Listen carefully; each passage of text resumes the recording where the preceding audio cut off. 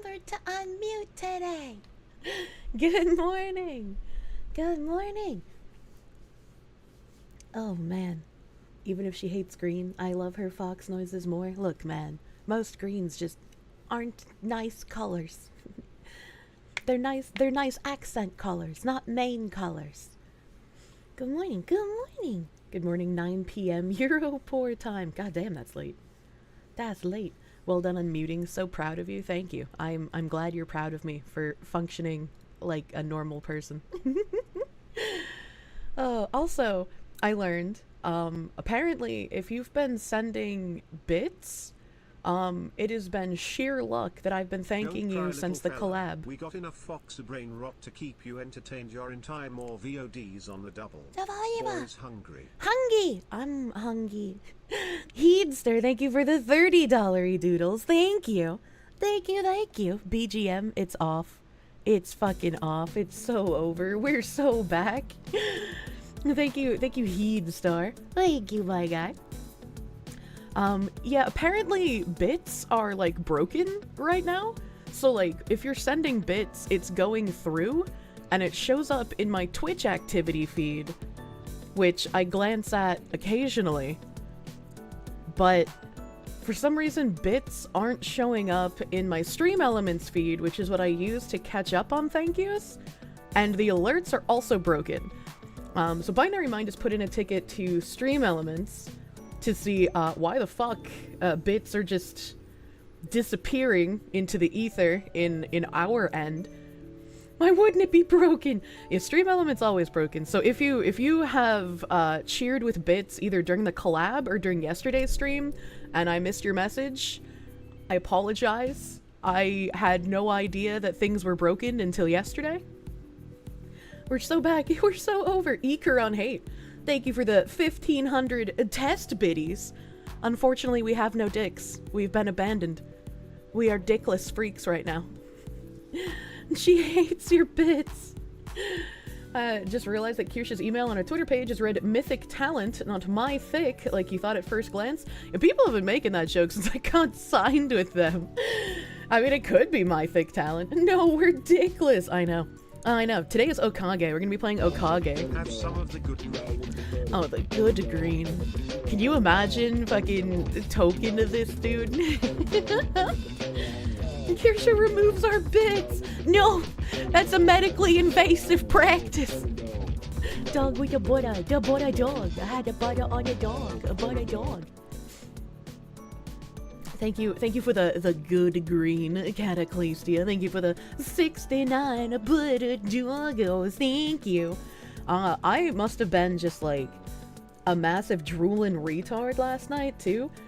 I can't leave any kind of food or item that used to have food in it on my desk because Cheems Ball is a fucking gremlin and he 24/7 acts like he's just never fed.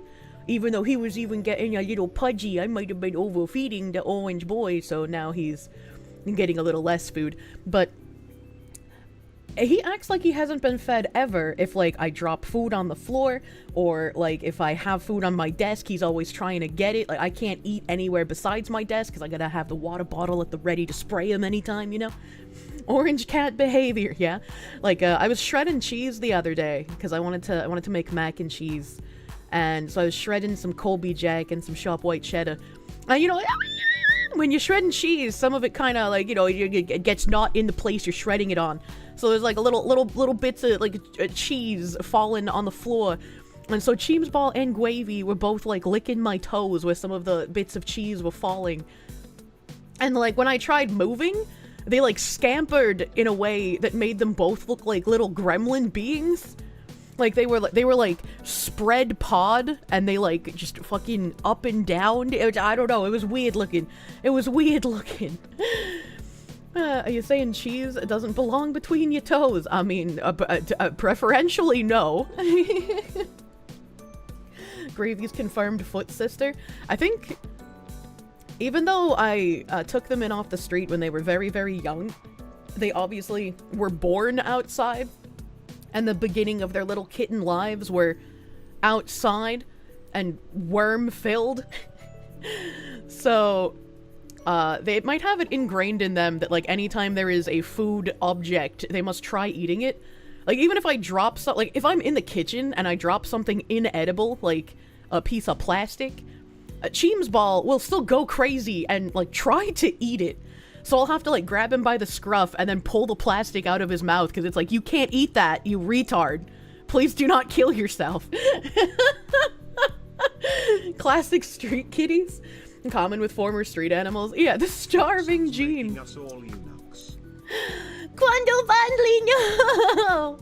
No, I want the dicks back. I don't know why Stream Elements is having this issue. And yeah, Ikaron Hates Test, like, never showed up in my feed either. So it's like, maybe that's what that guy was talking about yesterday when he said I missed a lot of, like, dono messages. Because I don't...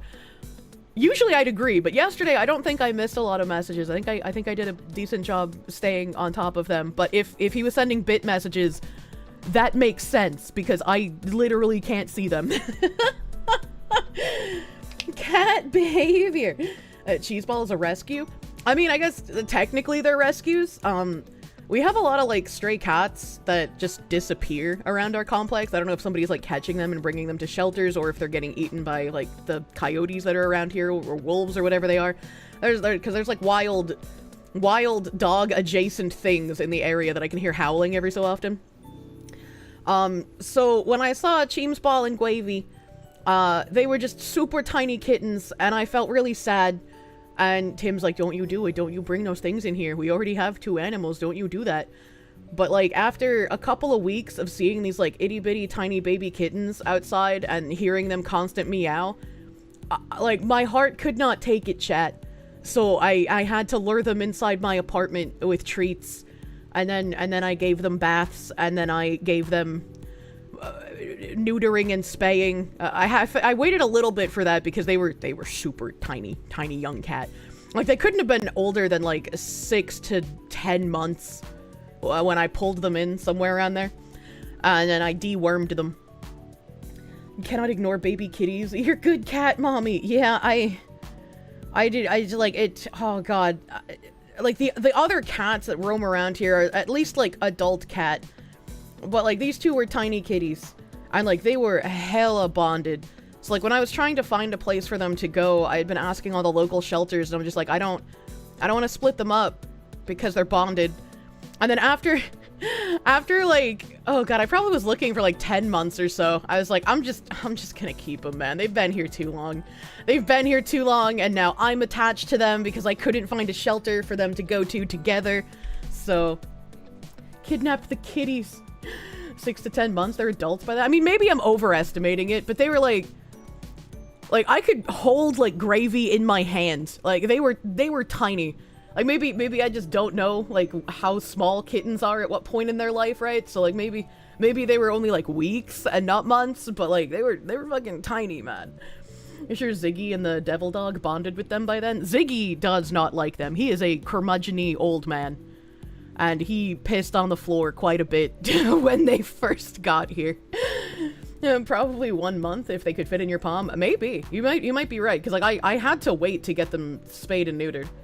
Doesn't even sound 10 weeks, much less months. I mean, they've been roaming around for a couple of weeks. Probably, like, 3 weeks at that point of me, like, hearing them. But they were definitely older than 3 weeks.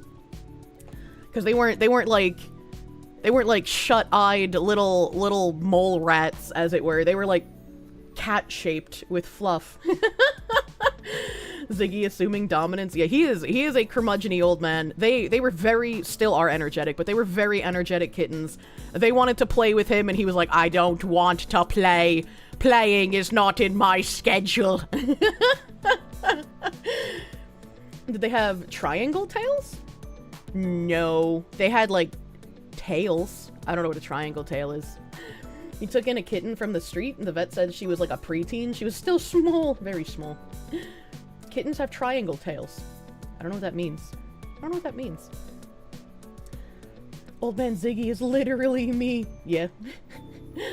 You like Mari _en. We all love the theme cheer.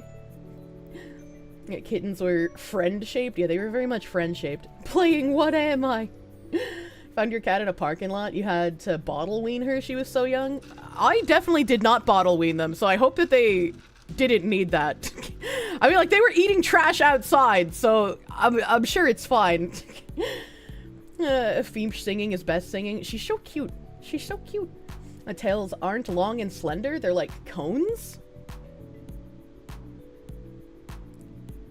I mean, they weren't like, they didn't have like long and slender tails, but it also wasn't like a tiny chubby cone either. I don't know, maybe they were teenager cats. The triangle tail seems to be when the tail is kind of stumpy and short enough that it points like a triangle. Munya? A Feemsh got drunk, sang her heart out. Is Mori underscore Ian a friend or a pet? A wife? Your cat belonged to your dad's Florida neighbors initially, and then they tried to give her to your dad, but his wife is allergic, so you drove Maya up to Missouri so she could stay with you. Oh, that's cute. That's cute and sweet. Munya. A message is gonna be confusing later. What message? What message? Gauge. Don't say gauge to the cats. I just started like mindlessly clicking Azure Lane because that's what I do when I don't know what to do with my hands. And speaking of Azure Lane, before I get into like other stuff, I'm kind of retarded. And like, I've shown off this skin on stream before. Like, I'm 1000% sure I've had this like just up in the background and I'm like, we're gonna stare at this one, chat. I didn't notice there was a horse next to her until just now. Has that always been there? Did this skin always have a horse, or did that just like randomly appear for some reason? Because like, I have never seen that before. Foxu, I need your wisdom. I visited an old friend in Parma, and now I'm back at home with a 50 pounds wheel of aged Parmigiano cheese. What to do now? This thing is bloody hefty, and probably bulletproof. A Bantam Sartorius, thank you for the $25 doodles. I mean, now you have a giant wheel that you can do that thing that the special restaurants do, where you carve out a little hole in the center, and then you get the cheese inside the pasta by like spinning it in there. That'd be cool as fuck. That'd be cool as fuck. Thank you. Thank you, Bantam. Congrats on your wheel of cheese. I want one of those one day.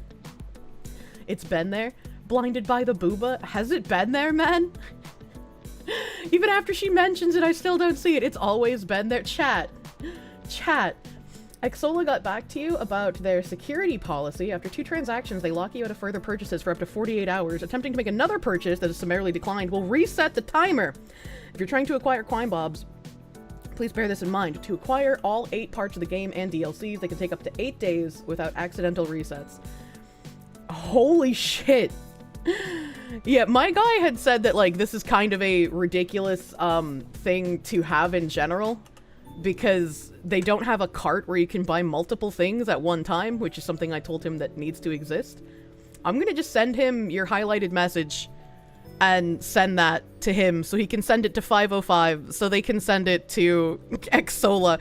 Do you understand this like a chain of telephone we're having to play? I talk to the dev talks to 505, 505 talks to Exola. Like oh my god. Like, Kirsche discovers a horse in one of her favorite games. Somewhere Vosh starts playing his D-Gen theme. He has a theme song? But yeah, no, if this horse has always been here, I genuinely have not noticed it. Like, I thought that circle in the background was a complete circle. Like, she was just, like, you know, sun goddess, as it were. And so when I looked at my game today, and I was like, why is there a horse there? Did I click on something? Probably My Horse is Amazing. I hate that song. That actually might be a giant dog. No, that's definitely a horse. It's got a horse's tail and like a horse's neck and a horse's mane. Like, it probably has a full horse head, but I can't really tell. Can I zoom? Yeah, it's got like a little Anubis horse head. That's good. It's like a little Anubis horse. I don't think... Oh, there's a bunch of them! Oh, there's a bunch of Anubis dogs! What the fuck? That's a jackal? You think it's a dog? If that's not a horse, if that's just a big dog and not like a horse dog, that's like the biggest dog I've ever seen. Look at the feet. Oh my god, you're right, it is a dog. Oh my god. Oh my god, you know, the Italian has made me not white enough that I can't even recognize what's a dog anymore. All of my white women powers are gone. It it looks like a cross because you don't think jackals have tails like that? Yeah, it has like a mane as well. And like, I mean, I'm not a dog expert, but this neck looks like a horse neck, man. That's, why the fuck, what the fuck is happening? What am I even looking at, man? What if I just like zoom in a bunch? I mean, do we need to see her feet? Do I even need to ask that? How big was this before? Was it like this? I mean have like right here? I mean have it zoomed like right here? Oh, that, why do you hate me, video game? I know there's a way to like move the images and like keep them in the position that you put them in, but it doesn't want to agree with me. Kirsche forgot horses don't exist in Egypt. Wait, really? Egypt doesn't have horsepower? Is that like an Egyptian doggo? Yeah, because like Anubis is Egyptian doggo thingy. The jackal thingy. So I thought it was a horse when I didn't know it existed, first of all, until this morning. Somehow I've managed to avoid acknowledging its existence since I bought this skin 2 weeks ago. But I thought it was a horse because right here, it looks like a horse. But then I zoomed out, and apparently it's a jackal. There are horses in Egypt, but they were all brought in by humans. Does Egypt have enough horses to have wild horses now? Egypt has horses? What the fuck? What the hell do they pull their chariots with then? Jackals? They had chariots, no? I mean, that's what I thought. I thought they had horses. Camel, the desert horse. If camels store water in their humps, if you were to like bite into a camel hump, would it be incredibly juicy and leak water? I mean, I'm sure it'd be very painful for the camel, so like don't do it, but this is a question that I have. Peter, the horse is here. Brave SJ, thank you for the $25 doodles. Please, please, please do not the horse. The camel's hump is made of fat. They don't store water. The fat is in their humps. It's fat that stores water. That's a myth. It's fat. Not. Oh, okay. I didn't know it was a myth. Camels don't have water in there. I was just imagining people like getting really desperate in the desert and not being able to like get into a cactus, and so they just bite their camel instead, and then they drink from the hump. It's like a teat, but instead of milk, it gives you water. Camel hump meat is considered a delicacy. I don't think I'd want to eat a camel. Do not the cactus water? Wait, I thought you were supposed to the cactus water. I thought like if you were like abandoned in the desert, that if you were able to like cut open the cactus, you could drink the water and that would help you survive. Don't drink cactus. They're what? I didn't know cactus water was poisonous. You can the cactus. That's what I thought the cactus water was something that you should do if you're abandoned in the desert. You're thinking of camels like animal coconuts. I thought they were animal coconuts. Yeah, Kirsche hasn't seen The Last Airbender. I haven't. Isn't cactus water hallucinogenic? Oh, so you get to be high and not die from dehydration. What a combination. And cactus are not native to the old world? Wait, so you're saying that like old desert didn't have cactus? Like we put them there? That doesn't make any sense. Not all species of cactus. So it's kind of like if you're lost in the woods, you have to know which berries you can eat and which berries will kill you. So if you're lost in the desert, you have to know which cactus you can drink and which cactus will kill you. Cactus RNG! Cactuses are only in the Americas? I just don't believe you! I think I'm being gaslit right now. Cactuses are an American thing. There's no way! There's no way! Where's my browser? What other place do cactuses exist in the Middle East? Well, cacti are native to the Americas. Some species, particularly Opuntia prickly pear, have been introduced and naturalized in the Middle East, including areas like Saudi Arabia, Jordan, and parts of the Mediterranean region. What the fuck? I thought that all desert had naturally spawning cactus. Because the only time I've ever seen a cactus is in a video game, and all desert in video game have naturally spawning cactus. So why wouldn't I think that all cactus in real life naturally spawn in desert everywhere? It's like potatoes, what the fuck? Desert equal cactus, I understand. See, thank you, someone understands. In the old world, they used to trap baboons with salt to find water sources. What? Cactar are only native to the Western Hemisphere, but cactar are Japanese specifically. Spiky potato. Deserts have cacti. Have I ever played a game set in the Sahara? I like the Sahara thunder trees. I think those look really cool. All deserts in video games are in America. Confirmed. America's truly the only country in the world. You live in the Mojave and you promise there's a wide selection of cactus out here?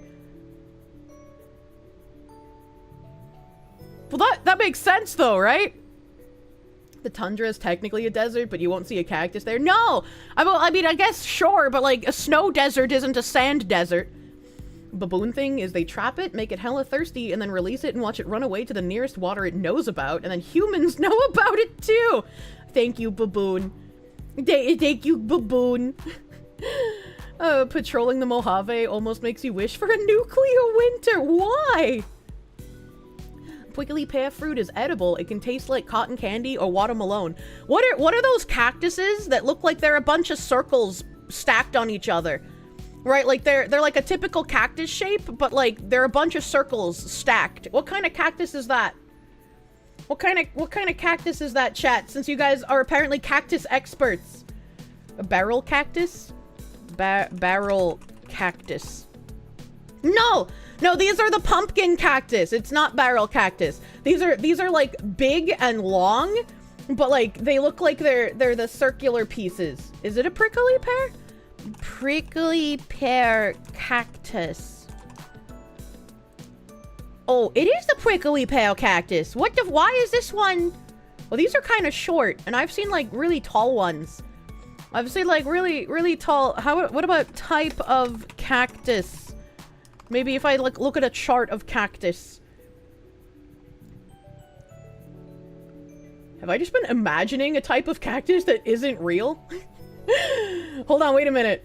Let me open the image in new tab. It's this thing. Oh god, this is such a small image. What cactus is this, chat? Chat, I want to play a game. What cactus is this? The one on the top left. What cactus is this? Where it's like circles stacked on each other. Prickly pear petals and leaves are edible. LSD cactus! Most deserts are rock and not sand. Most sand is the transitional. You know, all deserts are just made of pre-glass, as it were. The one in the middle is saguaro. I don't care about the one in the middle. I care about the one in the top left. The one from Pokemon! They got like a weird squid cactus down here. That thing's crazy. I think this one's the barrel cactus. It's got a little diglet on top of it, though. I really like this one with the flower. It makes me think of Digimon. I want to plant those in my yard in New Hampshire. I don't think this one's prickly pear. I don't think that's a prickly pear. And, yo, Cacturn, you have prickly pear in your backyard, but they're not a variety that produces very edible fruit. You can't plant those in that climate in New Hampshire. But what if I have a greenhouse? I really wanted to plant the ice cream banambas in New Hampshire as well, but I would 1000% need a greenhouse for that. You believe that is the Ceres peruvianus? What the fuck? Why can't it have an easier name? Ceres peruvianus. Images. Oh, these ones just look like penises. I don't think it's this one. I mean, these are cute cacti as well. But these ones have like flowers. Oh wait, no, maybe you're right. It does have like the little like fucking floppy things on it, but all of these other ones don't look like they do. These ones don't look like they have the floppy pieces. Maybe they're just not big enough. Look at it, it doesn't deserve an easy name. What is this cactus racism? Ooh. Ooh. this one has a very pleasing texture. Look at how bumpy it is. It doesn't look real. Oh my, look at how many of them are in pots. What the fuck? Why are there so many? Why? These aren't even in the ground. They're all in pots. What am I looking at? What am I looking at, chat? I don't understand. It's bumpy for her pleasure. Do not queen snake the cactus, all right? Just because the women on Queen Snake insert cactus into their vagina does not mean that is something that normal people should do. All right, Queen Snake people are very mentally ill women. Okay, do not mimic their actions. They sell so many of those near your house. You're saying that I could have an authentic Peruvian weird long bumpy cactus and also put a Kui hat on it? The Kui festival, you said that they stopped doing that, right? Or was that just like a petition that people wanted them to stop doing that? Because if I don't get an authentic Kui hat from a Kui that's about to be eaten, I'm gonna be very upset. I've wanted one of those for years. Just go to Home Depot and buy a cactus. I mean, you could. I'm trying to find, like, this. I really like this. I'm leaving this in a tab because I kind of want one of these cactuses. This is a very pleasing cactus. I like this texture. It's not like these other ones. This is not a pleasing cactus. This one, this looks like a penis. It's not a pleasing cactus. This one, also not a pleasing cactus, but it does look like it had a little growth thing here. That's kind of neat. I was like, most of these, this is not a pleasing cactus. This is ugly, but this one, the weird bumpy one, the like autistic cactus, I want that. I want this one. Why does she want a pleasing one? It's pleasing to look at. But like this one looks like it has the extra discs, but I don't think this is the one I'm looking for. I want this one. I want this one in the top left. This is the one I'm trying to think of. This one looks like a moldy mushroom cactus. And what is this one? What is this like giant lotus flower doing here? Chat, you're the cactus experts. I need help. Redescribe the cactus you thought you were imagining. It's this one in the top left. In the top left. Uptunia coccinellifera. Is that real? Are you gaslighting me? Top left is Uptunia. I can't spell that. Okay, so that other guy wasn't gaslighting me. Thank you, Ichigo. I was like, I can't tell because you put the word cock in it. Okay, let me look up this one. Yes! Yes! This is the circle cactus that doesn't look real! Look at this thing! Image, open image in new tab. Like, prickly pear wishes it could be this obtuse. It's like that fucking guy that draws melting clocks and infinite hallways, but it's a cactus. It's the circle cactus! The cactus doesn't grow like a regular cactus. It grows like discs that looks like they should be impossible. And I want this cactus. Yeah, the AI cactus. MC Escher cactus. I've always wanted one of these. Fruit tastes good. Liminal space cactus. That just looks like a prickly pear to you? Well, when I looked up prickly pear, they didn't look like this. The prickly pear cactuses were like tiny and barely had disjointed floppy discuses. The flat cactus, your old relative used to grow those in his backyard and eat them. They hurt! I'm pretty sure those ones, all you have to do is remove the spines and the whole thing is edible. What does it taste like? Salvador Dali cactus. Kirsche, that's a Mexican nopal? They make tacos out of. What the fuck? I need to like import you for a vacation, like for like a week, and then you can make me all of this weird food. Autistic prickly pear. The white flowers are from Moonlight cactus. Moonlight! I'm gonna leave this open in a tab. Moonlight cactus. Ooh. Ooh. Oh my god, it's like a fucking spotlight. Chat, look how big this flower is. Look at this. That is ginormous. That's so beautiful. They're like a cross between a lotus and a dahlia. I kinda really like this thing. Okay, so now I have 3 species of cactus that I desire. The Optunia is the name of the genus of prickly pear, so yes, that is a prickly pear. So I just need to specifically find the specific prickly pear that gets, like, big and has large disjointed petals, instead of the prickly pears that I found, which were tiny and sad and limp-dicked. So I'm glad that these ones... Wait, can you eat the rosebuds? Because you said the whole thing is edible, chat. So, like, if you can make tacos out of the petals, can you eat the rosebuds? Yes? And Kira's gonna end up in Arizona Botanical Garden. I want to do so much fucking planting and gardening when I have a house. You guys have no idea. Those are the fruits. They look like when someone's anus prolapse. Like, they look like little anus prolapses growing out of the plant when they're tiny. So, like, I'm sure you have to wait for them to actually, like, hatch before you can eat them. Personally, I don't think I'd be able to eat them in this state either.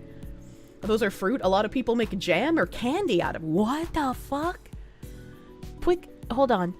Prickly pear fruit candy.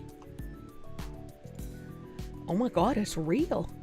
Oh my god, it's real. It's fucking prickly pear cactus candy, the jelly candy, the little jelly cubes. Chat, I'm gonna be honest with you. This is what my weed gummies look like. These just look like weed gummies to me. If someone offered me this candy, I'd be like, how high am I gonna get? I wouldn't even think of it as being cactus. Like, unironically, these are identical. Like, even with the little sugar sprinkling on top. It tastes like a very peppery green bean, and it can be slimy like okra. Ew. But if you parboil it first, you can remove the slime. Mexicans call the prepared ingredient nopales. Nopalese. The fruit is like a faintly sweet pear. You can swallow the many seeds in it. It's annoying to spit out like 50 seeds. Yeah, that's my one complaint about blackberries. When I eat blackberry, sometimes, like, I feel the seed when I'm chewing it, and I'm like, I hate you, but you taste so good. Crackhead Foxu, what the fuck? How am I a crackhead? Are you sure they haven't been just giving me cactus candy instead of weed? No, I'm very sure. The brand is Charisse. It's fate. I need to order some. Oh my god, you're right. It is cherries. You are correct. I probably it's fucking $12 for some prickly pear candy? What the hell? I mean, I still have to try them, but that is fucking expensive for candy. What the hell? They put seeds in BlackBerry phones? Well, I can't eat phones. Eating the fruit is very comparable to that. Yes, interesting. Interesting. I need me a man who I could ask to supreme my oranges, and he would do it for me. Kirsches for Kirsche. La Cereza.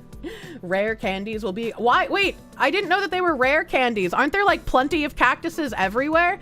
Didn't we just see in this picture, this guy has, like, a field full of, like, cactuses? And if prickly pear cacti are edible, why would they not have, like, a giant field of those, too, for eatings? Next stream, I need to eat weed gummies to let the tism fully awaken. You guys can't tell when I'm high on stream. I mean, I haven't been for, like, months because I have, like, medication I'm taking. But, like, when I was, you guys legitimately could not tell. The rare candy will level you up. They're regional products. Okay, all right. Maybe this is a use for throne. I did say I wanted to put C's candies on my throne because I haven't had that in a hot fucking minute. Gotta build passive solar greenhouse and grow your own oranges year round. Yeah, like when I moved back home, I wanted the yard at my house, which is like the hardest thing, right? There's so many big, like, beautiful Victorian homes that I can afford, but they just have like less than 10,000 square foot lot.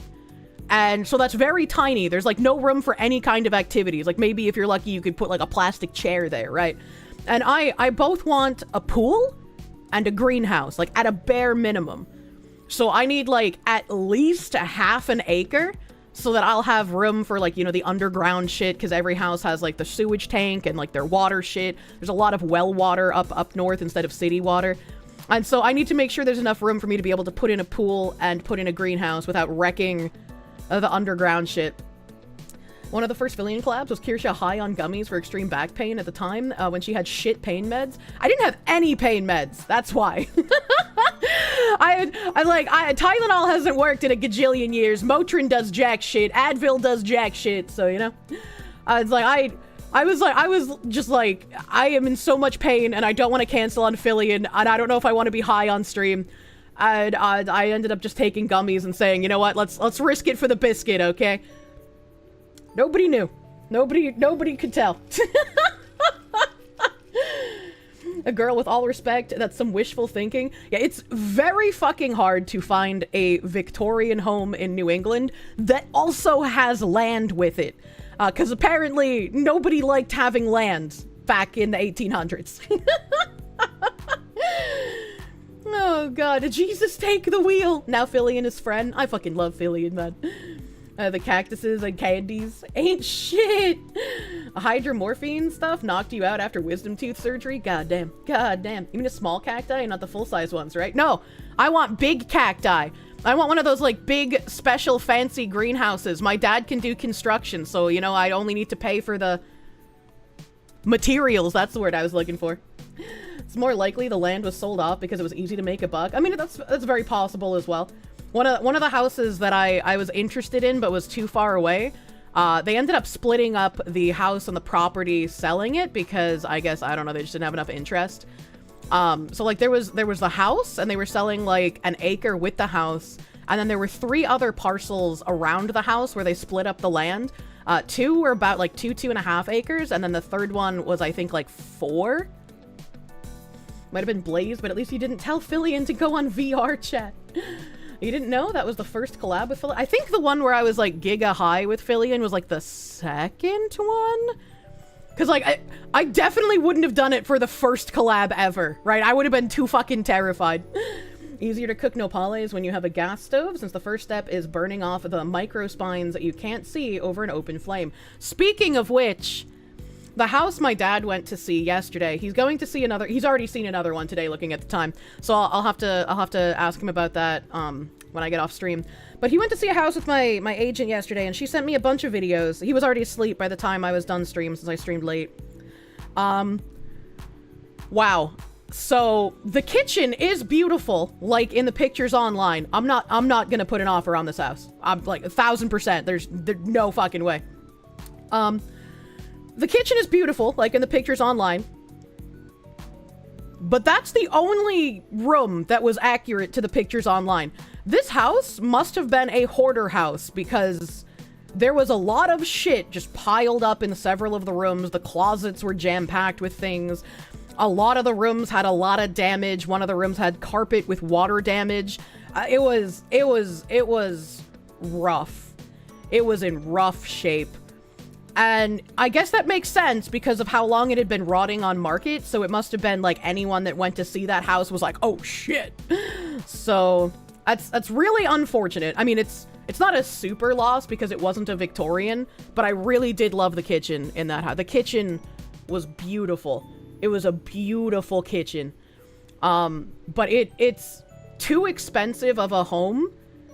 Like, even if I were to offer way under their asking what I was planning on by looking at the pictures, it's not worth as much as what I was planning on offering even.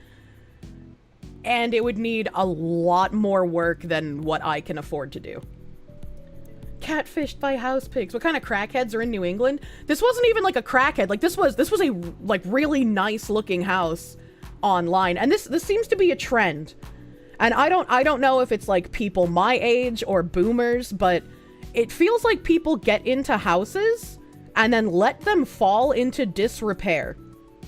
Like, I grew up not only with my grandfather having made multiple additions to the house, rebuilding the porch every time my grandmother wanted him to make changes to the layout or the type of wood or whatever, but like, they always were upkeeping the house. They were always doing maintenance. They got their roof replaced when they needed to. After really bad storms, they would have certain parts of the roof like re-shingled, right? They did painting on the inside and on the outside. We had to redo the basement after it flooded. So like, I'm used to seeing people do upkeep. And like, even my mother, as shitty of a person as she was, she would still somewhat maintain the home that she was living in.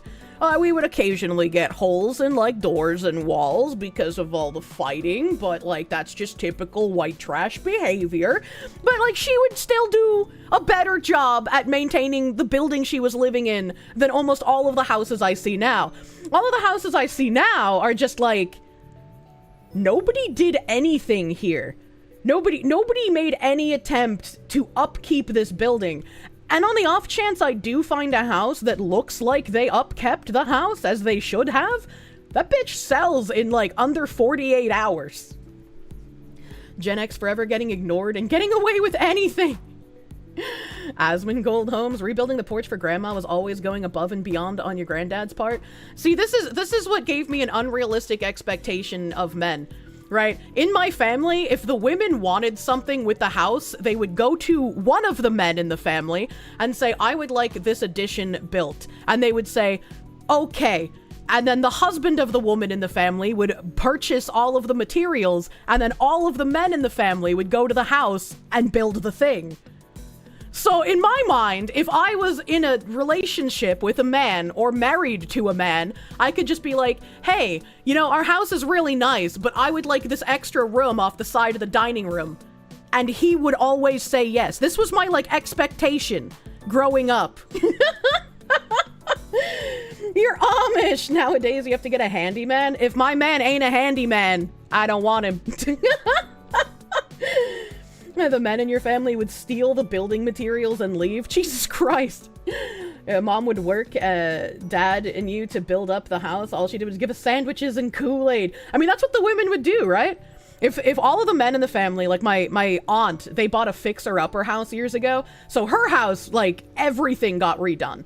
Like, they had to redo all of the inside walls. They added on rooms. They put in, like, new piping for the washer and dryer. They put in new piping for the sinks. She has, like, this gorgeous fucking center island in her house. Like, they built this thing into her dream house. It was amazing. But, like, there's still men like that? Absolutely. This woman wants an additional room. I'm just saying, I don't know a single house that's been purchased by someone in my family that hasn't had additions built onto it. Men will tell you, if it ain't broke, don't fix it. And then, like, all the women, they would make sure that the men were sufficiently fed throughout the entire day. Right, the men were doing labor, so the women would make food. And sometimes, like, if they were at my aunt's house, my grandma would make... She's like, oh, I know your uncle really likes my potato salad, so I made this big potato salad to him. Can you take it over to their house? And again, all of my family lives in, like, very close quarters to one another. So, like, I could walk from my grandparents' house to my aunt's house. I could walk from my grandparents' house to my other uncle's house. I used to be able to walk from my grandparents' house to my dad's house before he had to sell it because he could no longer afford the mortgage.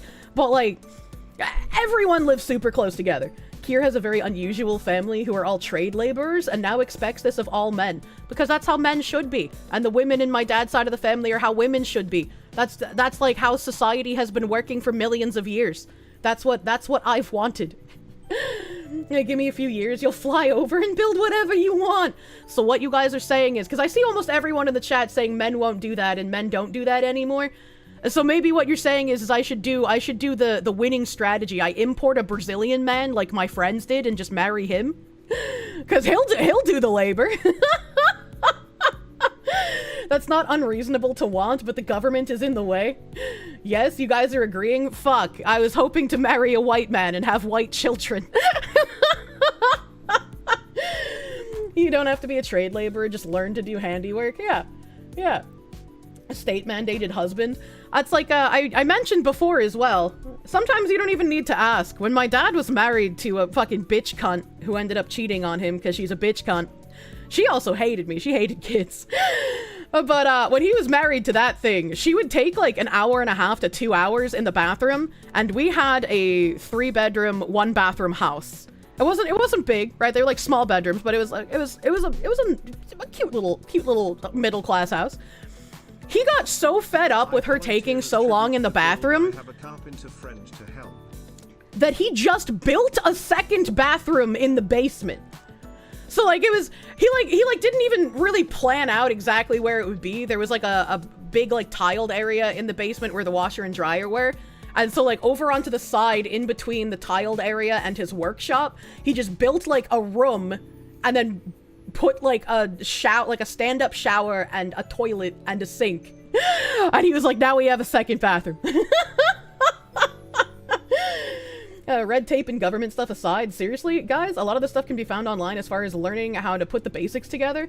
Yeah, I mean, my dad was a glazer by trade. All of the, like, carpentry and building shit, he just learned on his own because, again, that's what the men in our family did.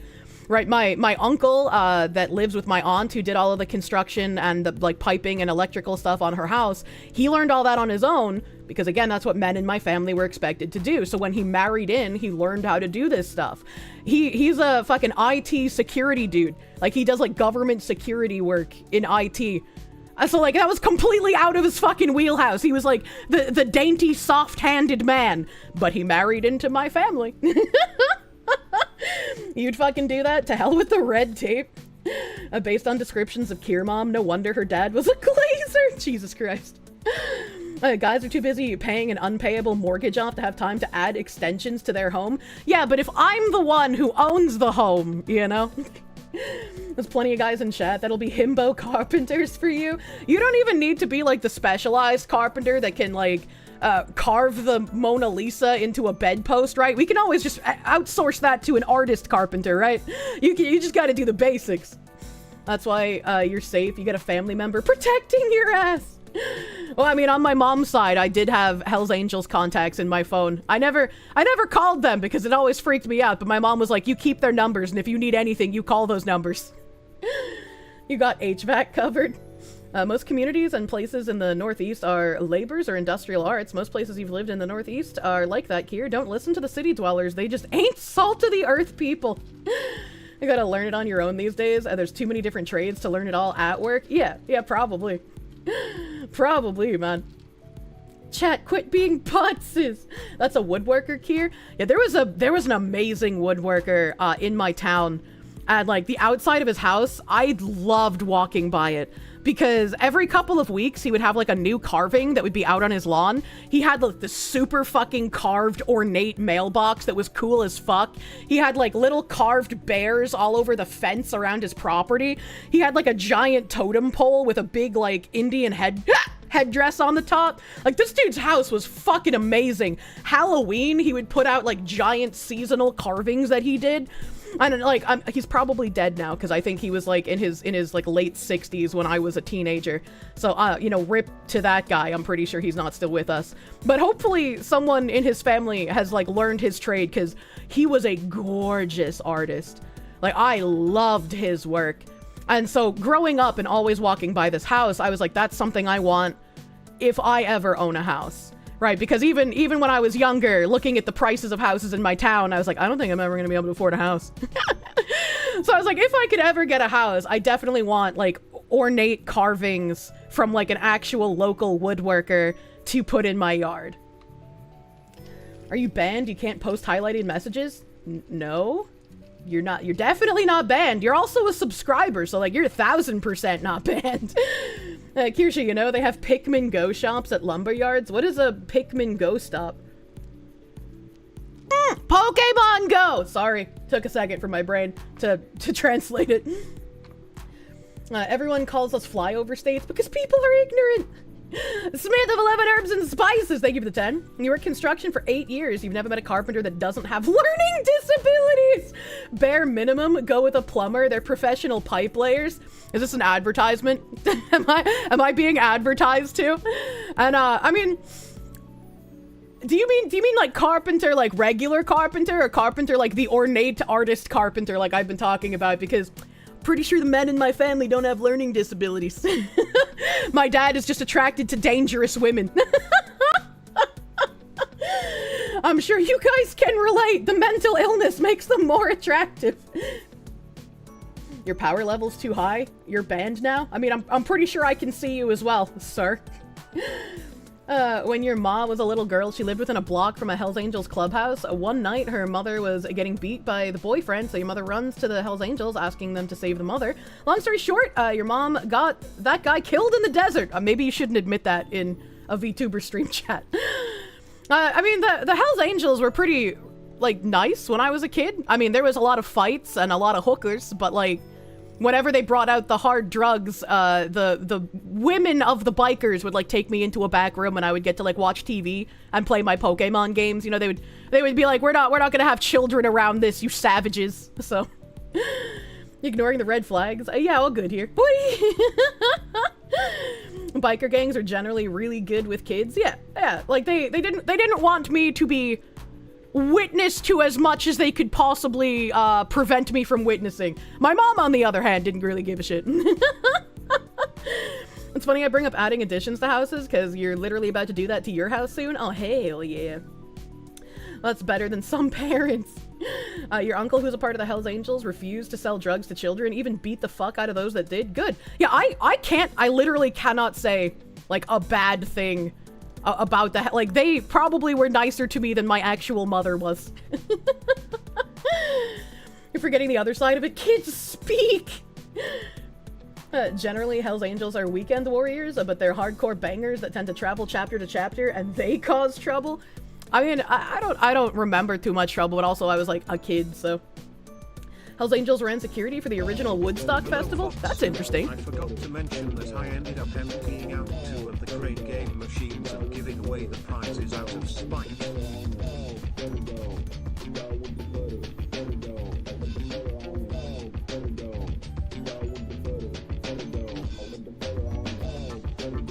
Munya!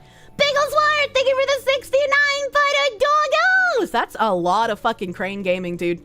That is a lot of fucking crane gaming. I'm kind of jealous. I just want my Miko plushies, and I don't know when they're gonna exist.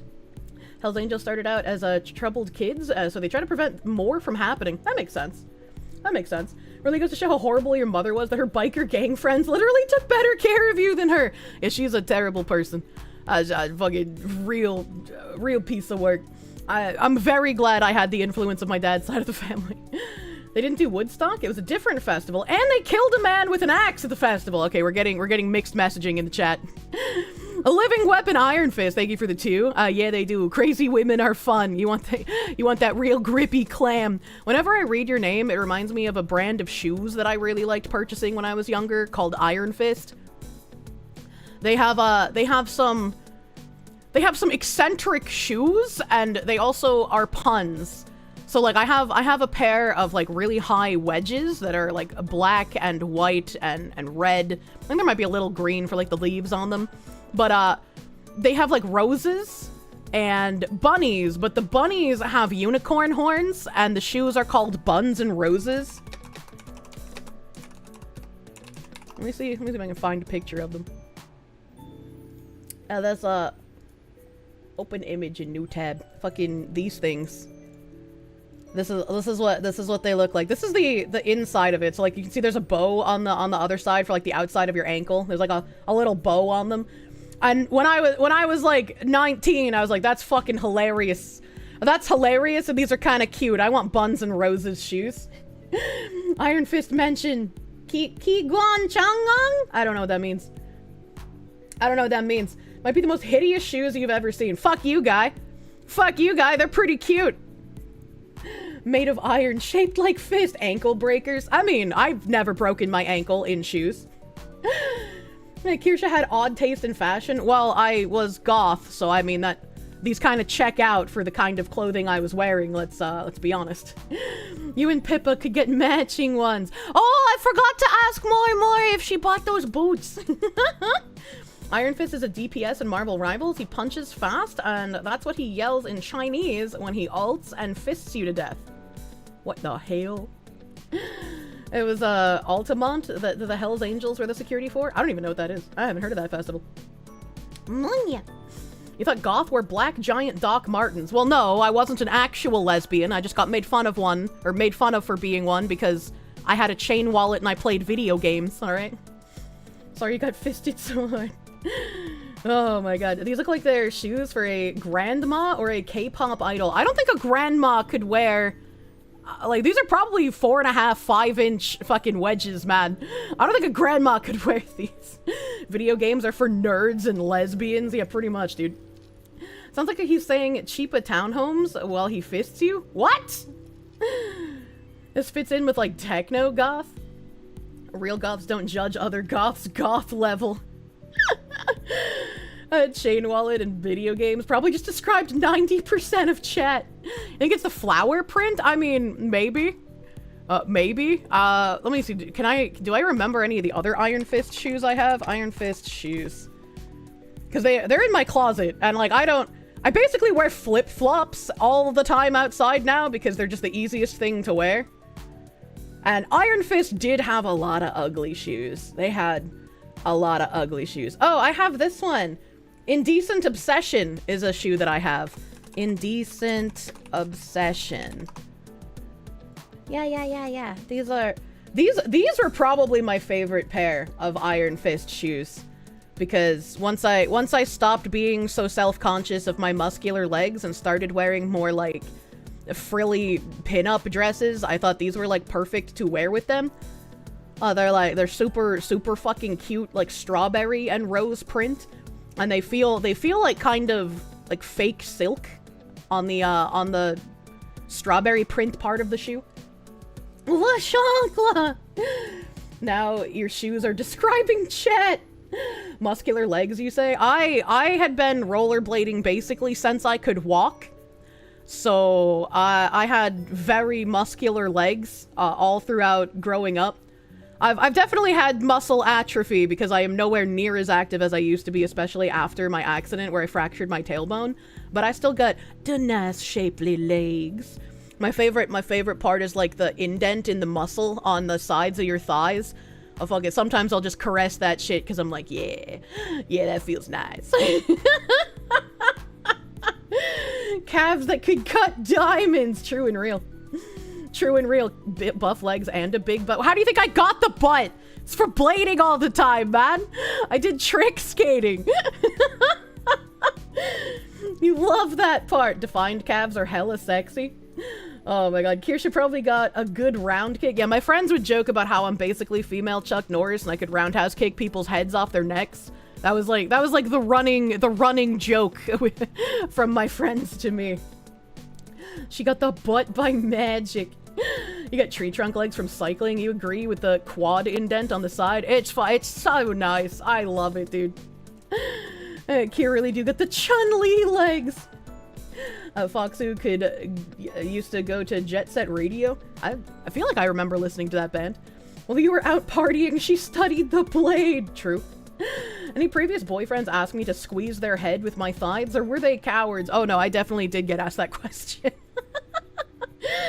A lot of the times, if I was just like sort of like, I wouldn't say laying, but right, like you're sitting on the couch with like your legs flat out on the couch instead of sitting with your legs over the edge of the couch like a normal human. Right, like you're leaning back and you're like reading a book or like playing a game. They would just like to lay in my lap, like wrap their arms around my thigh. I was like, all right, that's kind of cute. You're kind of cute. Remember a VTuber who, with great difficulty, crushed a melon with her thighs? I probably could not crush a melon now. In my peak, I might have been able to. I never thought to try. You feel like these heel would go with a rockabilly style poodle dress? A highly peak? Kinda peak. Hold on, you're giving mixed messages here. Giving mixed messages. I didn't have too many pairs of Iron Fist shoes because, like I said, a lot of them were wicked ugly. Right? Like it was a bit too eccentric for my tastes. Like this, that's a really low quality photo. But like, I don't know, I didn't really like silver. Silver's not a like good color for shoes for me. This is like a weird monster cheeseburger, little too eccentric for me. Like weird monster eyeballs. It's like, I also was not a huge fan of skulls. I didn't really like skull aesthetics, so I didn't like buying things that had copious amounts of skulls on them. That's just kind of like my opinion, man. Like, this is really weird. These are like zombie baby mermaids. I wouldn't wear something like that. That's kind of fucking weird. That's kind of fucking weird, man. Those are tacky. Yeah, like a lot of these are just really ugly. There's like, you could get misfit shoes. Like, I would expect like a juggalette to wear these, right? Like, Just not, this is a, like, Day of the Dead skull shoe. Just not, you know, not something I'm really fond of. There's, like, glitter skulls. Don't really like that. Not really a fan of that. Oh my god, they're calling these shoes vintage now. Oh no. Oh no, not like this. Oh man, this person has a fucking ton of Iron Fist shoes. Holy fuck. Jesus Christ. These are like $90 shoes in like 2005 money. These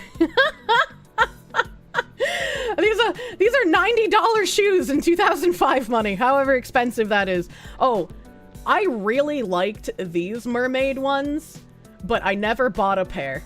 I thought these were really cute, but I was like, I don't think I have anything that I could wear with these where I wouldn't just look completely fucking ridiculous. So I never bought a pair of the mermaid shoes. A vintage is at least 50 years old. Yeah, I don't think it's that old. About 270 today. Jesus Christ. Jesus fucking Christ. Yeah, I'm not a huge fan of a lot of their designs. Just not the best. It's the same with like Irregular Choice. Irregular Choice has some like banger shoes on occasion, but a lot of Irregular Choice shoes are just way too eccentric for even like a regular person to wear. Hi Kirsche, the sweet-natured cherry fox woman. Hello!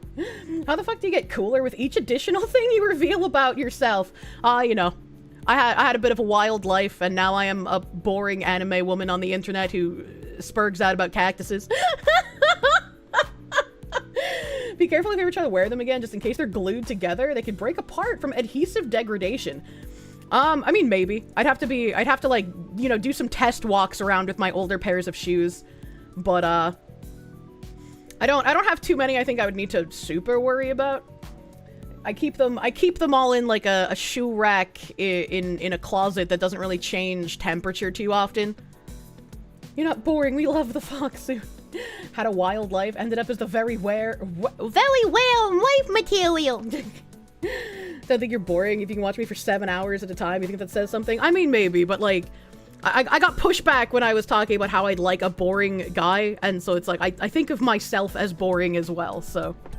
If that gives you a better idea of like what I mean when I say like boring person would be an ideal relationship. I don't want to wake up to like people in my house, right? I don't want to wake up and be like, "Hey babe, let's go hang gliding." Like I don't ever want to hear that out of the mouth of the man I'm dating.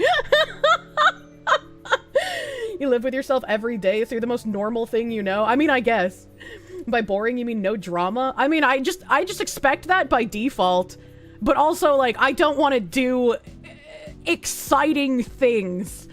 Or, like, the most exciting thing I can think of is, like, ooh, there's a new exhibit at the local museum. We should go to that, right? Like, that is, like, peak excitement in my life right now. It's not like we have to pretend you have our complete attention. You play video games at the same time. Yeah, I'm like a podcast. I'm in the background. Just a guy that goes to work, comes home, makes dinner most of the time. Literally me, for real, for real. Well, you're not gonna make dinner if you're coming home, right? Like, it's already gonna be ready. No range dates? I mean, range isn't, like, a super exciting thing. That's just, like, hanging out, you know? That's just, like, an average Thursday. Sound like perfect, fairly boring, want a wife to play video games and go out with on occasion? Yeah. And Kirsche's had enough excitement. She wants stability. It's like, it's not even like a, oh, I had my whore phase in college and I'm ready to settle down. It's like, my childhood was wild and I need a man that is not wild.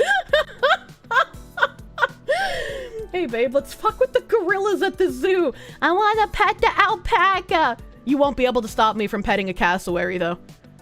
That's the one thing I will do. If it kills me, I die, you know? That's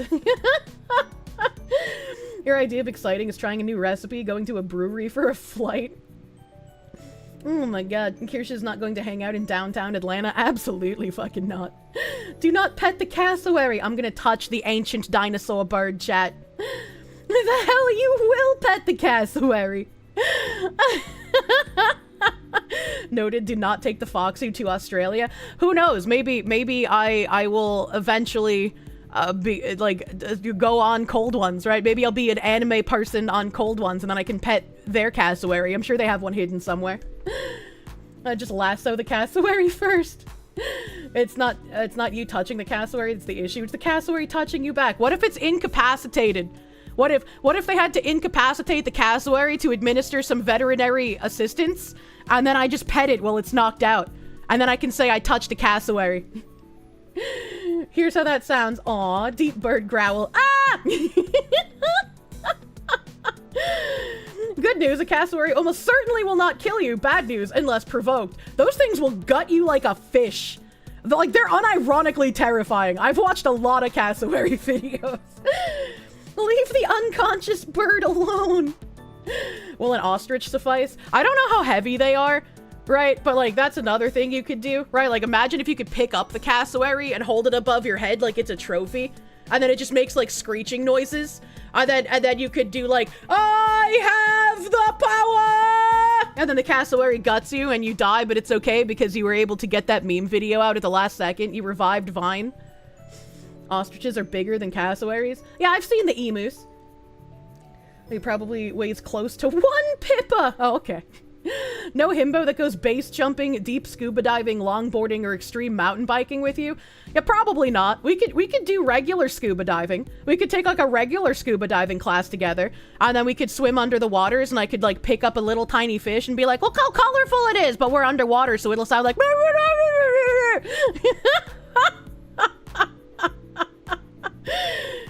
emus are smaller than cassowaries. No, in Dude, Where's My Car, they call the ostriches emus.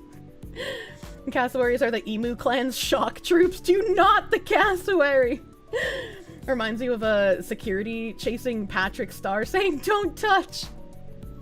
Far Cry 3 taught you cassowaries are weak to bullets. Please bring your vector. I don't think I can traffic my vector from the US to Australia. This is why I love you, Foxu. Silly. Anya! That's something you really want to do? Scuba's fun? Yeah, I would love to do regular scuba. And like in the back of my brain, I'm like, wow, cave diving looks really cool. But also, cave diving is really dangerous. And I don't really feel like dying in a cave. So maybe don't do that. Sounds like she needs to watch Uncle Ben fight Kevin. Like the rice guy? And especially not in Australia. No touch the Aussie colorful fish. It's poisonous. Well, I mean, if it's got spiky spines, then it's a poisonous fish. I remember that. Yeah, don't cave dive, Kirsche. Your booba will get you stuck. Yeah, you know, after. I was like, cave diving looks cool, but in practice, I don't think I'd ever want to do it. Racer M53, thank you for the 2. She said museum. I knew it was an East Coast thing. Wait, what do you mean? What's wrong with the way I say museum? Am I doing something weird? Bike short senpai, thank you for the 2. A boring guy, so there's a chance. Hidden, thank you for the 5. Shoes for women that have a clussy that does in fact honk. What is wrong with you? You would never cave dive. You've watched one too many internet historian videos on that. Usually I say museum instead of museum. Museum. That's just how it is, right? Museum? Squeezing Kirsche out of the cave. Help, step bro, I'm stuck. Uncle Ben is a himbo animal rescue YouTuber that often fights a giant bird. Oh, interesting. Interesting. Whenever I watch the videos of that Florida man who yoinks lizards, I imagine that that's the kind of man I will end up marrying. The trolling she does when someone calls her out on her pronunciation. I'm not trolling! I'm being completely serious! Fish and Garrett. Kevin is dead. What? You like my East Coast accent. Thank you. You love the Yoink Man. I love the Yoink Man too. I have no idea who he is. Yukon Hunter, thank you for the 17-month resub. By the way, Nux is raging on DEI poisoning Disney. Funny how so many are now saying what I have for, well, 17 plus months. Keep up the excellent work, Foxu. If people want to, like, you know, be ahead of the curve, you can just watch my videos from last year, because you're still ahead of the curve from everyone else. Inari Ninetails, thank you for the 20. Poor Luffy and his Yemen pirate buddies won't be finding the One Piece. Trump kicked their shit in and told them to stop or he would reduce them to dust.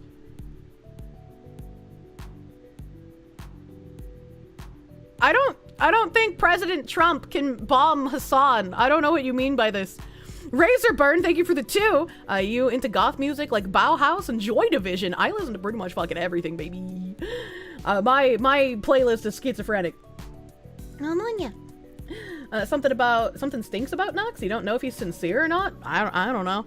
I mean, I've talked to him a little bit, but I like literally don't know the guy. I mean, it wouldn't be the first time the U.S. president has bombed a U.S. citizen. I mean, true. The Houthis, not Hassan. Hassan's nickname is Luffy.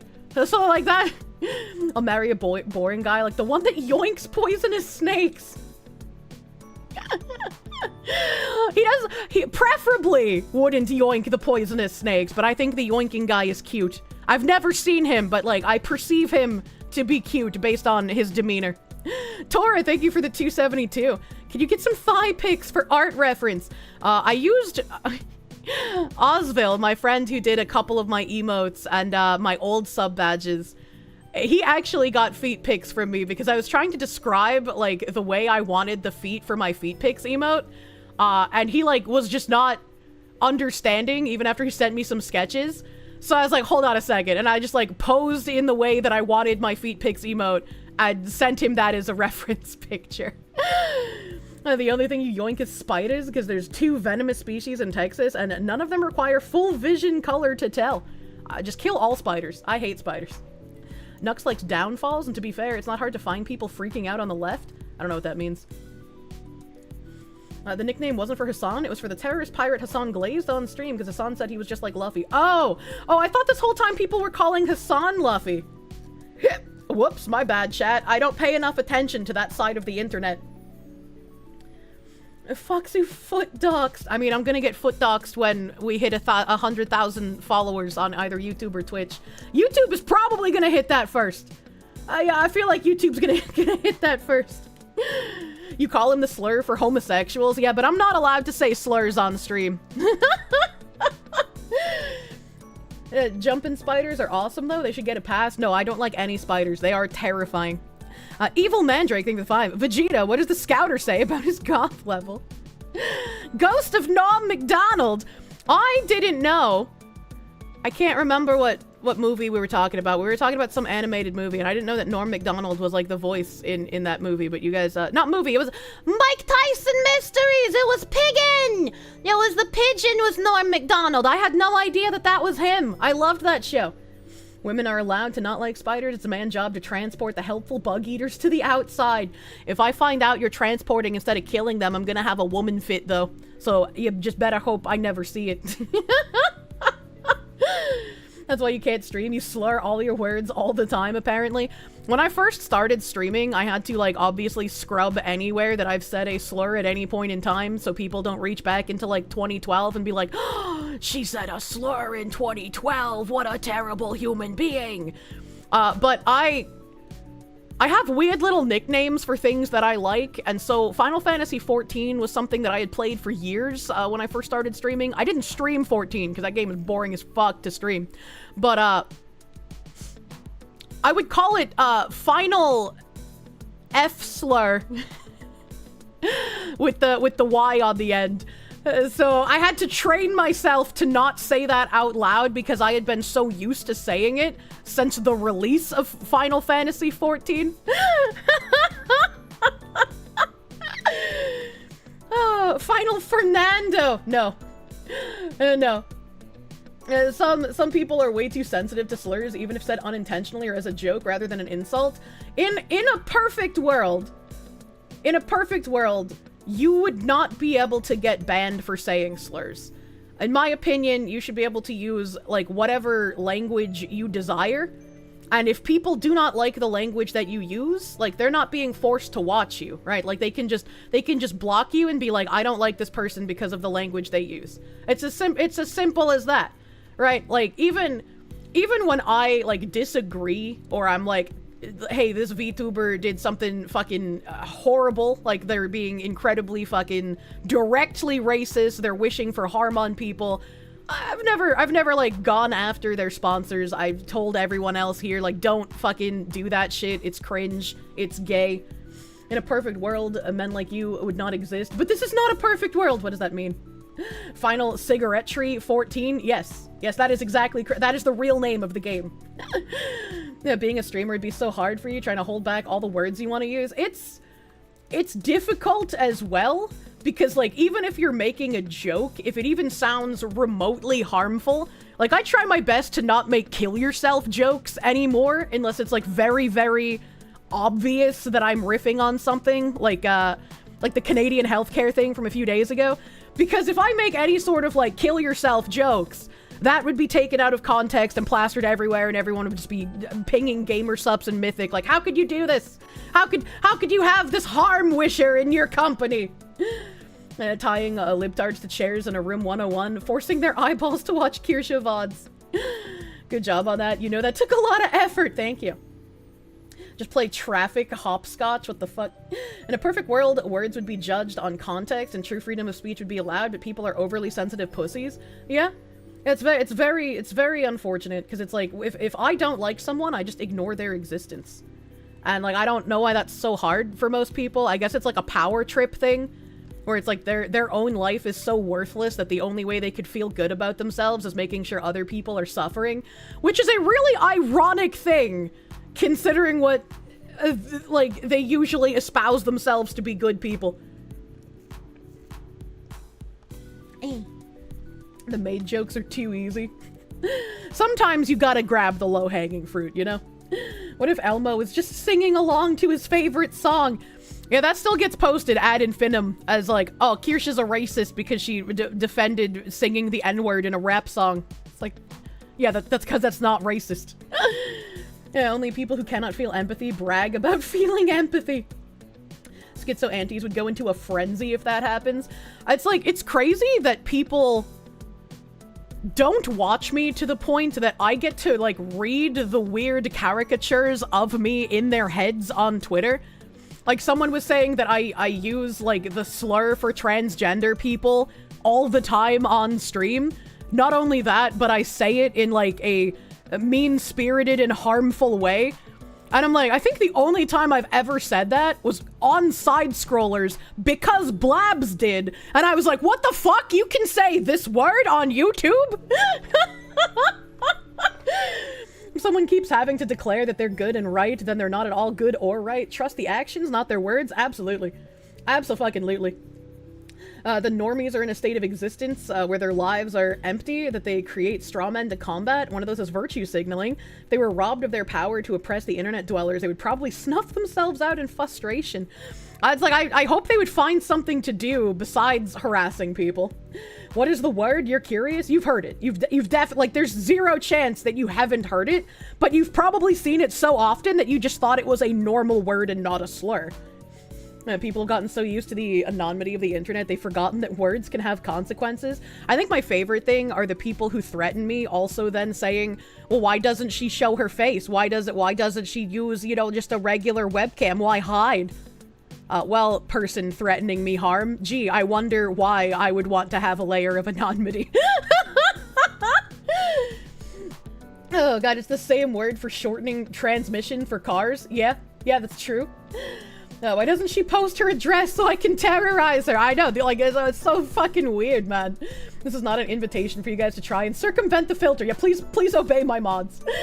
He got banned from a Facebook page after telling a woman to cork it after she told you she hopes you never have kids.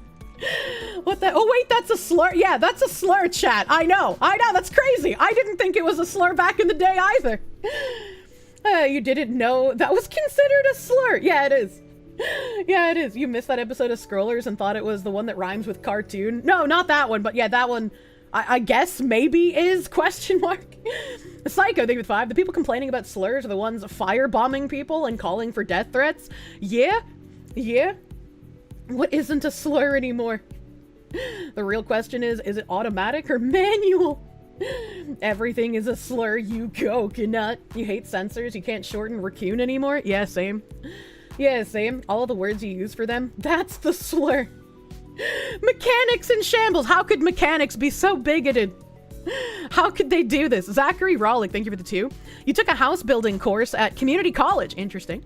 A Squeaky Moose, thank you for the $4.99. Can we put in husbando applications? You own a custom home building company specialized in oak log homes and homes with a lot of gingerbread.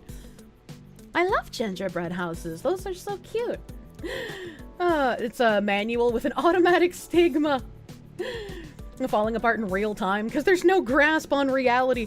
I think the most amusing thing is, like, when people say that I make up words, and then I read the tweet that they posted from me, and I'm like, what word here is made up? Like, I'm just using the English language, and I don't think my vocabulary is that crazy for a native English speaker, as it were.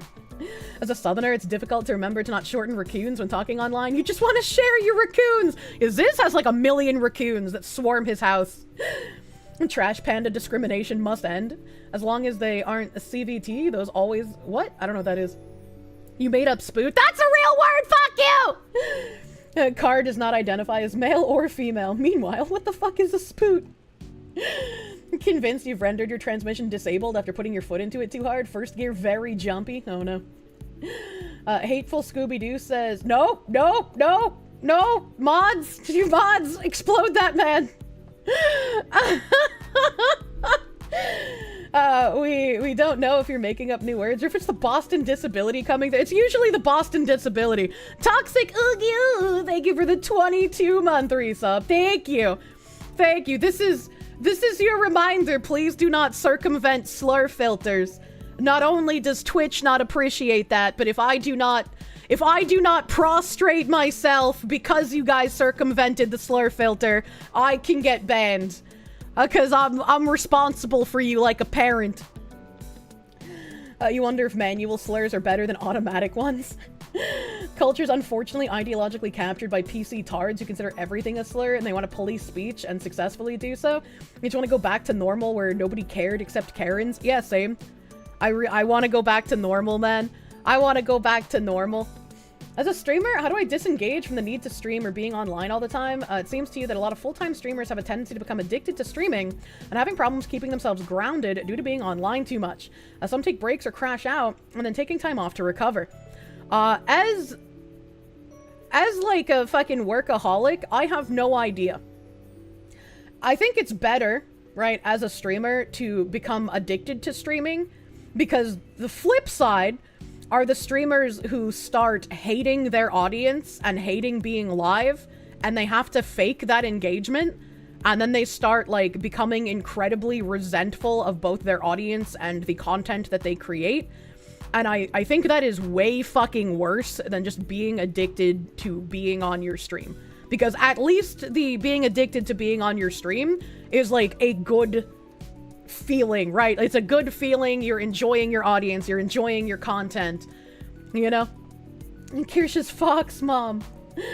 Kirsche's always in one of 4 states. Sleep, streaming, Quine Bobs, preparing to stream. True.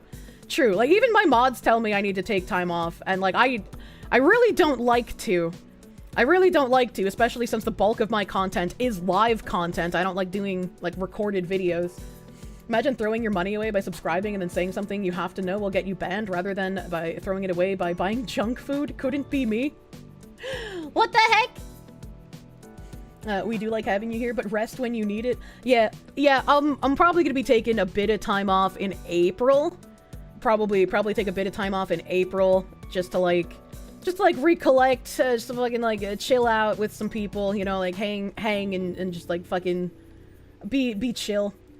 Cause, like, I've been taking a mental beating, recently. I've been taking a mental beating. Wikipedia has a side on trans slurs. Finally, you can help increase Wikipedia's knowledge. What the fuck? Take some time off, get offline, no gorilla bullshit. Yeah. I was like again, like I said, I definitely don't want to take too much time off of streaming, but being out with Pippa, I really enjoyed my time there. I really, like, realized, like, just how much I wanted to be going out again and doing more than like what I am now. So it was a very, very healthy and wonderful experience. So definitely gonna try doing that a little bit more. And then just take a week. Yeah, well, it won't be too many missed streams, because I can't stay away from you guys for too long. Enjoy your April visit to Pippa. Well, you know. A break in April. She's running from the tax. Well, it's after my tax payments occur, so I'll be very poor, you know? I'll be like, taxman, take all of this money that I have saved up intending to buy a house because you hate me. She's gonna lose another shoulder. Making Papakin drive her around. I do miss my dad. I miss my dad a lot, man. Oh, man. Kirsche discovered the joys of touching grass. You know, sometimes it can be okay. A little bit, right? A little bit. Just getting a bit of detox is a treat. Yeah, absolutely. You know, refresh the brain, come back completely, like, fucking solidified mentally. As someone who's new to streaming, how do you deal with the anxiety about wanting to play a game but also feeling like you should be streaming it if you are? You got a whole list of games you want to play, but going through them only on stream is going to take a long time. You'll lose that feeling, trust me. Like, when I'm off stream now, I rarely want to play video games. Like, the only games I want to play without my audience are ones that I specifically use to relax. Like Cook Serve Delicious or like Civ 5. Like, something that I can just be completely fucking brain off about. I don't have to think. If I die, it doesn't matter, you know? Any game that I'm like super interested in playing, I'm like, I really want to experience this with my audience. I would have a lot more fun, even with the frustrations of, like, some people being dicks. If I learn a game on stream, I would much rather do that than play it off stream. Quine Bob's the first part of You to Die guaranteed. Does playing video games like Okage help me relax? I love Okage, and I've definitely grinded off stream, but that's to make it, like, a bit more fluid when we're on stream together playing it. Should take my dad on my next visit to Pippa so him and Papakin can crush beers and trade dad jokes.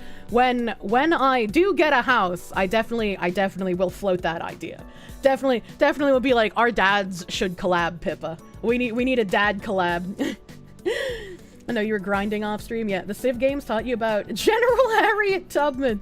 That's what you're talking about, disengaging. It sounds like I have a way to let off steam.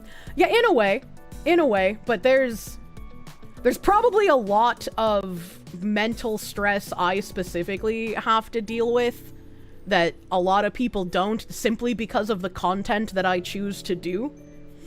My reasoning for Cook Serve Delicious helping with my anxiety is really interesting. Like, if you're someone who's constantly overthinking, or if you're someone who has anxiety, I would highly recommend trying Cook Serve Delicious. Because, like, you have to lock in so fucking hard, and you have to focus so fucking much on that game that, like, you don't have time to be anxious. It just, like, completely evaporates your thoughts. A wise man once said, everything becomes a job once you have to do it, so choose your profession carefully. Yeah. And I mean, there's definitely been times where I was, like, consistently always playing games, right? Like, I wasn't yapping as much as I am now. I wasn't yapping, you know, for an hour and a half without even getting to tabs that I wanted to yap about. I was, like, consistently playing games, and I got to the point where I was just like, I don't want to play games off stream at all. Like, I had, like, a little period of, like, game burnout, and it's like, I still like these things, but I don't want to, man. So you gotta kind of juggle things like that a bit carefully, you know? Only if you refuse to settle for anything less than platinuming the games like you do. Well, yeah, if you're not gonna go for the fucking highest medal, what's the fucking point of playing? Hell, Animeji, thank you for the raid. Welcome, Raiders. Oh, welcome, fucking Raiders. You really like Kingdoms Reborn? Very chill kingdom builder. Yeah. Mari met a guy who ran a game store, and he said he doesn't like games anymore. You gotta be very careful, because, like, burnout can become real. And, like, even when I have felt periods of burnout, I've never stopped streaming. Because it's like, I like doing this, and even if I feel a kind of burnout as far as, like, the content that I was doing, I, like, don't want to stop streaming entirely. Like, I've never felt a kind of burnout where I'm like, I should stop streaming. The only time I had an I should stop streaming thought was when I was like, I don't think I can actually do this as a long-term thing, and I probably need to figure out what kind of job I'll actually be able to do. Maybe I need to go back to my insurance job. Maybe I can work on getting, like, my training certification to do, like, police desk work, because usually that's the way that you go into the FBI, is you start at, like, a police station kind of thing. With how the games have been the last few years, you can't blame him, right? Yeah, right, dude? A burnout is suck. Yeah, you just, like, I guess I deal with it a bit differently than most other people. White House media correspondent, true and real. True and fucking real. You love your job, you're a professional burglar. It's like being a teenager again. What the hell? What the hell? Sparky, thank you for the 87 cents. You volunteer as tribute. Get me a visa and I'll be your handyman. Avion Zero, thank you for the 25. You volunteer as tribute. We have a lot of tribute to build. You have a carpenter friend to help. You're gonna just conscript your friend. Kevin Hale, thank you for the 5. Your job is literally being a handyman for a property management company. Oh, shit. Zachary Rollick, thank you for the 2. Surprisingly, prickly pears grow well in North Carolina. I didn't see cactuses in North Carolina. Goofy Coyote, thank you for the 8 months of Perum. Thank you. Base Soda, thank you for the 30. When's the Coyote reskin happening? It can't beat the desert walking wiggly allegations. What? What? Speedy Cake 582, thank you for the 1266. It could be wrong, but some of the cactus flowers that you are seeing are parasitic and are spread by birds pooping when they land to eat the fruits. Really?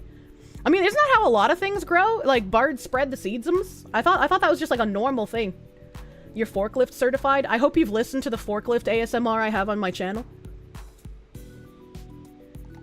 Oh god, coffee is so fucking good. I love coffee. Good white pill is that at least it seems the Democrats are going the way the Whigs because the 80-20 phenomenon? I don't know what you mean by this. That's in the bud code when your bud is like, oh, I gotta build a 5-bedroom Victorian in order to do the Kirsche. You gotta help him out. I guess that's fair. That makes a lot of sense. Rubber Band Jackal Physics, thank you for the 11-month resub.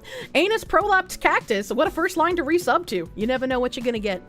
Speedy Cake, thank you for the 633. There is a person in town who has one of these growing out of control. Do you have to trim cactuses? Is that a thing? I know like if people plant bamboo, they're pieces of shit because bamboo is like literally invasive, but what about cactuses? Yes? Oh, fuck. Not all seeds take root in other plants. Oh, okay, interesting. They grow like weeds. You need to maintain the cactus. Okay, all right, duly noted. Brant, thank you for the 199. No message, fucking schlap and schmeat. Cinder the Hunter, thank you for the 16 months of Perum. Thank you for pruning. Bill Jones, thank you for the 2. The best cactus is the peyote. I don't know what that is. They grow shallower than bamboo. There's some bamboo that doesn't spread. Bamboo's invasive. Is that supposed to be a slur? No, bamboo's unironically invasive. That's why there's a metric fuck ton of it all over Georgia. Gotta break them off every now and then. Interesting. It's pronounced peyote. Peyote. Shadow Ryu Pimp, thank you for the 26-month resub, dude. Thank you. Mildly OCD, thank you for the 5. Kirsche, you're a very special lady. Thank you for the head pets. My head pets are turned off because everything is broken right now. I had to revoke access to a lot of my like streaming stuff, so we're slowly figuring out which APIs are broken and need to be rejiggered by me. Tea, not tay, tea. Peyote is hallucinogenic and a fun time. Eucalyptus is like that too. It spreads fast and is very flammable. I love eucalyptus wood in Minecraft. I think it's Minecraft. It's like very colorful wood. You miss ASMR requests. Moose Nugget, thank you for the 5. Antarctica is a desert. No cactus. Fuck you, buddy. Blue Mew 22, thank you for the 5. Never seen Atlas. Stop everything and watch the cactus juice clip as soon as you see this. Perfect summary of why do not the cacti. What is an Atla?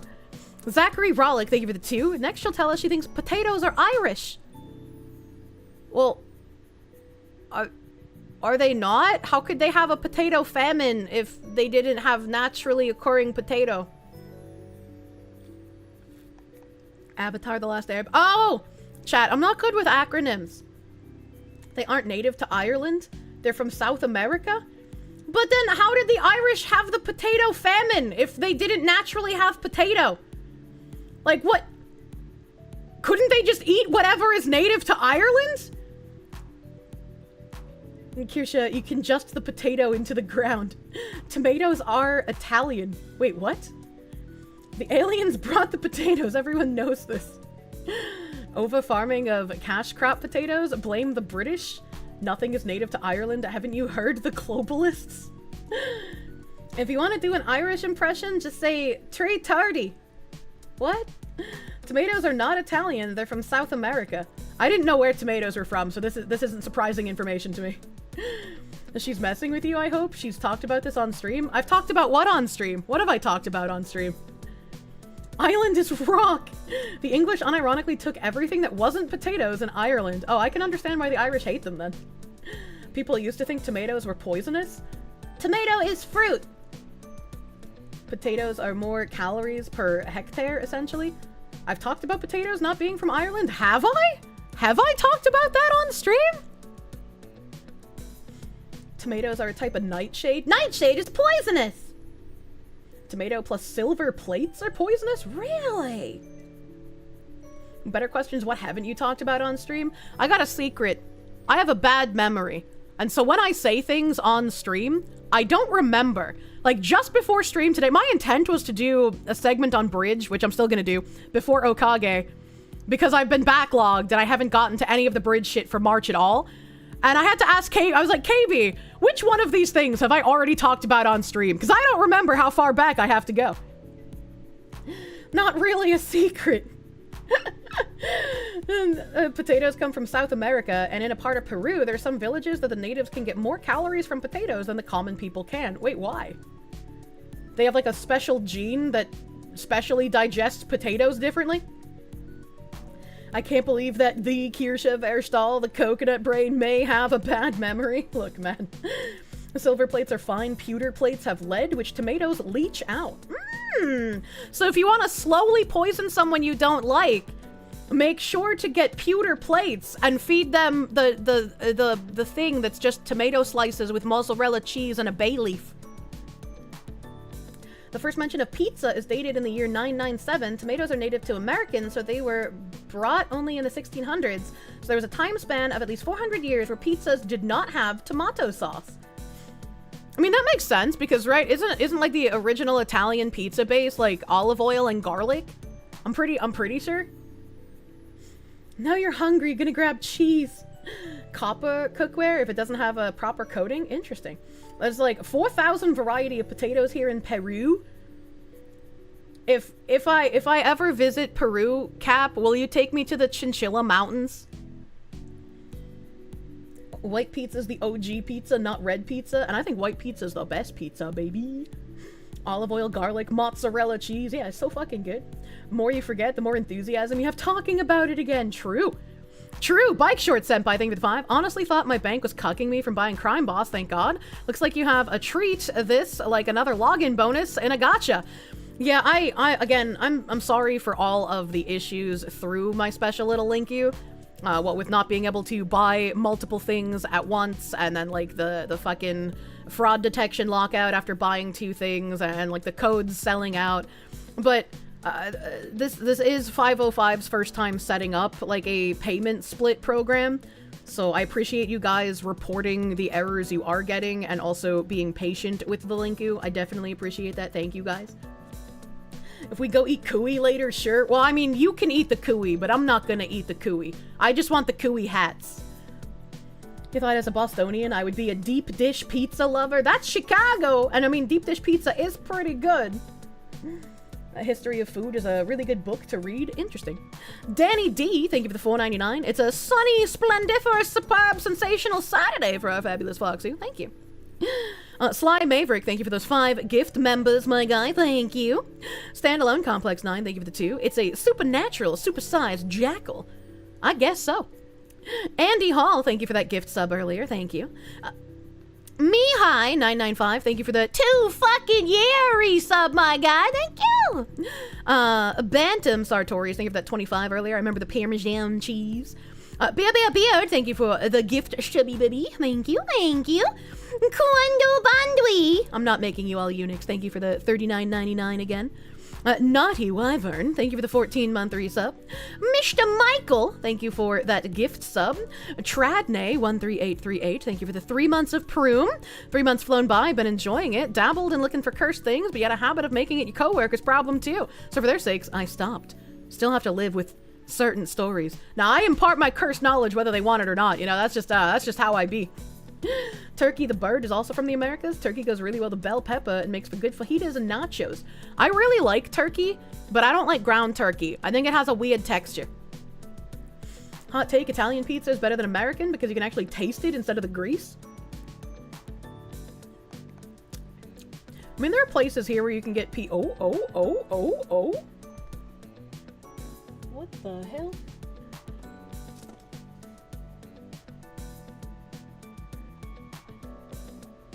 There's a bug on my desk. Hold on, chat. I accidentally drowned it, maybe? I put a bottle over it and I hoped it would climb up the bottle, so we'll see. I don't know what kind of bug this is. I'm just gonna hold the bottle here and watch for when it starts climbing. Peppa Wolfie! Peppa Wolfie, I was about to thank you for your resub. There we go. I was like, it scrolled on me. Thank you for the 7-month resub! Thank you for the 7 freaking months, Peppa Wolfie. Mr. Himbo Man. The original Mer, thank you for the 18-month resub, dude. Thank you! Oh, thank you. Nexus, the 9,560th, thank you for the 16-month resub. You know what time it is. It's time to... I don't know if I can do it very well still, but...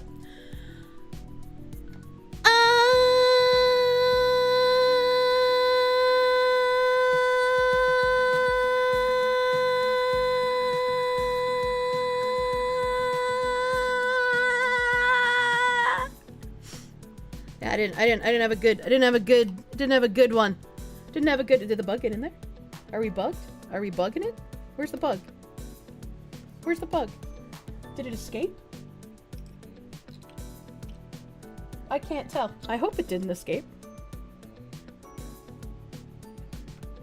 If I shake the bottle. It didn't escape! It's in the bottle, chat! I have no idea what kind of bug this is. Does it have wings? I can't tell if that's water on it or it looks like it has wings. Maybe this is like a baby fly. But flies are usually fast. How did I catch a fly? Taste it to check. It's really tiny. Like I could not take a picture of this. It's so tiny, like the camera wouldn't be able to see it. I don't know, but now it's trapped in a bottle and it will die in there. Congratulations, retard. It's a bug, probably of wings, is extremely high. Oh my god. Die fly. Flies are pretty easy to catch. You come up from behind them. It was like crawling on my mouse pad next to my coffee cup. So I was like, okay, all right. A gnat, maybe? I don't know. Dude, my desk mat is so disgusting. I will never buy another white desk mat as long as I live. Like, the worst part of this is my Naga is so old. There's, like, stuff on the bottom of the Naga that when you, like, rub it on your screen, right, to, like, move your mouse around, it gets the black stuff on the pad. So there's, like, a section of my mouse pad that looks like the top of a table in a Resident Evil game, because it's no longer white, it's, like, gray. And then it has all of these, like, little tiny black spots from my Naga running over it. Like, it looks really bad. It looks really bad. It's easy to wash. Just wash it. I used to scrub it with, like, the Clorox wipes, and that would kinda help, but then I gave up. then I fucking gave up. Clean the bottom of your mouse? That's skin flakes. No, it's not skin flakes. There's like this rubber stuff. There's like this black rubber stuff on the Naga. And it just like rubs that black rubber all over your fucking mouse pad. The skin flakes are like more whitish brown. That's the whitish brown. The skin flakes are the whitish brown. Do you replace the skates on the Naga? Wait, there are skates and you can replace them? Wash it in your shower with dish soap, scrub with sponge, cleanse it well. Well, my mouse pad was supposed to have like a little RGB thing around it, but that hasn't worked in ages. Asmon desk confirmed. Skin flakes, the breakfast of champions. And the low friction pads are replaceable. I didn't know that. I didn't know that these are replaceable. What the fuck? You hated the rubber coating on the old Razer product? Yeah, that's like the worst part about them is the rubber coating. I feel like you're gonna fuck up the super glides. I don't know what that means. Use 91% isotopic alcohol. That's the best thing for cleaning electronics. What? Kirsche, at least your desk mat isn't dirtied by surströmming like Filian did with her Cinder desk mat. Oh, that poor desk mat. Naga Gear is best known for software problems and breaking. True. D. Dragos, thank you for the 10 months of Peru. Thank you. Night of Nights, thank you for the 2. You understand and agree with why I raised the price for my sound alerts to 25, but why do the alerts that are of equal or greater value for gift subs not playing? You want to be able to hear some fisting from time to time.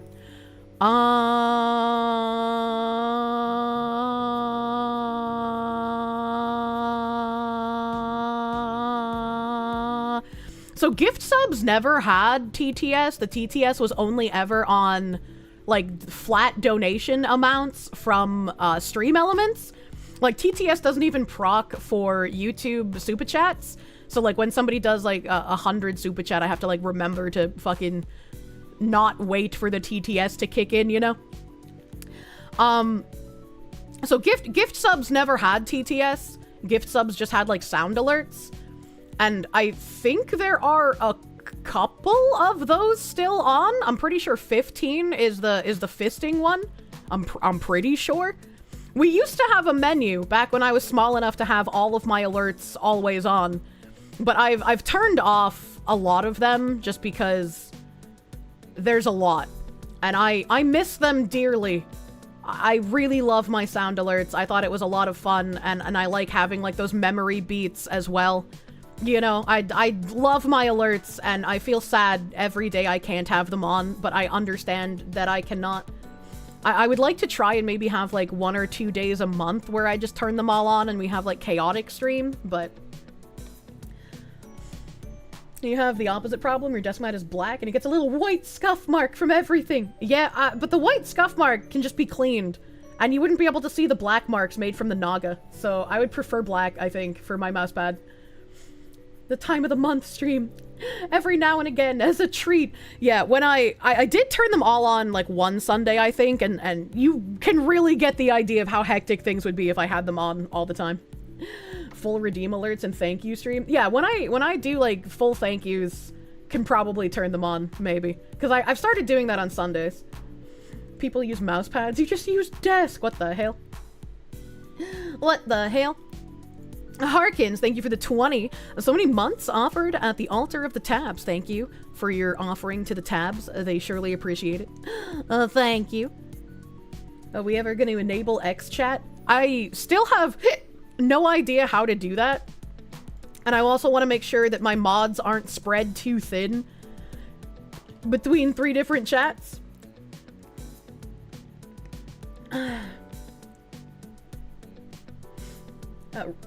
It was hilarious to see that happening. Disable Twitch chats, leave the stream up the week you go away. Chaos-a-thon. You guys wouldn't be able to hear things, though. Oh, no. Oh, no. It didn't play. Is it not on... Ziz, can you... Ziz, can you check my alerts? Because I thought the fisting one was at 15. I feel like you should play that one for that guy, because I thought it was 15. And Dressed Glass gave 15 gift subs to test it. He deserves the fisting. Dressed Glass, thank you for the 15 gift subs. Thank you, my guy. Thank you, my guy. She broke the sound once again. Ziz, I finally gave Ziz access to all of my, like, overlays and alerts. I have no idea. Yeah, so he does not know what he's looking at. Neither do I. But now's your chance to learn, Ziz. Now's your chance to look at the sound overlays and see where the fisting is. All of them should be appropriately named for what they are. I think. Thank you for getting fisted. Hire a super mod. Oh my god. Only glowies use tables as mouse pads. Where's Nimothy? He's been missing. That Azrael, thank you for the 10 months of Proom. Thank you for Prooming. It's been almost a year of hardcore yapping. You blame Gundam for this? I fucking love Papa Gundam, dude. I love that little man, dude. Nim named them, they should be. No, I named my sound alerts. Or, like, if Ziz made the sound alert, they're named whatever Ziz named them. I mean, claimed. Last Roman, thank you for the 10 gifts, Subby Bubbies. Thank you, thank you, thank you.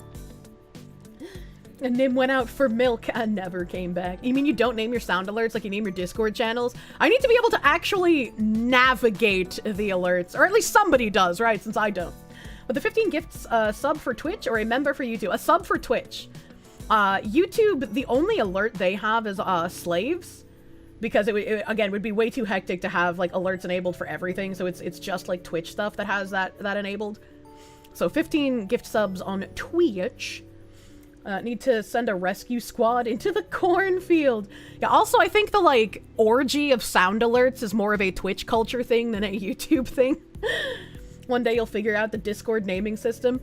I like to name my Discord channels really strange, esoteric references. I guess navigating your Discord is a nightmare. You literally have no idea what your channels are because of the fucking names. It's so easy. What do you mean? Let me go to my Discord. All right, if I'm looking at my Discord, well, Ziz is looking at sound alerts here. We have, I'm scrolling past the mod channels. We have the rules channel. That's pretty self-explanatory. Announcements, roles, going live, Twitter, that's Twitter, YouTube, that's YouTube. Bother mods here. That's where you make mod tickets. That's where you make mod tickets to bother the mods. Is something wrong? Is something happening? Do you have something that I need to see? You bother the mods. Waifu chat? That's the general chat. I'm a waifu. No Kirsches allowed. I'm not allowed to go in that channel, so I'm sure that's where mods do planning for events that I'm not allowed to know about. In announcements, there's one pin. Read the pin. Yeah, the announcements pin is a little outdated, but it does have most of the channels. Wallet bonfire, that's for like gotcha shit. Public live tagging, that's where KB does all my tags for stream. I think other people occasionally throw tags in there too. Flavor of the month, that's for any kind of video game talk. Fucking anything. Economist questions. We have an unironic economist in the Discord that I did an interview stream with ages ago. If you have any economist questions, any questions that an economist could answer, you can ask them there, and he just pops in like an apparition to answer them occasionally. Nothing frustrates you more than Kirsche explaining how easy her Discord. It is easy! They're very self-explanatory. Stream suggestions, that's where you suggest things that you think might be interesting for me to talk about on stream. Also, I made a pin recently. A lot of people were posting, like, other streamers' reaction videos, and I have a no promotion rule. The only, like, reaction videos I think I've ever reacted to are, like, Asmin, because I had things I wanted to address that both he and the original content said. Posting reaction videos is not good reaction content 99% of the time. What the fuck is an ironic economist, then? A communist, probably? I need like 5 levels in the internet lingo to figure out your channel names. Just be online. No access. Charge your jerk-off crystals with the bros. I think I understand what this channel is. I actually have no idea what channel that is. I don't know. I know Mindbreak added descriptions to some of the channels. And so, like, sometimes I see a description for a channel and I'm like, I have no idea what this is. Kirsche's Discord is fine when you get used to it, but it's annoying. You have to send Nim regular feed pics to keep access to not safe for work. Yes, articles read on stream is a thread that we reference frequently in stream suggestions. Anything I bring up on screen, on stream, any article, any like weird images, any fucking videos, those all go in there. Ice Cream Social is my subscriber channel that just gets spammed with emotes and stickers because I don't like paywalling content, but I appreciate you guys who want to throw money at my head. Real Life Pictures, again, a self-explanatory channel. Kirsche Memes, this one has a lot of confusion, despite it having a header that explains what it's for. Kirsche Memes, as the name implies, because it's my name, is only memes that have to do with either me or my community. If it doesn't have to do with me or my community, it doesn't belong in that channel. People don't know how to read. Yeah, I know. Chat reflects the streamer, as it were. That's how you get into not safe for work. Safe for work. We had to add the safe for work in front of that because people, again, were getting confused. Damp image macros. Image macros were memes before the word meme existed. They were like reaction images, and then sometimes they would have text on them. And so I didn't want to use the word dank because, you know, it's dank memes, but these aren't memes. These are memes before memes. These are the dinosaurs. So they're damp image macros instead. Oh wait, since when does the Discord have rules? You're 40 and retarded and you figured out the Discord. I like that guy. Kirsche, the jerk-off crystals description was there when you joined the server in late 2019. What channel is it for? Because he said it was no access. What fucking channel is that? You fucking hate when meme came about? Yeah, so you should, so should your songs be posted on Kirsche Memes or AI you buy? Fucking post them in both, dude. It doesn't matter, like, if it's an AI song. It has to do with, like, me or the community. Throw it in the Kirsche Memes channel, man. Alerts are overlays. This is the level 10,000 wizardry and hard to parse. Yeah, that's why I just told Nim to do it. I was like, I've been dealing with my own alerts for so long, and then when we moved my alert system over from Streamlabs to Stream Elements, he was like, what the fuck is this? What did you do? So he just deleted everything and built it again from the ground up. It's the DGen channel? Oh, okay. Yeah, I don't go there. I only look in that channel when I get pinged, and there's still a 50-50 coin flip on if I look at the ping. His first mistake was saying Kirsche should remember something. True. True and real. Not safe for work is like the political channel. Sometimes it gets really gay in there, and I have to remind people that I hate femboys except for Ken Ashcore. So, you know, it's supposed to be talking about politics and posting cursed things. And occasionally I have to remind people of that, so I throw in some cursed images to break up the gayness. I don't know what it is about like free speech spaces that attracts femboys, but you know. Femboy prejudice, they deserve it. Nim was like, we can rebuild it. True. Oh my god, I don't go there. That's a first. Ken is talented, and as a result, he gets the pass. I fucking love that dude. I fucking love that dude. And Kirsche, what about femboy politics? The only femboy politics is that we're going to throw them out of helicopters. Ooh posting. I think that's another self-explanatory channel. You just ooh in that channel. The VTuber corner, that's where you talk about other VTubers. Other VTubers. I don't like live links in my Discord, I think for obvious reasons, but like clips go there, videos go there, fucking if they have like an event, like, you know, their tweets go there. There's a discussion about people that aren't me, essentially. Why can't you see the political channel? You gotta be more active. We've had a lot of gay ops in my Discord by other people trying to be shitheads. So we've had to implement a little bit of security measures. So, you know. Helicopter rides for femboys. Fuentes most affected. Let's see, what else do we have? Ultra Baroque hard gains. That's where you talk about fucking working out, your protein, your fucking whatever schedules. That's for the boys, your home gym setup. Royal Tea Party. We had a request from a bunch of people asking for like food posting channels. So Royal Tea Party, share your recipes, share your foods, enjoy. ATF Greenhouse, please have all gun talk relegated to the ATF Greenhouse. Discord does not like talk about guns, and there have been servers who have been reprimanded for it. So unfortunately, we have to segregate the gun talk to the greenhouse. You need a translation diagram. There's one in the pins. Goddamn gay ops, not safe for work, were so much more chill in the old days, and now it's almost Reddit. Oh, that's disgusting. That's disgusting. I miss the old days of not safe for work, man. Can I beat Goku and Vegeta? Probably not. Probably not, man. And then Foxu Clips and Chips, again, like opposite of the VTuber channel. Any clips of me go in that channel.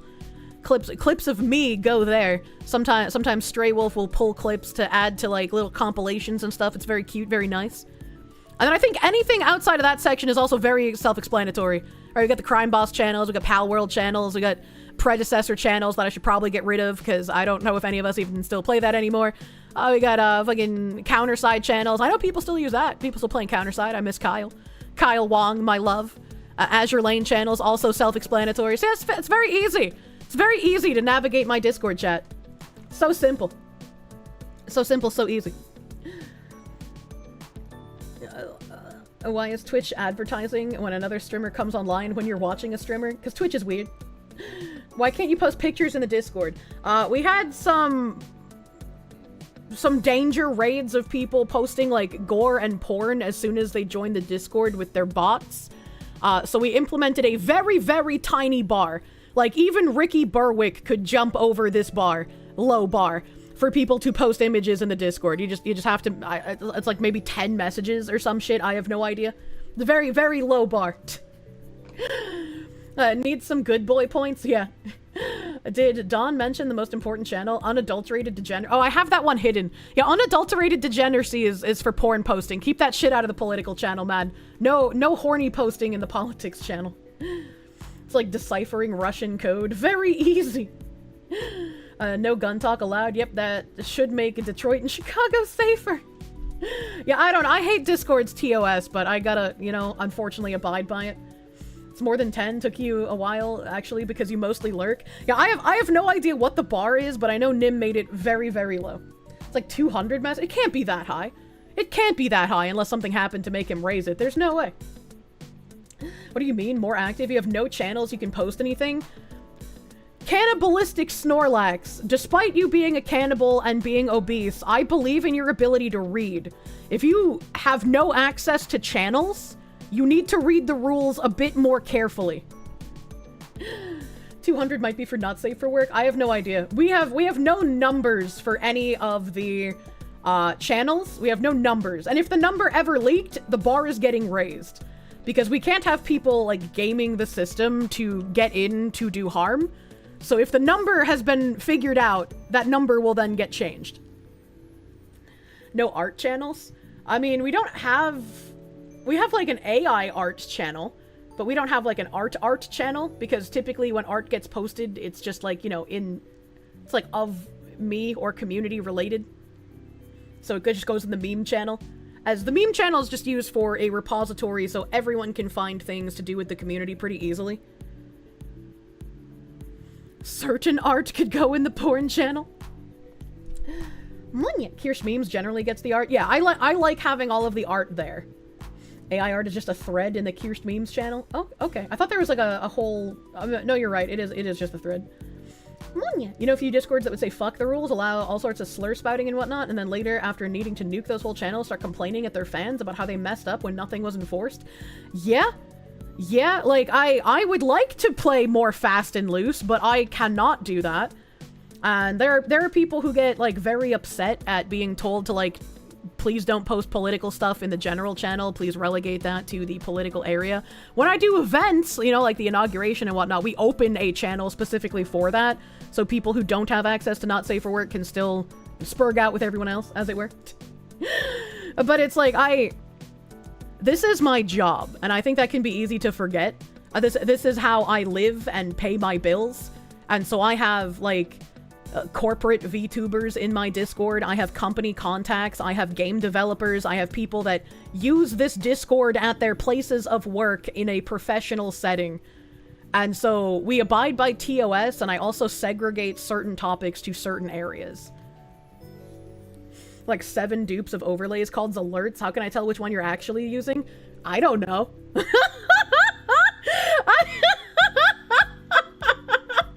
I have no idea. That is all Nim's doing.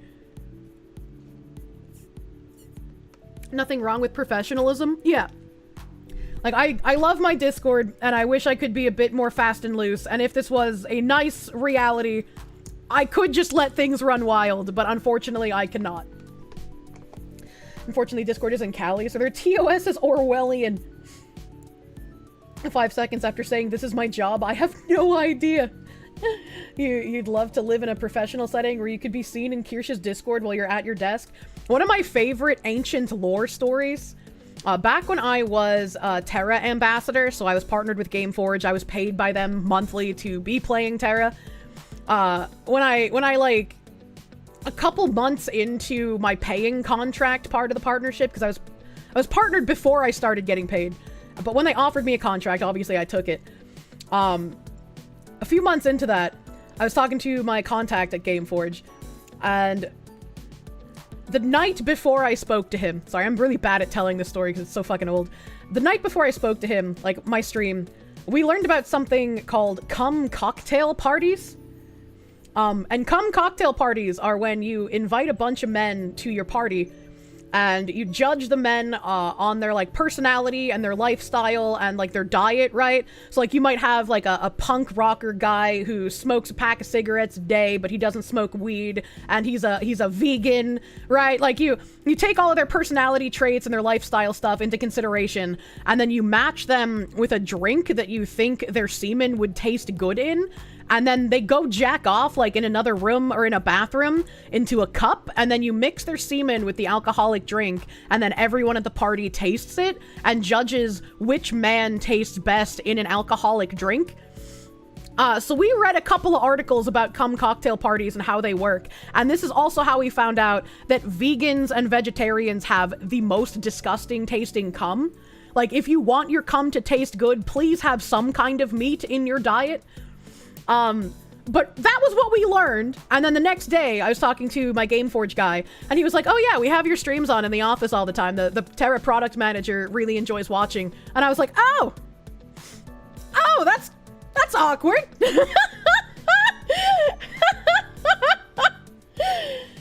Vegans don't get protein. Another win for the meat eaters. Does vegan cum taste like poop or something? They didn't like compare it to anything in the article that I remember, but they did say that it was like the worst tasting every single time. Every fucking time. Every time you swing by here, there's brand new cursed knowledge. This isn't even brand new. This is ancient lore. This is like 2019 stream lore. Oh, why do you want to taste my children? That's cannibalism. Is it because of all the artificial stuff in vegan diets? I have no idea. I have no idea. Disgusting, but common vegan L. Oh god. She tells this story like once a month. I don't think it's that frequent. But I do like telling that story. Zek Jala, speaking of, thank you for the 39-month resub, my old friend. Thank you, Zek Jala. EME could never. They could never.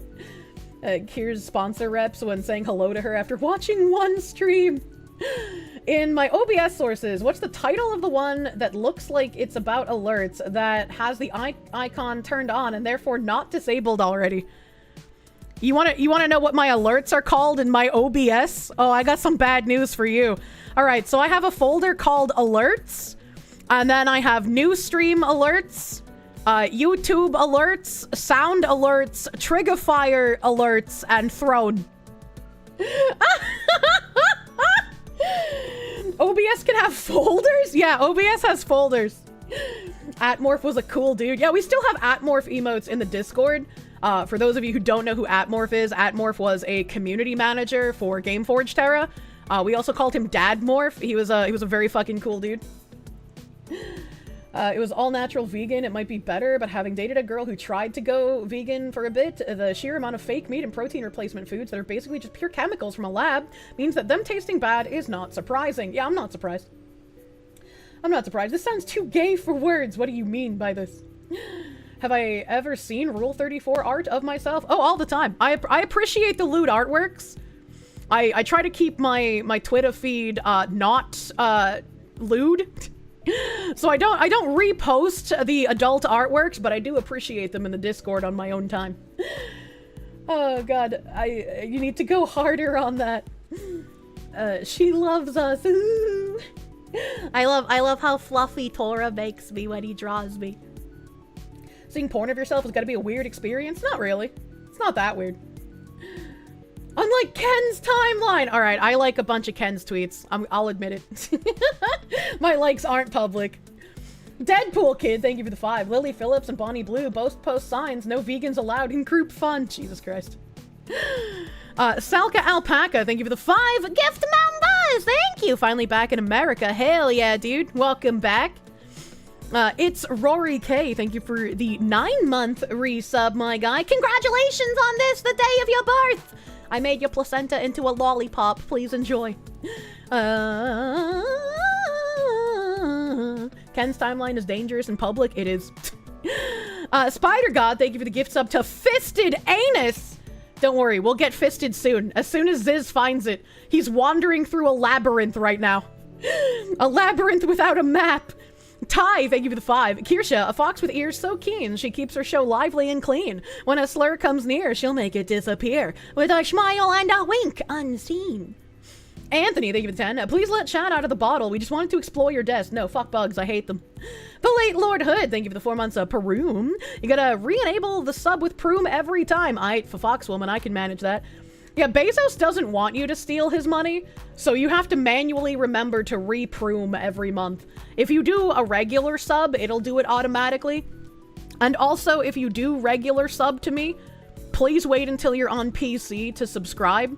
Because if you subscribe on mobile, it costs you more money than on PC because those apps want their cut, and it will auto-renew on the mobile price.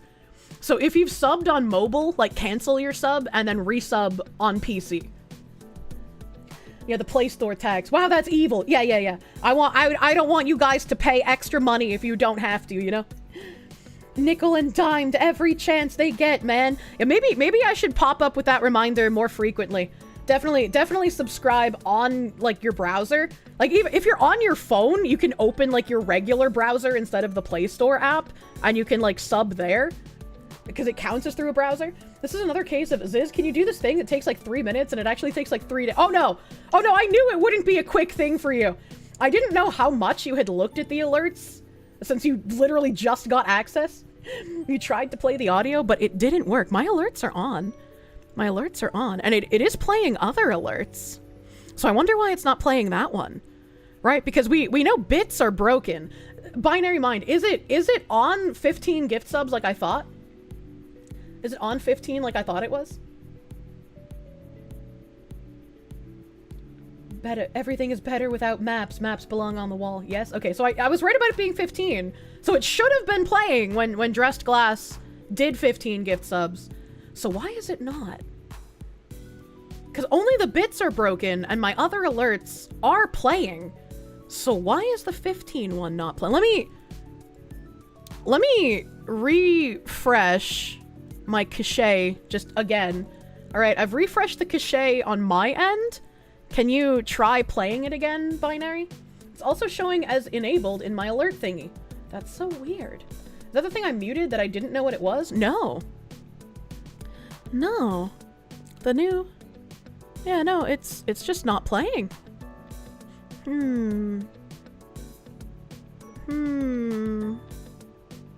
I don't understand. Can you try like any other alert that's below? Well, no, because the Tucker Carlson one is playing, right? And that's at $6.90. And so, can you try playing any other gift sub or resub alert? When we needed him most, Nim disappeared. We need to continually gift 15 subs to shake it loose. Jesus Christ, it's like the vending machine where your food gets stuck. Okay, so it looks like sub alerts in general are broken. So there's got to be something that needs to get rejigged in order to get the sub alerts working again.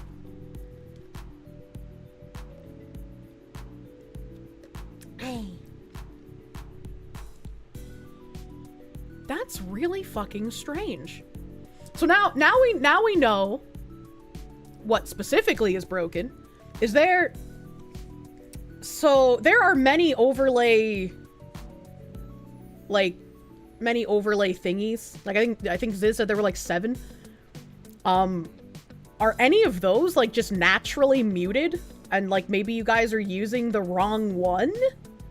Maybe Nim only had like one of those things enabled somehow? I literally don't even know what the dashboard looks like for that. I'm gonna be real with you. Why is Nim forsaking us? Robot Doos, thank you for the 17-month resub, my guy. Thank you. Kale of the Blue. You're getting a vigorous spanking because you've been a bad girl. I know, bad girl. The alerts are bad girl. Insolent, thank you for the 690. Speaking of, thank you. Thank you. Chat has many overlays, Ed boy. Maybe it's the mute button I hit like 3 streams ago that I wasn't sure what it was. No, that was on my starting screen when I thought I unmuted my microphone, but I unmuted something else.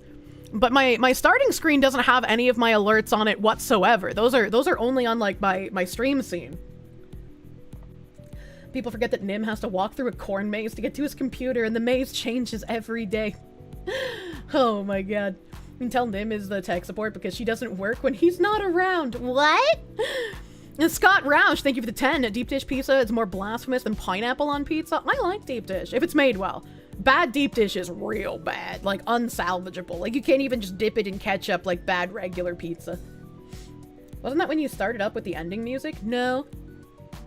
Maybe try unmuting everything and manually turning certain alerts off again. I'm not sure why thing broke. But it's not something that I can really do on my end. It's something that's like has to be fixed in the back end. Who dips pizza in ketchup? If the pizza is bad, right? Like if their sauce doesn't taste very good or if it's too crispy, If you dip the pizza in ketchup, it makes it somewhat edible, and then you don't look as bad for just, like, rejecting their pizza, you know? You've heard of people dipping pizza in ranch, but ketchup! Oh my god. Kirsche dips everything in ketchup. Crispy pizza is essential. I like the soft, bready crusts. The bigger the crust, the happier the foxu. Kirsche dipping a calzone in ketchup. Kier loaf. If I get a bad calzone, I'm gonna be a bitch. I'm gonna be upset for the rest of the fucking day. Sparky, thank you for the 87 cents. Humans have domesticated a lot of plants over the years, like tomatoes, potatoes, corn, and many varieties of lettuce and cabbage. How do you domesticate a plant? Wild Red 1905, thank you for the 69 buttered doggos. Again, my dude, thank you. You're beautiful. Low Speed Boot, thank you for the 20. Potatoes were brought to Europe in the 1600s. Potato famine was in the mid-1800s when Britain bought all the farms and forced them all to make potatoes. The monoculture led to blight that killed all the crops. Interesting. You see, I had no idea that in real life you needed to have, like, certain crops next to other crops. Because, like, in video games, I just plant them like an autist, and so I'll have, like, this section for potato, this section for tomato, this section for corn. Like, they all need to be segregated and in pretty little lines, or else I get upset. Less thorn, less poisonous, bigger fruit, that kind of thing. Crop rotation is a thing. Yeah, I didn't know that. I didn't know that in real life. That works. You just gotta do rotation after that. Zantetsu 13, thank you for the 201. Wait till you hear tomato is not native to Italy. Well, I mean, that doesn't surprise me. I didn't know where tomato was native to, so you could have told me anywhere and I probably would have believed you. Zachary Rollick, thank you for the 2. There's native bamboo in the south. I just don't believe you. Zachary Rollick, thank you for the 2. All speech is destined to be slurs or sex innuendos. Also true. Try looking up Prussian potato mandate, but I don't wanna. Toxic Oogie, thank you for the 22-month resub. We don't know if you're making up new words or if I already read that, thank you. Deadpool Kid, thank you for the 5. That damn Kirsche is just a horrible Yahtzee Jewish foxu who doesn't disclose their pronouns. Actually, my pronouns are one of the reasons that Offkai wouldn't let me be on a panel. You know, they didn't accept Burger Queen. Apparently that's offensive. You're getting a vigorous spanking because you've been a bad girl. Oh my god. Oh my god. Let me scroll back up here. I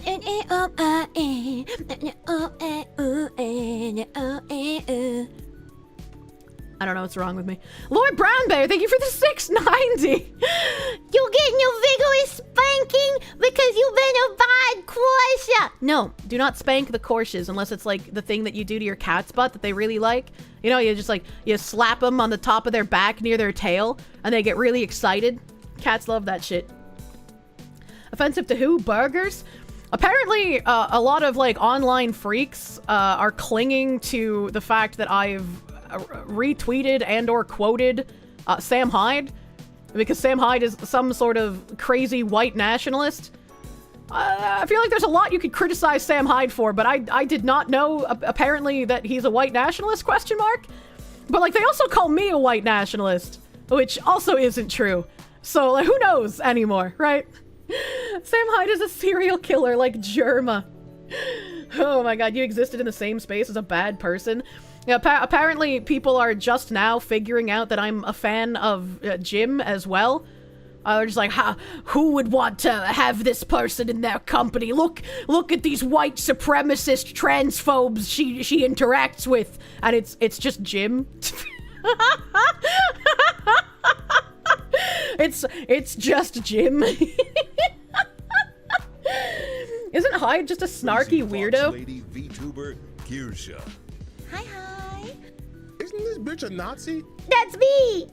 Dressed Glass, thank you for the 88. I'm glad some of my alerts aren't broken. I don't know why others are. Thank you, Dressed Glass, for my favorite alert. Thank you.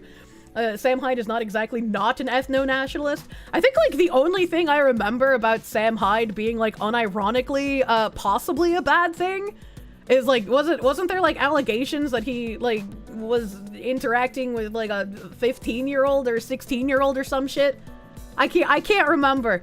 But it's just, like, I don't know his whole history, man. He's just, like, the funny MDE guy. If you believe anything he says, that's your fault. I mean, his response video to fucking Vivek Ramaswamy was pretty good. I liked that video.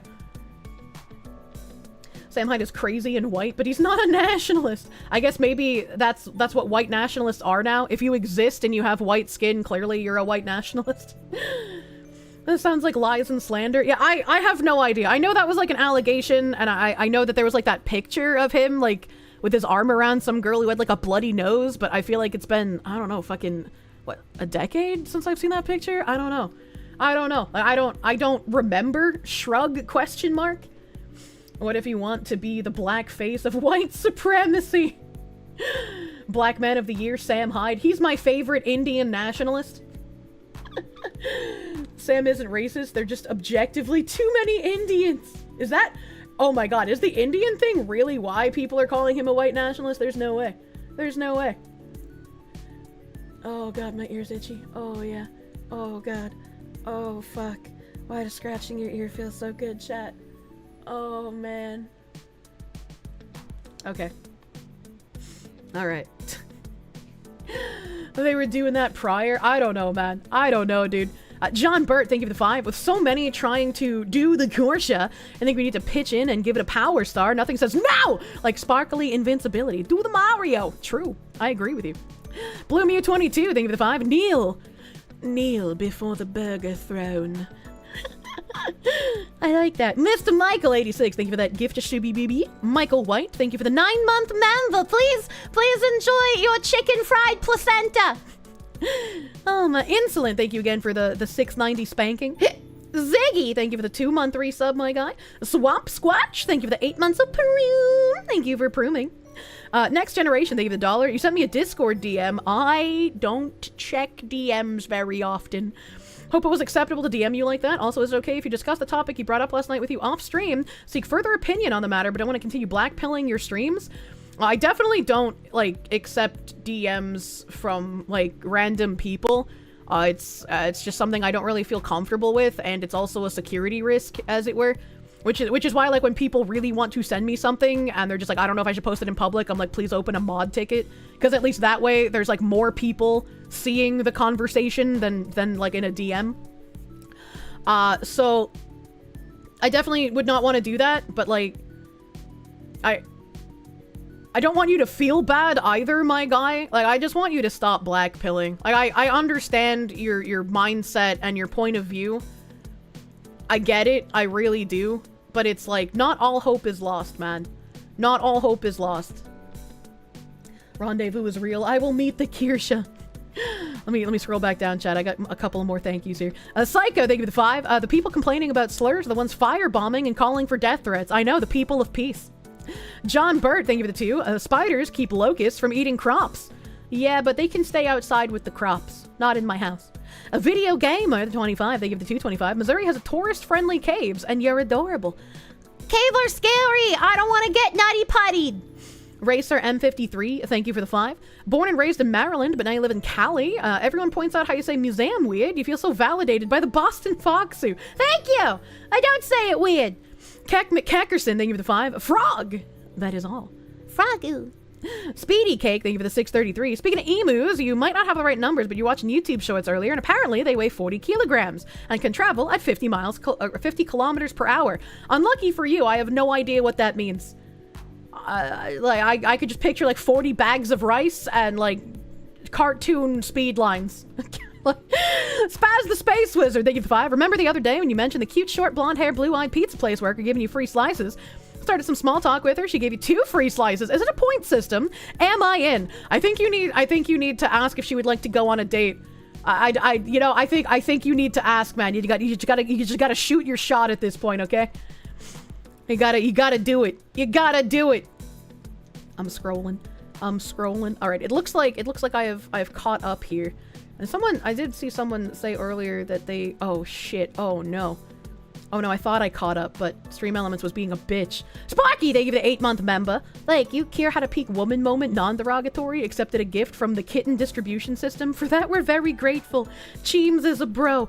I love how they sleep together all the time. And, like, the really tall cat tower that you guys got me off of Throne. Guavy has claimed the top perch as like her favorite place in the house. And she sits on the perch with like her little paws just flopped over the edge. So she looks like a mob boss when she sits like that. I fucking love it. I think I've shown a picture of it on stream before. Andrew Raditz, thank you for the 2. How big are your hands? I don't know, I don't think they're that big, but I get extra reach because my nails are long.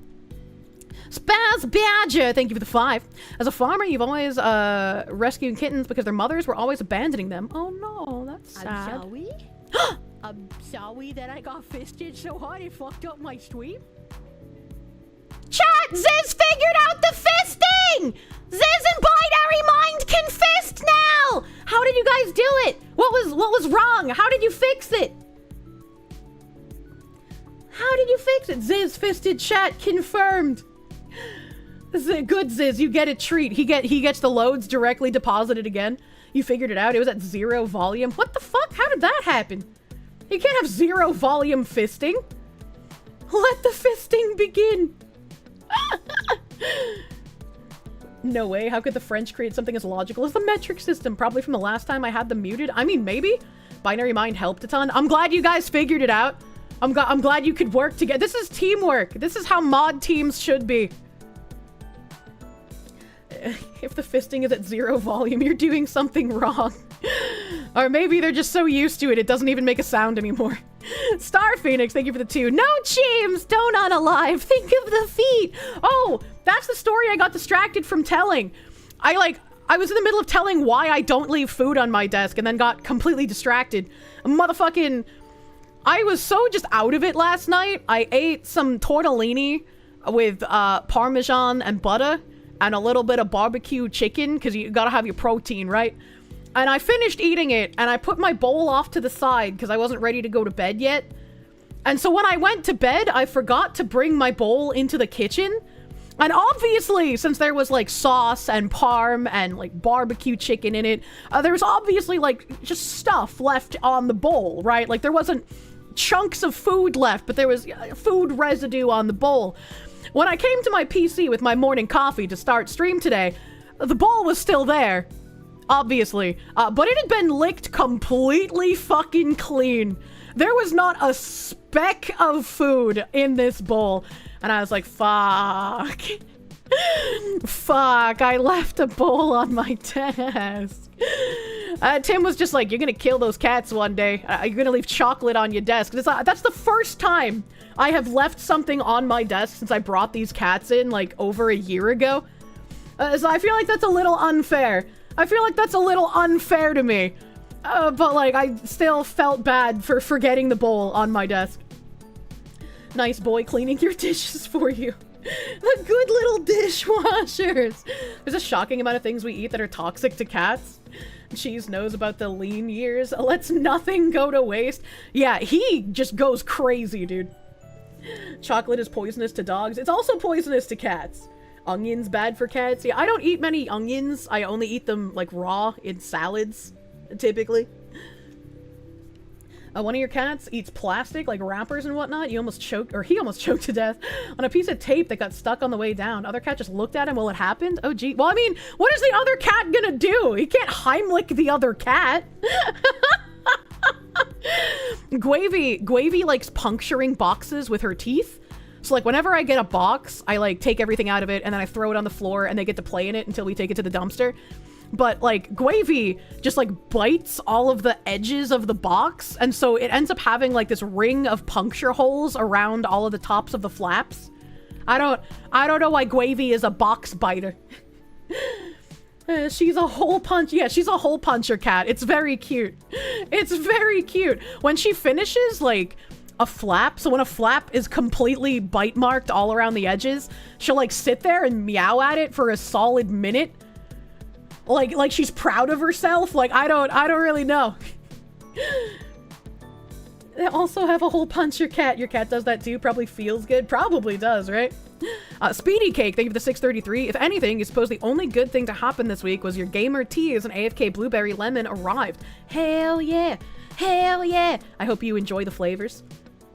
Blue Mew 22, thank you for the 5. By this tithe to the Foxu Fair, I cast the spells, begone red squares! Hopefully that protects us again today, like it did yesterday. Charminator, my toilet paper friend, thank you for the 2-month member. Want to tell me that you're very excited for the plushie. Also, listen to Gelnarius, they're your favorite band, and you want to get more people to listen. Interesting. I will have to write that down. Standalone Complex, thank you for the 2. Foxu's so nice, she apologized. John Burt, thank you for the 5. Last day of your staycation. Have some of your money while you play with AI exploring what if scenarios about Dwarf Fortress's cavern layers. I've never played that game. Speedy Cake, thank you for the 1266. You had a really expensive milk run last night. A quick trip to the shops for milk turned into a 355 tow truck fee when your car shit itself. Jesus Christ. That is some expensive milk. Handy Toot Boy. Oh, Handy Tool Boy. For some reason, my old-ass eye has read that as toot. Thank you for the 10! Good morning, you bit your tongue eating bacon just now. Please send help. I hate it when I bite my tongue, dude. I hate it so much. And Indigo Pandora, there we go. Thank you for that. 19 months of Prune! Yesterday. You're right, I did miss that at the end of stream. Thank you. Thank you, Indigo Pandora. Did I see the new Texas bill? I did not. I think somebody mentioned it yesterday, but I still have not seen anything about it. I have no idea what's going on in Texas. I do not live there. Mega expensive milk. All right. All right. Quick little segue into the So Cheryl Dijah here has sent out 1,000,000 fucking emails. Usually they just send out the smart brief, and they recently started doing like a monthly newsletter. And they also have a weekly newsletter for Project Forward. And also, since their May retreat is coming up, they're sending out a bunch of emails about that. And KB tried archiving these in like little fucking, like browser things, but they're all like weird. They can't really be archived easily, so I'm gonna be a little slow with bringing things up because it's my business email inbox. So like, no doxing, but you know, business email still. I gotta be careful. So this is the Joy Allen Altimare Global CMO Saucony to Keynote Bridge 25. Bridge 25 Forward, super excited to announce the first keynote in an incredible lineup of speakers soon to be revealed. The inimitable? What is inimitable? I've never seen that word. The inimitable Saucony Global CMO, Joy Allen Altimare, can't wait for Joy to share how she leads the Saucony brand with intention around culture and inclusion. And this is Joy Allen Altimare, Chief Global Marketing Officer, representing the brand without misrepresenting culture is what she's going to be speaking on. Bridge 25 is going to be unapologetically indelible, determined, and audacious. From the politicization of DEI to the fight for democracy, to how we all get back to the business of inclusion to drive growth, Bridge 25 will have it all. Don't just take it from us, hear what last year's attendees think. Already counting down to Bridge 25, bringing together marketing and DEI leaders at the Bridge Conference is a brilliant approach to driving transformation. I leave each year energized and armed with insights that enable me to create real business impact, says Jennifer Warren, the VP Global Brand and Creative at Indeed. Mission inspired, I'm coming away from this event feeling really optimistic. This is actually one of the few events that I've been to where the lens has been mission driven. I'm feeling refreshed by what I'm seeing and inspired by all the people here, says Deborah Ye, the Global Chief Marketing Officer at Sephora. And then they have their little partners in their email here. Ads Mobile, Discover, Indeed, Direct Digital Holdings, Gap Inc., Extreme Reach, and Gale and Gaio are all sponsors on their getaway in May, not March. And that's the end of that email. So if I go back here, we have Project Forward Weekly Guidance Issue 2. KB said I have already read Issue 1 for the March Weekly Guidance on stream. So we're reading Issue 2. Inimitable is unable to be copied or unique. Thank you. Thank you for the definition. I appreciate it. Kier TMI, hide your Gmail info. No, I don't think there's TMI here. This is my business email, so it is a public email. I'm just not showing my inbox. So it's fine. This is a public business email that I used to use before I was with Mythic. That wasn't a very inclusive email. Munya! Project Forward Weekly Guidance Issue 2. Led by Bridge, Project Forward is a cross-industry initiative designed to chart our collective path forward and meet the current moment head-on. In partnership with top experts in academia, law, and our board members, we are dedicated to equipping, educating, and empowering leaders in diversity, equity, and inclusion, marketing, and business to continue to drive inclusive innovation and sustainable growth. Is that over 3K unread emails? Your poor inbox? It is. It is. This is why I say I don't read emails, chat. Like, it's an overwhelming amount of emails that I get. The concern is not docs, but NDA. Yeah, that's why, as long as I remember to close my browser as I'm switching emails, so I don't show off things that I should not be showing. Kirsche doesn't need a himbo, she needs a secretarial pool. I do. Inimitable is absolutely a word from the douchey and pretentious. If you stayed on top of your email, no. Clickbaited into cursed shit by the Okage thumbnail. Oh, we're gonna get to Okage, don't you worry your little buns over there. Every Friday, Project Forward provides critical updates on executive orders and legislative developments, featuring legal interpretations from Stacey Hawkins, Esquire, so lawyer, diversity and employment practices consultant and Rutgers professor of law, as well as Jessica Golden Cortez, partner, labor, and employee group Davis and Gilbert LLP. We also include the Bridge point of view and tangible actions to consider. We encourage our community to remain informed and proactive. If you have questions or insights, please email their little email thing. The Project Forward updates should not be considered as legal advice or counsel. They're for educational and instructive purposes only, to aid our understanding about how best to actively continue our mission in response to this moment. That's so you can't sue them. Among the dozens of executive orders President Donald Trump issued in his first few days in office were those targeting DEI and LGBTQ+ protections. Specifically, the Ending Radical and Wasteful Government DEI Programs and Preferencing Executive Order 14151, Ending Illegal Discrimination and Restoring Merit-Based Executive Order 14173, Defending Women from Gender Ideology Extremism and Restoring Biological Truth to the Federal Government, which is Executive Order 14168.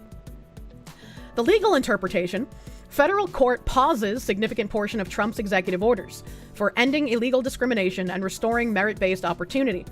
On February 3rd, 2025, a coalition of plaintiffs featuring the National Association of Diversity Officers in Higher Education, American Association of University Professors, Restaurant Opportunity Centers United, and the Mayor and City Council of Baltimore, Maryland, the Plaintiffs Coalition, brought a lawsuit in Maryland federal court challenging the constitutionality of Trump's executive orders. On Friday, February 21st, a Maryland federal judge granted a nationwide preliminary injunction blocking enforcement of 3 key provisions of the new administration's executive orders, which directed all federal agencies to terminate equity-related grants or contracts. 2, federal agencies to require future grant award recipients and federal contractors to certify that they do not operate any programs promoting DEI. And 3, the Attorney General to take action to deter alleged illegal DEI against some of the nation's largest companies and universities. Which is really weird that somehow a judge blocked the enforcement of inherently discriminatory things on a constitutionality basis. Because equity is not a part of the Constitution, so I'm very confused on how this got an injunction in the first place. On March 3rd, 2025, a federal district court in Maryland denied the government's request to permit the enjoined provisions of the executive orders to go into effect pending its appeal of the injunction, filed on February 24th, 2025. The government's motion was denied for the same reasons that it granted the injunction in the first place, due to constitutional deficiencies. Which again, doesn't make sense to me. This judge is going to get cooked on appeal. He's trying to legislate from the bench. That's what it feels like.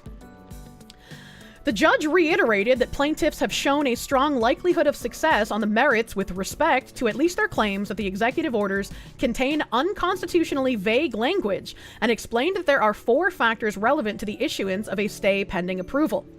Whether the stay applicant has made a strong showing that he is likely to succeed on the merits, 2, whether the applicant will be irreparably injured absent a stay. 3, whether issuance of the stay will subsequently injure the other parties interested in the proceeding. And 4, where the public interest lies. Publicly appointed judges. Any judge doing this should be disbarred. I can't disagree with you, because this feels... It feels very strange to try and block promotion of equality and say that you need to have these preferences and this discrimination and then try to use the Constitution to push through discrimination in this manner. Like, it's very weird. It's very strange to me. The injunction goes against what the SCOTUS has already said. You can't have race-based hiring or funding. Yeah. It's very fucking weird.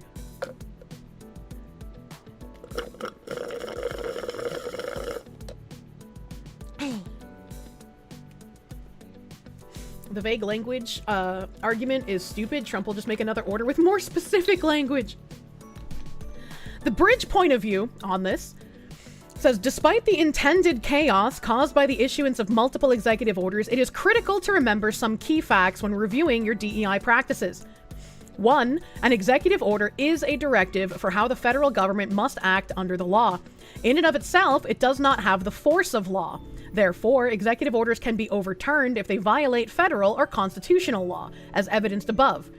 In the week 1 Project Forward briefing we read, she basically was breaking down how the executive orders do not matter for the private sector, and she's completely correct about that. The executive orders only cover the federal sector and places that receive federal funding. So the first thing we read about Project Forward was basically her and the lawyers instructing private sector companies on how the executive orders do not apply to them and how they can change their language and keep doing the DEI work while also making sure that they are airtight in case the federal government tries to overreach into the private sector. Lefty judges use the worst faith interpretation of the Constitution. Number 2, the power the president holds over federal agencies is vastly different from the power he has over the private sector, which means the private sector should be cautious of capitulating to the politics of the moment and instead do what's right for their business growth and innovation, both outcomes of a successful DEI practice. I think that's funny how after I did like a little refresher, she essentially did the same thing. Number 3, the Civil Rights Act and the legal protections it affords remains unchanged and therefore essential for employers to continue to abide by these protections when evolving any part of their DEI practices. Number 4, discrimination of LGBTQ+ employees remains prohibited under the Civil Rights Act, despite Executive Order 14168's assertion of identity erasure of this community. Notwithstanding the above, we recognize that the intentional effect to scare the private sector into abandoning their DEI initiatives is a reality companies are forced to weigh. These are complicated times, and often each decision presents a potential action from both sides of the issue, those in favor of maintaining the practice and those looking to eradicate it. Our guidance is threefold. Number 1, review your company values and be steadfast in allowing those to guide your commitments to the culture you build.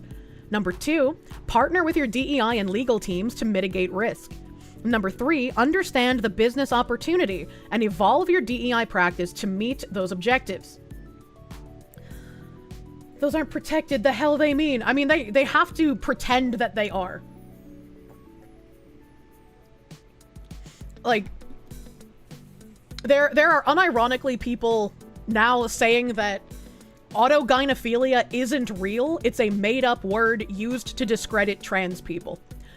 And these are once again, like we were talking about the fucking pedophilic OCD kind of thing. These are people who are going to lie about the language to try and continue using an identity for their own purposes. These are the disingenuous people. Sounds like racketeering with extra steps. Yeah, right? Hope we get laws that ban company quotas. Indeed. Indeed. Weird hill to die on, but at least they're dead. Mwanya. Life-saving services is bullshit. If someone's going to off themselves, the statistics show they will after body mutilation. It's really weird how many people have, like, I guess, succumbed to this kind of logic of like, yes, giving the drugs to the children to stunt their growth is the proper thing to do. It's very strange. These are the same people that say gender dysmorphia isn't real and not needed to be trans because heckin' cute and valid. Yeah. And again, the trans people that have spoken out and said, like, no, this is a diagnosis that you need. It's not like a fun identity to just say that you are. Though they get called, like, trans med and true scum, right? Like, oh, how dare you think that we need a medical diagnosis? Autoandrophilia is a thing, too, albeit less common. The whole this doesn't exist has been going on for a long time. Yeah, it has. And yeah, you're also correct. Autoandrophilia is also a thing. It's just way less common. I don't think I've seen any autoandrophilic activists. I think like the most I've seen of that are like some of the people posting on Reddit. And when I found that one subreddit of like female to male people whose fetish was to have men fuck them and mind break them into being a woman again, I'm just like, bro, what the fuck is happening? As someone who works at an office full of DEI true believers, the amount of complaining and whining the past 2 months has been very enjoyable. Most auto-andros are going to be younger women? Yeah, probably. Probably. Believing the literal truth makes you true scum? Oh, well. Yeah, right. Yeah, right. It's like all the people reporting me to gamer subs for being transphobic. It's just like these people literally live in a different reality. There's a breakfast you honestly can't perceive. That's the second tower for this stream. Bad latency, thank you for the 5. According to the Civil Rights Act, communists don't have any true and real. True and fucking real. There was that Canadian guy who would sue female-only spas for not wanting to wax his balls as well as take photos in public bathrooms with children around. Yeah, I remember that guy. Don't remember his name, but I remember that guy. Making you think back to the ad from California Weirdo saying we're coming for your children. Oh, the gay men's choir? What a strange thing to sing. Jennifer Yanev. Yeah, thank you. Jonathan Yanev. That was the name. Yanev. Jonathan Yanev or something.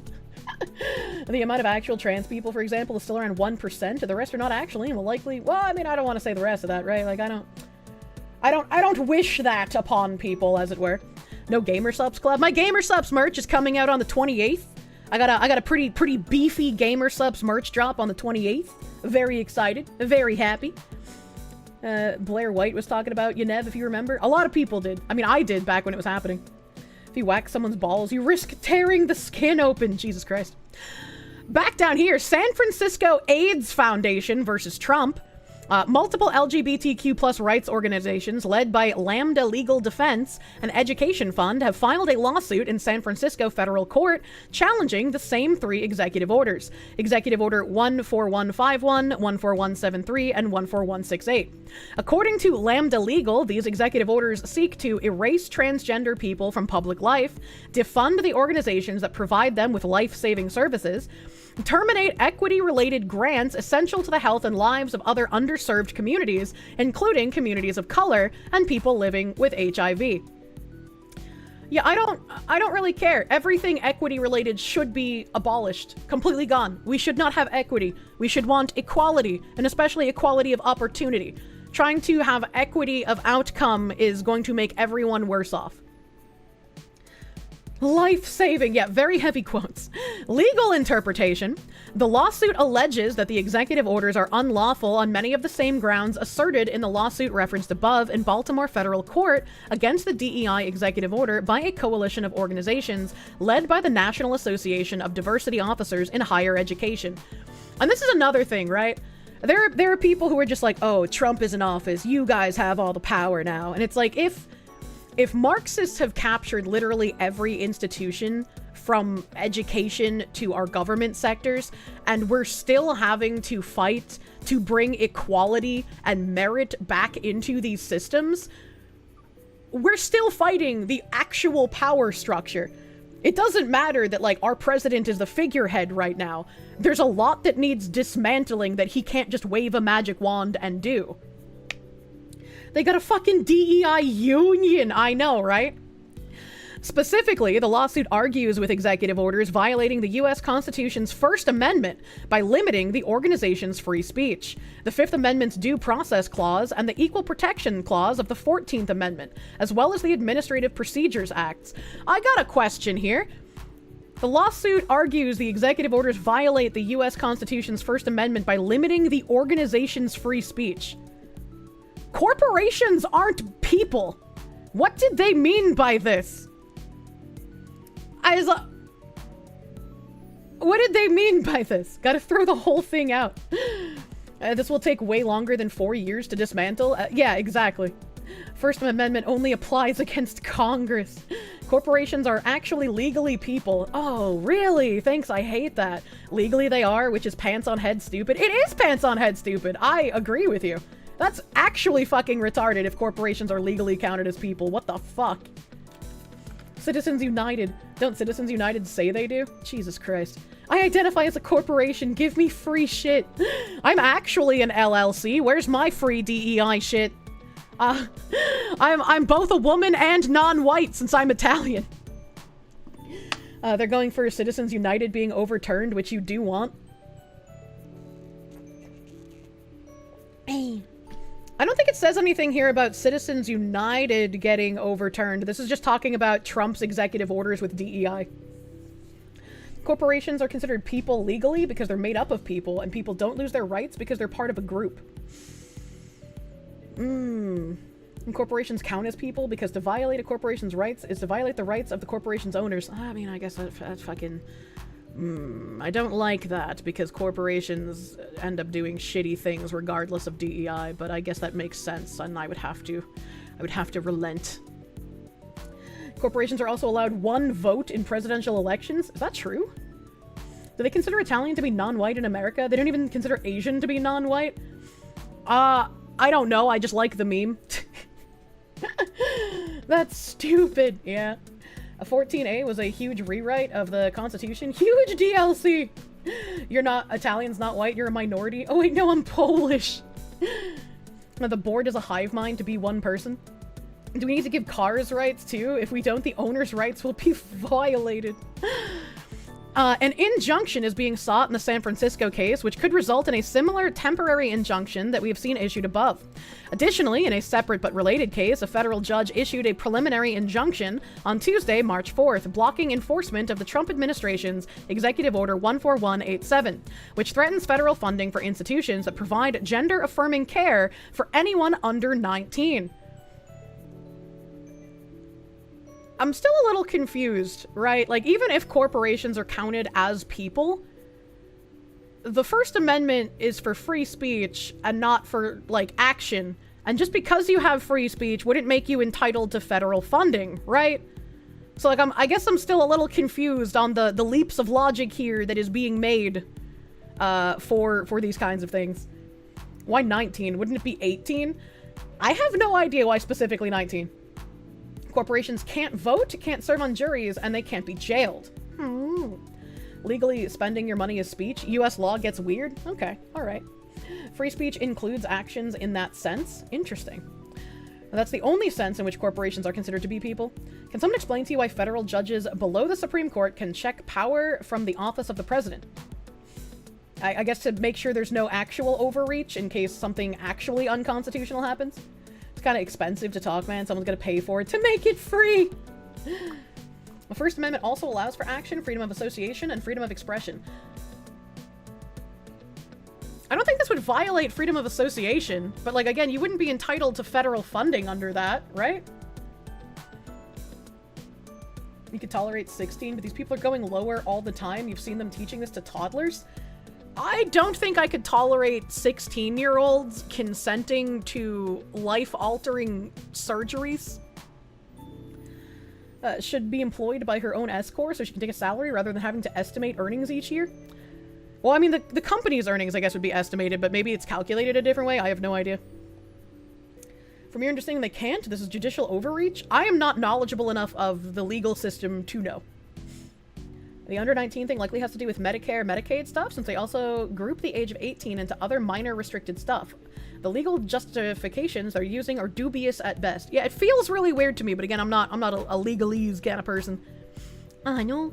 The bridge point of view on these, so this is less legalese, the executive orders represent an orchestrated effort to roll back inclusion, erasing hard-fought protections for transgender, non-binary, and gender-expansive people.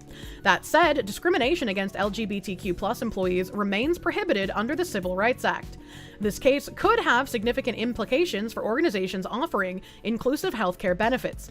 Companies should reaffirm their commitment to equitable healthcare policies, prepare for possible legal shifts that may impact employer-sponsored health benefits, and lean into the robust resources that GLAAD is providing to ensure accuracy in the media and tips for allies. Age of minority and legal age for things need to be simplified. Alcohol, cigarettes, gambling, medical procedure, voting, sex, etc. just all need to be 18 so that everything can be simplified. And renting a car is 25. Protections violate the Equal Protections Clause. Andrea Lucas appointed acting commissioner of the EEOC. Andrea Lucas has been named the acting commissioner of the Equal Employment Opportunity Commission. The EEOC is the federal agency charged with the enforcement of Title VII and the Civil Rights Act of 1964, which prohibits discrimination in employment on the basis of race, color, sex, national origin, or religion. The legal interpretation: Lucas has publicly declared her intent to exercise the agency's enforcement authority under Title VII by rooting out unlawful DEI-motivated race and sex discrimination, protecting American workers from anti-American national origin discrimination, defending the biological and binary reality of sex and related rights, including women's rights to single-sex space, protecting workers from religious bias and harassment, and remedying other areas that have been historically under-enforced by the agency. In other words, while Title VII was enacted and has historically enforced primarily on behalf of minorities and women, including gender minorities such as LGBTQ+ individuals, Lucas has expressed her intent to enforce Title VII primarily on behalf of white men and cis women. I like how these fucking absolute ideological freaks can read, "We don't want anything based on race and sex. We don't want discrimination. We don't want anti-American fucking companies," right? We don't want the companies placed in America not hiring Americans because they don't want to pay a real living wage. We don't want any discrimination. By the way, fucking sex, binary biological sex is real. And somehow they're just like, oh, this is for white men and cis women. Everyone else is going to get fucked. When you're used to preferential treatment and you're treated with privilege for so long, actual equality will feel like oppression. We don't want discrimination, so we need to discriminate to get there. This enforcement strategy may result in charges of discrimination and/or harassment being filed on behalf of cis women or Christian employees, challenging workplace policies or practices that accommodate LGBTQ+ workers, such as gender-inclusive restrooms or the use of preferred names or pronouns for non-binary or transgender individuals. Good. I hope this does result in charges of discrimination and harassment being filed by cis women and Christian employees, because they probably have been told to just shut the fuck up when they filed these issues previously with their HR. And these people, I would imagine, aren't even going to be campaigning to get anyone fired. Whereas all of the people who would have meltdowns over even accidental misgendering would want people fired from their jobs. She means people who are being discriminated against. Yeah, exactly. She's like, the people who are actually being discriminated against might actually stand up for themselves, and that's bad. The dreaded fucking white males. The bridge point of view. The most recent Supreme Court decision, Bostock versus Clayton County, held that Title VII of the Civil Rights Act prohibits employment discrimination on the basis of sex, and that encompasses adverse employment actions on the basis of sexual orientation or gender identity. While the EEOC has recently pulled down a number of online resources on LGBTQ+ worker protections, among them several informational pages on Bostock, this does not mean the laws these documents discuss are any less enforceable. In fact, it is also always important to remember that the EEOC cannot reverse state and local anti-discrimination laws. While the EOs have not terminated existing protections for LGBTQ+ employees, the actions themselves and the dehumanizing language they employ are extremely harmful to employees in this protected group. We recommend that employers, and before I read that, it's dehumanizing to recognize biological reality is a crazy thing to state. It's dehumanizing that the people who have actually been discriminated against for the last decade plus might actually stand up for themselves so they don't get discriminated against anymore, and we can't let that happen to our little precious protected group. We can't have people file harassment charges against them.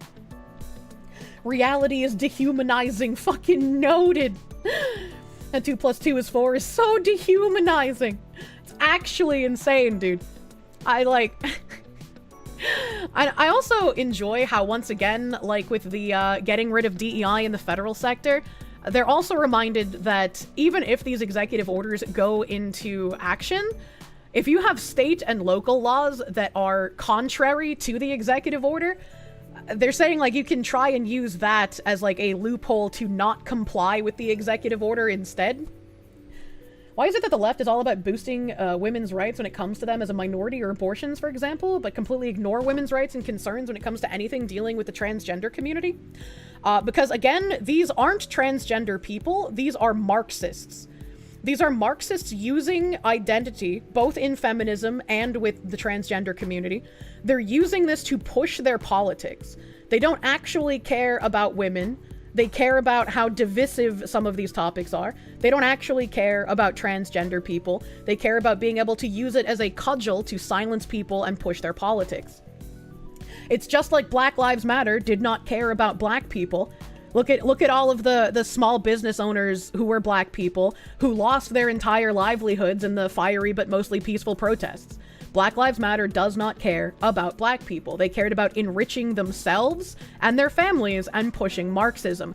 The people who made the group, they had tons of literature online, and they even said in an interview that they are avowed Marxists and that the point, their goal, is to bring Marxism widespread to the United States. Like, they openly say these things, and then people are still like, you can't call it Marxism. Nobody will listen to that word. Dangerously based. From what you heard, BET was the worst thing for black culture? I have no idea. I never watched BET. I never watched it. So, Bridge recommends remain vigilant to ensure there's a zero-tolerance workplace policy for harassment, including derogatory statements or insults toward these employees. Yeah, that's right. Towards those employees. If they harass the other people, like cis women and Christians, that's fine. Those people should be harassed and discriminated against. Be proactive and transparent in your communications to address questions and reassure this population that the recent actions by the federal government do not override their protections under existing law or otherwise undermine the employer's commitment to support them. And 3, remind employees to review your policy handbook, which should always enforce protections as prescribed by law. Reverse harassment isn't real. The true intention of Title VII and the Spicy cat raid. What the hell is this spicy cat raid? Need more sauce. Need more sauce. Thank you for the raid. Welcome, Raiders. Welcome, Raiders. The true intention of Title VII and the assertion of reverse discrimination. That's true, chat. Just like reverse racism, reverse discrimination isn't real. Those protected transgender people are incapable of discriminating against anyone else. And don't you forget it. In the case of Demert versus City of Seattle, plaintiff Joshua Demert, a white man, alleged that his employer, defendant City of Seattle, discriminated against him because of his race, arguing that the city's Race and Social Justice Initiative, or RSJI, the city's DEI program, created a hostile work environment. The Seattle federal court's dismissal of the case has been widely reported as endorsing an employer's ability to engage in workplace diversity training and other DEI-related efforts without violating Title VII. Mini F, Did I get fucking jarbled? Do I have to reread anything? Did I get jarbled, chat? Stream stutters, Comcast Red Square Hour. Our protection spell.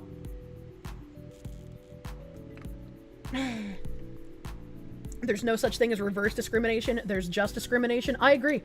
I agree with you, and I hate when people talk about reverse racism or reverse discrimination, because there is no reverse. There is no reverse. It just is discrimination. It just is racism. There are no people that are in some sort of, like, class that it is okay to be racist or discriminate against them. This is making your head hurt.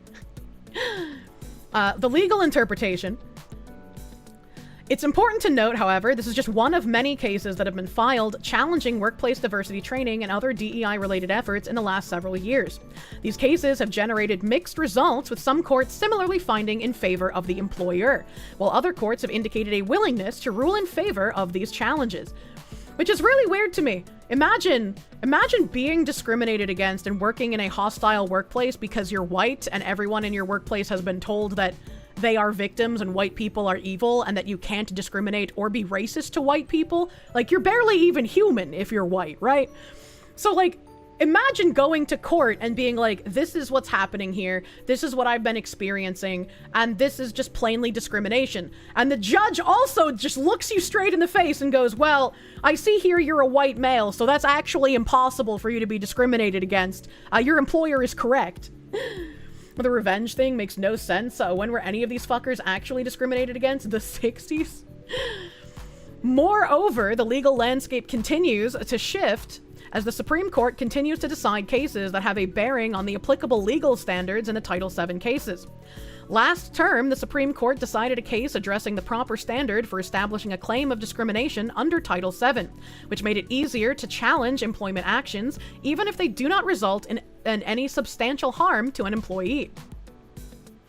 That's interesting. That's interesting. I wonder if this is possibly how that one conservative activist group, I can't remember the guy's name, but he's mentioned frequently in the articles that Bridge has people read. I wonder if this is how he was able to start bringing so many lawsuits against companies for their DEI practices. This term, the court will decide whether reverse discrimination claims filed under Title VII, i.e. those filed on behalf of white plaintiffs, men, or heterosexual and cisgender individuals, are subject to the same standard of proof as traditional discrimination claims filed on behalf of women or racial and sexual minorities, or if these claims should be subject to a higher standard.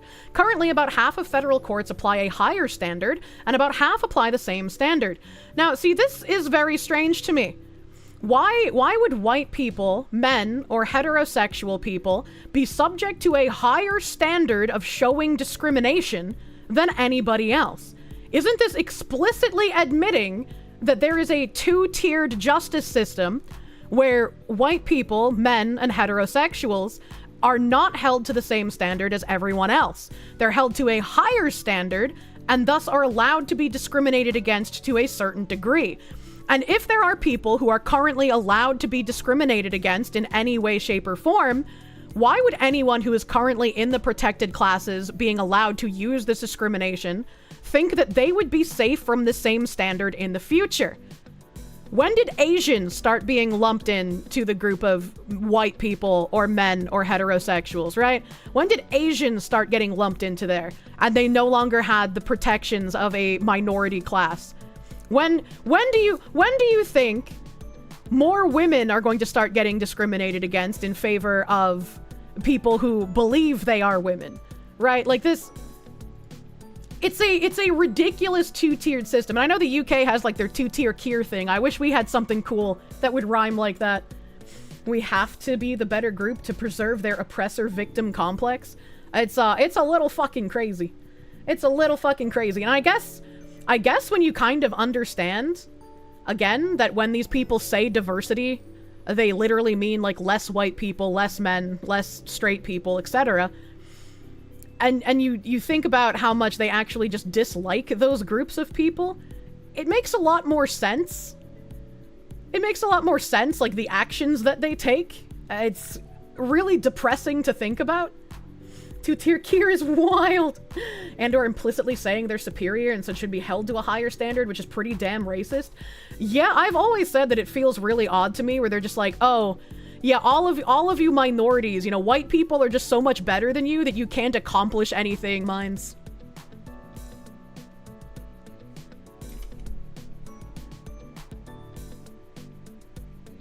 Oh, fuck.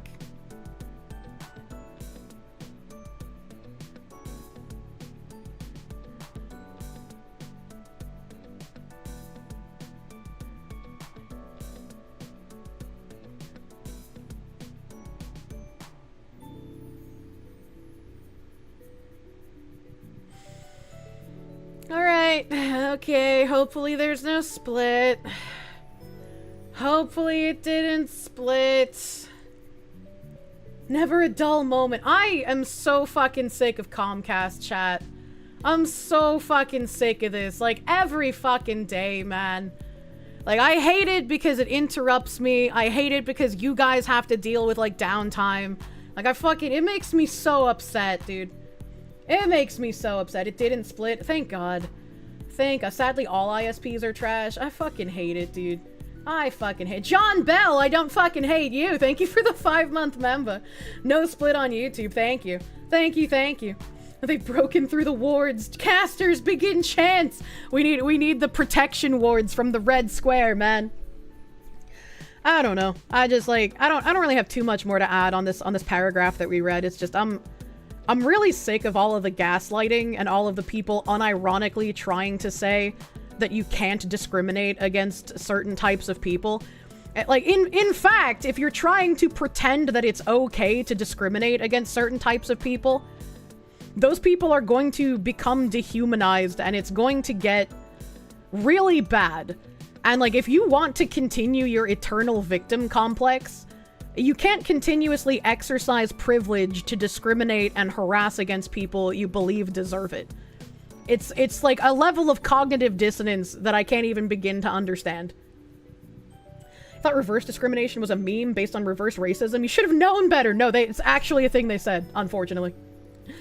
Last week, the U.S. Supreme Court heard oral arguments in Ames versus Ohio Department of Youth Services, an employment discrimination lawsuit that focused on a reverse discrimination claim under Title VII.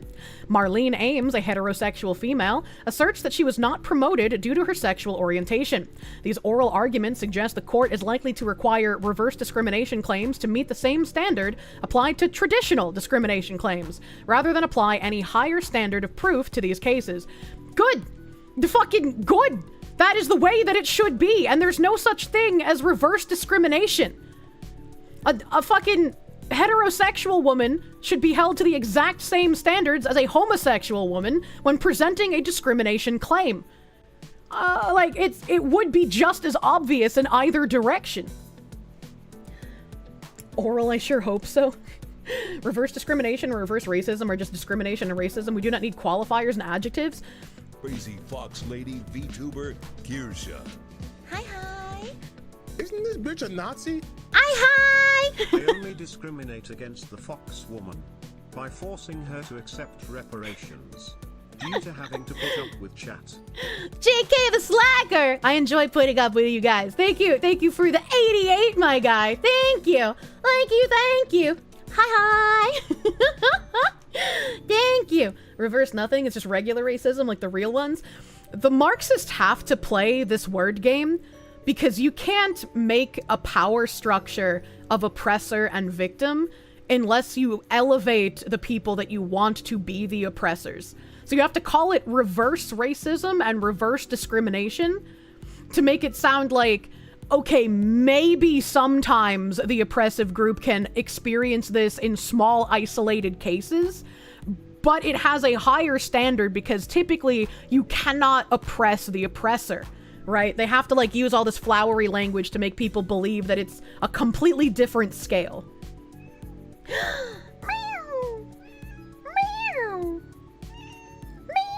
Hello, Cheems Ball. No, don't lick my coffee.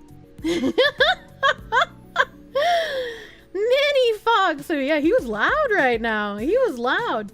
What are you doing? What are you doing?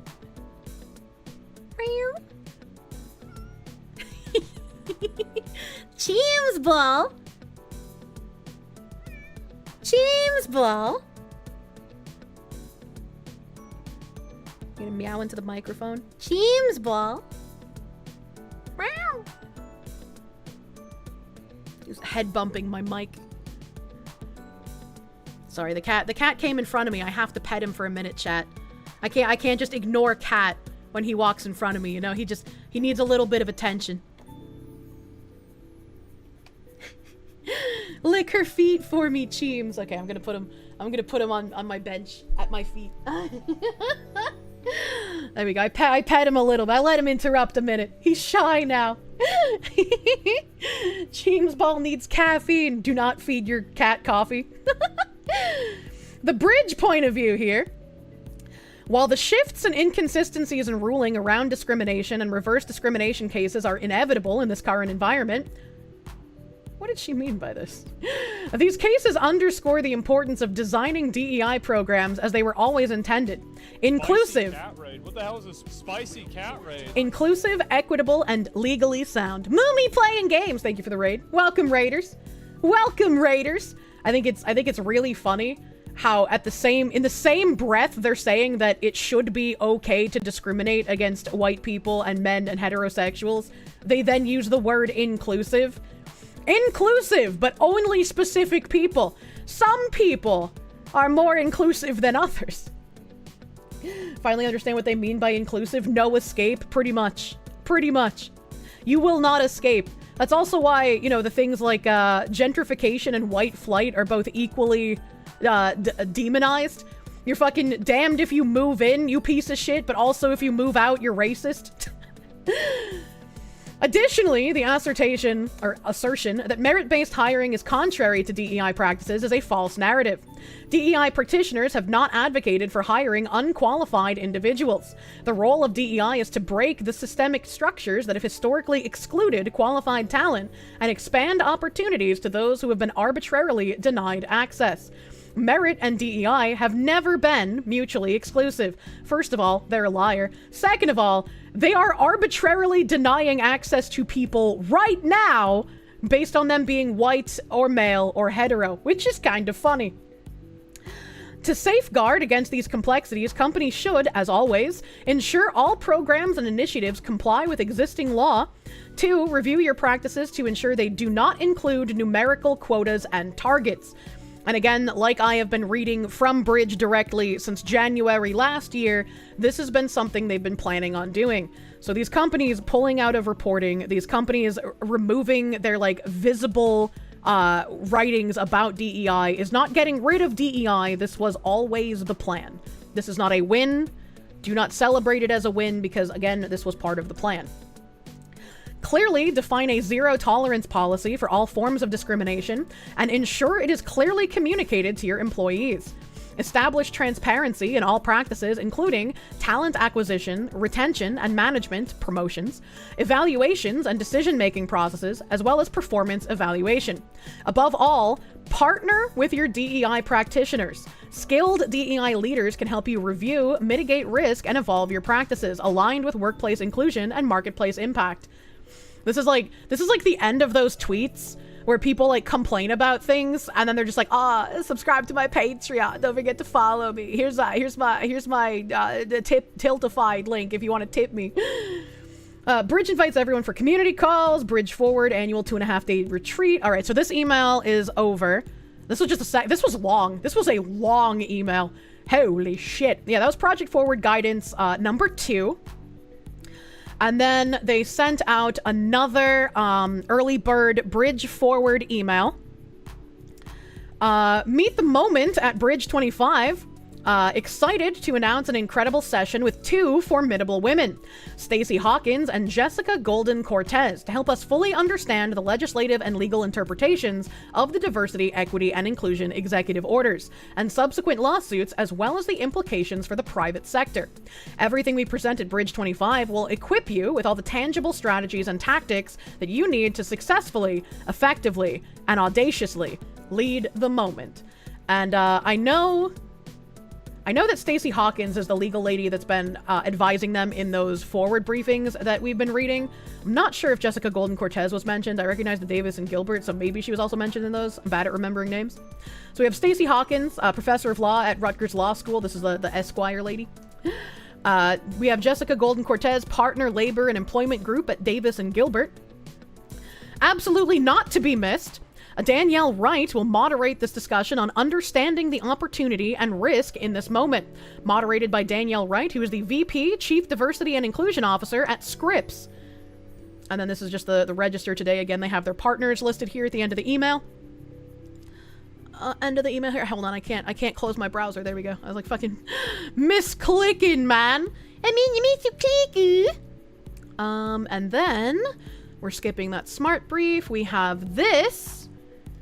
This is... Okay, this is just telling us that the next meeting is about celebrating Women's History Month and accelerating action. How women shape society. Okay. Another Bridge 25 speakers email.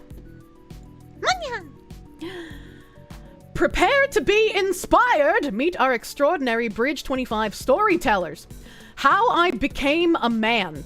On Sunday evening, Nats Getty will share his intimate and personal story of how he transitioned and changed his pronouns to he, him. Nats Getty is an LGBTQ+ activist. Bridge Stories, coming to America, is on Monday morning. You will hear DACA recipient Bernice Alacala Jimenez, tell her story about leaving her country at 1 year young. Bernice Alacala Jimenez is a managing marketer and fashion model, as well as a DACA recipient.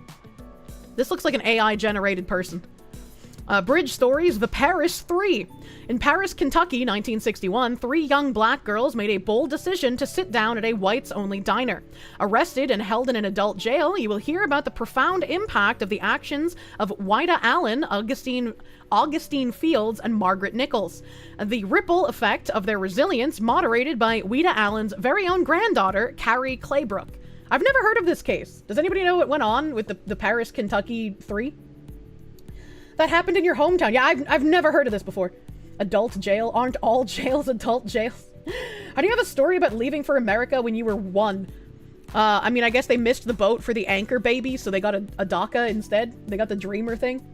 She left her country at 1 year old. She doesn't even remember it. Yeah, she was just brought here by her parents, who are probably illegal if we're taking that into account. I guess these are the people. Carrie Claybrook is a senior director of marketing at Walmart, as well as the producer of the Paris 3. Don't wait to register and join the top DEI marketing and business leaders in Oceanside, California. And then again, they have their sponsors here. I don't think these are multiplying. They sat in the diner and people said, no, don't sit there. And then they continued to sit there. And then the police said, all right, enough sitting there. I mean, that would be unironic discrimination if true, right? I have not heard of this story. They compare themselves to that. They're more akin to the Fourth Reich. It was? Oh my god. You see, that is kind of fucked up. Very sad. Yeah, that is kind of fucked up. Crazy Fox Lady VTuber Kirsche. Hi, hi. Hi, hi. Isn't this bitch a Nazi? I'm gonna play the game Terry's just some bridge stuff I walk to touch on real quick. 3 hours later, never change Foxy. Scott Roush, thank you for the 88! Hey, I took me about 3 hours to get to the bridge stuff, alright? I like my yapping. I like looking at you, chat. I like reading your chat. I got my eyes on you. Good thing that doesn't happen anymore literally anywhere in the Western world. What else do we have here? Project Forward Weekly Guidance Issue 3. How long is this one? I might have to save Issue 3 for tomorrow, because this one is also super fucking long. Ridiculously fucking long. KB did say I read the March Bridge Buzz. I'm pretty sure he mentioned I read that. She's looking quick mooning time. I'm sorry, what? I'm sorry, what? My party flip. Monya. Where is this one? This one. Sometimes you put Kira's background noise when you work. Hell yeah. Hell yeah.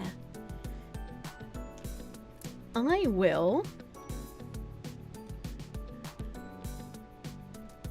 I think this one is probably the most informative one to read from the Smart Brief.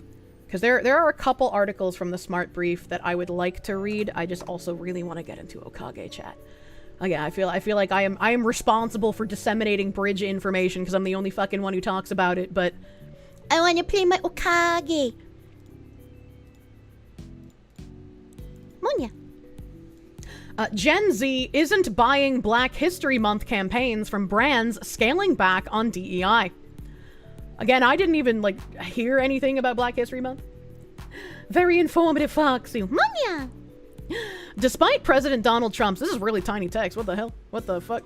Despite President Donald Trump's DEI ban and decisions from companies like Meta and Walmart to scale back on diversity policies and programs, diversity, equity, and inclusion remains a critical issue for PR professionals. And for Gen Zers, it's non-negotiable. And again, every single article we read that's put out from these people talk about how much Gen Z cares about, like, the race and the orientation and the intention of the people they're consuming products from, which again is why content creators were something that was talked about very early on as people who are important to partner with if you would like to get the message and the work actually done on a larger scale again. And remember, despite the amount of, like, propaganda we were pumped with in school, Gen Zers have had it even worse than we did. Like, all of these, like, crazy things that we see reposted by, like, libs of TikTok and shit from all the TikTok people, this is, like, what they grew up with, essentially. Hey. Did you like telling us how everybody is on their side? The stats could be fudged. They could be making it out to be a bigger deal than they actually are, but once again, chat, remember their goal is to create the modern audience. And when you are pumping propaganda into each successive generation of American children, you up the propaganda with every successive generation. So this is why we're inundated with so many people identifying as certain things, trying to become part of protected classes when they obviously aren't.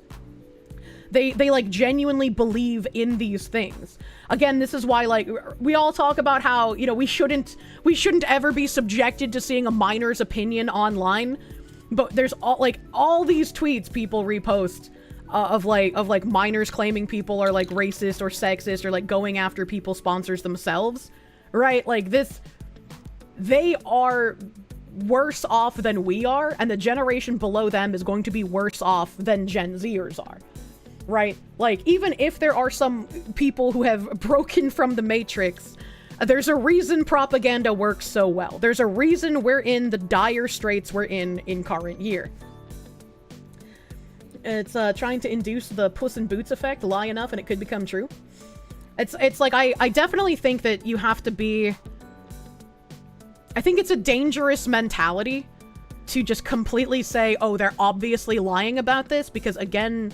their intention is to create the modern audience. Their intention is to create these people who are inundated with their ideology, and so they won't know any better, right? Like remaking all of the classic movies, destroying all of these IPs, remaking all of these video games with their fucking nonsense in them. This is the goal. And so I think it's dangerous to think that it's just lies that these people are on their side, because then it sort of disarms you. And you get shocked 10 years later when you're like, oh, why are things this way? Older Gen Z, younger Gen Y are the same people. You really want to say that I'm just saying that to put up a front of popularity? Yeah, the propaganda is getting pushed harder, but that's resulting in much more extreme opinions on both sides. I don't think this is popular. I think that it's something you just get used to. Right? Like, when I was younger, things that I remember being taught, again, like reverse racism, was something I unironically said for years. Because when you're in school, you're taught that reverse racism is a thing. You see reverse racism in news articles. You hear it from your teachers. You get used to using reverse racism, and you believe that it is a true concept.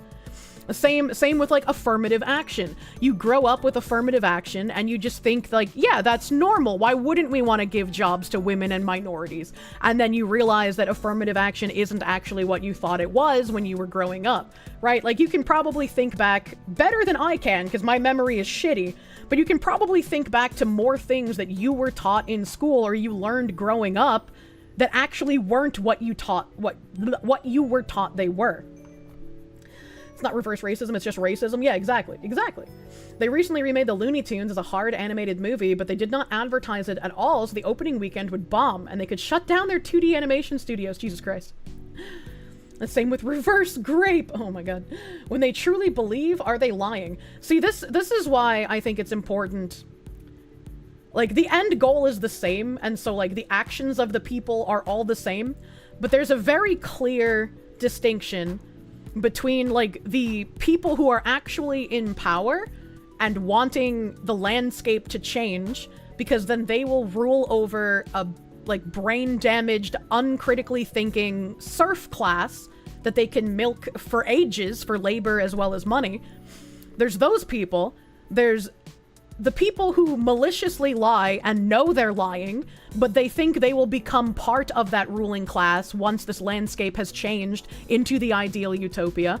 And then there are the true believers who aren't lying. They are sincere in their belief in this system. They trust both of the liars above them because they think this will usher in a much better world. They believe they are a good person completely. They believe that they're fighting on the side of people who are oppressed. They truly believe in this. And these are the people that you can show facts to, you can show evidence to, you can show them, as Bezmenov said, that white is white and black is black, and they will not believe you.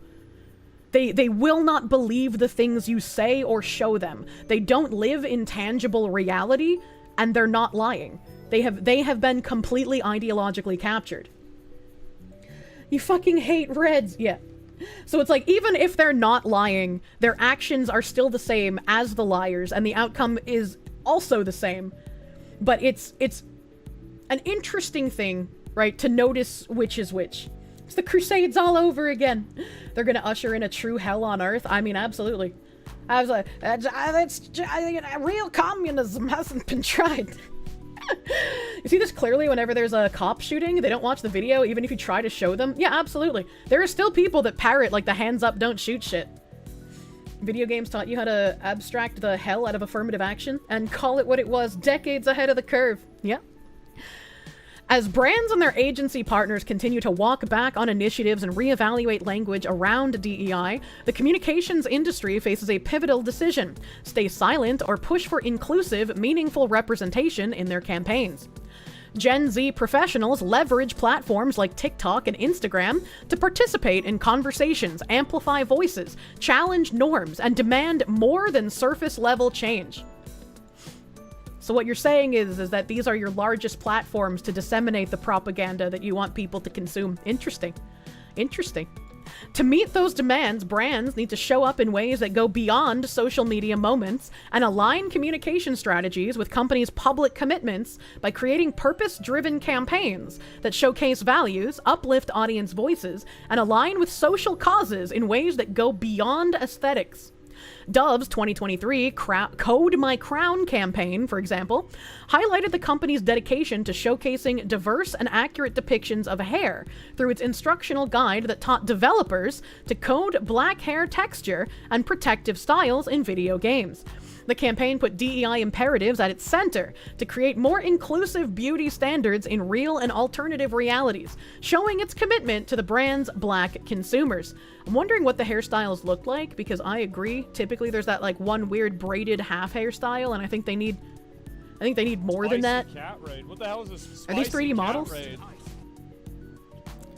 Dove has teamed with open source Afro Hair Library, a user-friendly curated 3D model database of black hairstyles.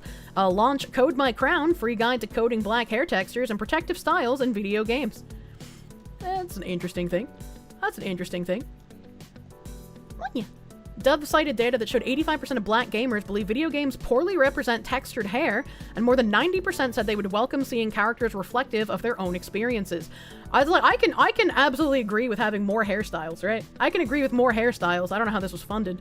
But I have the same issue where, like, they don't have long hairstyles in games either. Because long hair is difficult to I guess, have interact with, like, all the armor pieces and whatnot. I don't know what a protective style is, you know? I don't know what that means. Isn't Dove a soap company? Why are they getting involved in games? I have no idea. I have absolutely no idea. Yet all we get is the broccoli style. Yeah, that's what I'm saying. That's what I'm saying. Like, I'm all for more fucking hairstyles in games. Please give me longer hairstyles, man. Remember when Victoria's Secret tanked because of their DEI BS? Munya. Just got done with some Crime Boss. You hear y'all like that game around here? Absolutely. Oh, we fucking love that Crime Boss shit around here. I'm Kirsche, #1 crime boss streamer. Long hair often has clipping problems. Yeah, but I mean, like, I'd like more. Hey, I think it's retarded. The hairstyles and stuff should fit the story and the background in a world. No. I agree with you. Right, I agree with you. But when you have a game that has a character creator, right, unless it's going for, like, a specific time period, so it's all time period accurate hairstyles, I think the more options, the better. Right, that's always been my opinion. The more options in a game that has a character creator, the better. Unilever, they're deep in the DEI sauce. Yeah, Unilever's kind of fucking gone crazy, man.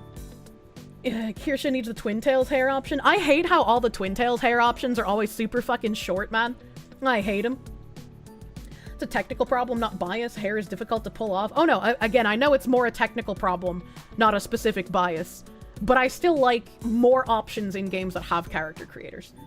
Hair physics has been absolute murder for rendering processes forever. Yeah, it has. Yeah, it fucking has. Crime Boss, what's that? Best video game!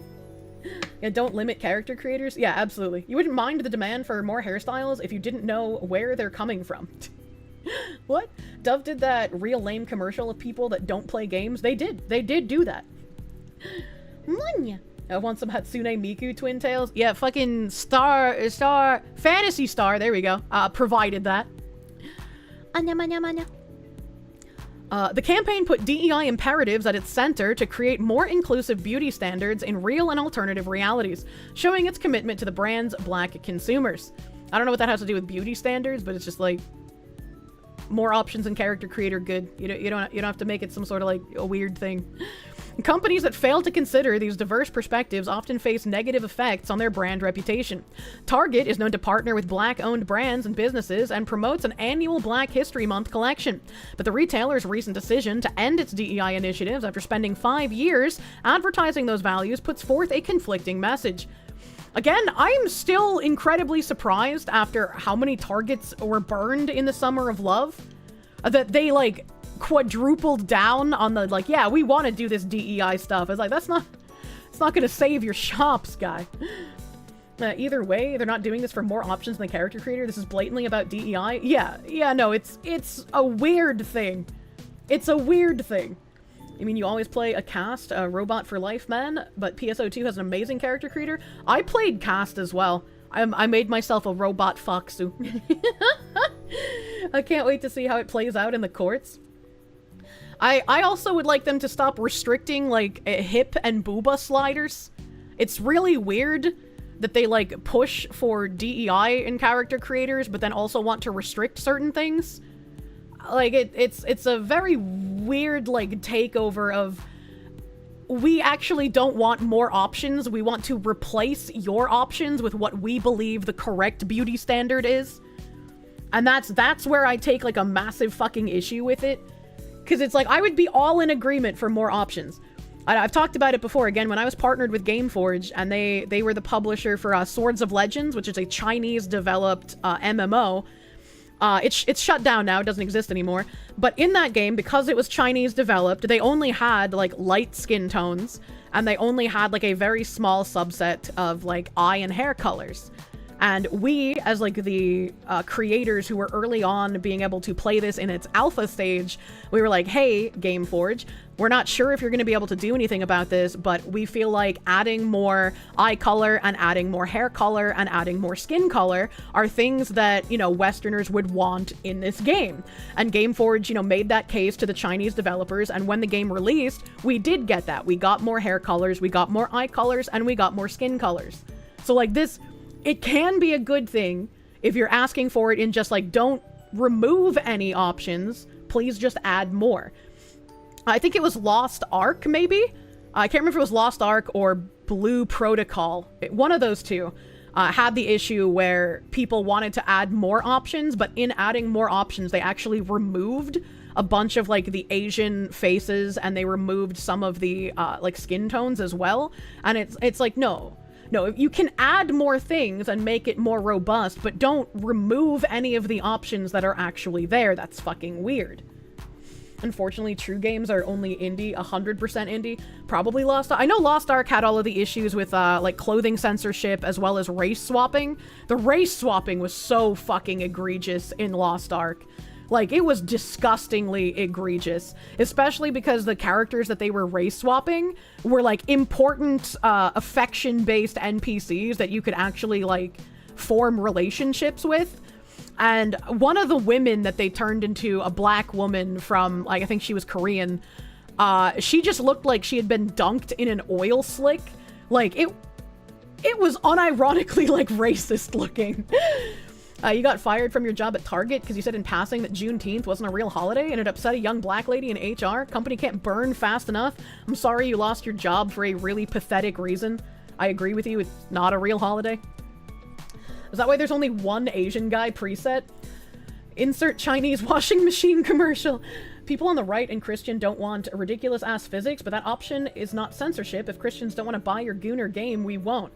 Yeah, and like, I don't have a problem if people don't want to buy Gooner game, but like, if people start campaigning for like video game characters needing to be covered up, that's where I draw issue. Especially because I've played Korean MMOs basically my entire life since I had access to the internet. Every single one of them has been censored in some way, and I completely disagree with that. If you don't want to look at something that's lewd in the game, just don't use that armor. Just don't use that cosmetic. Like, you shouldn't campaign to get other people to not have that thing. That's weird to me. And if you don't like the overall aesthetic of the game, you're not entitled to play it. You shouldn't have like a campaign to make developers censor things just so you can play their game.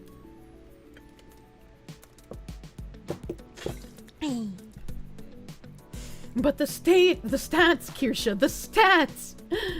Trading one moral busybody for another? Yeah, absolutely. Absolutely.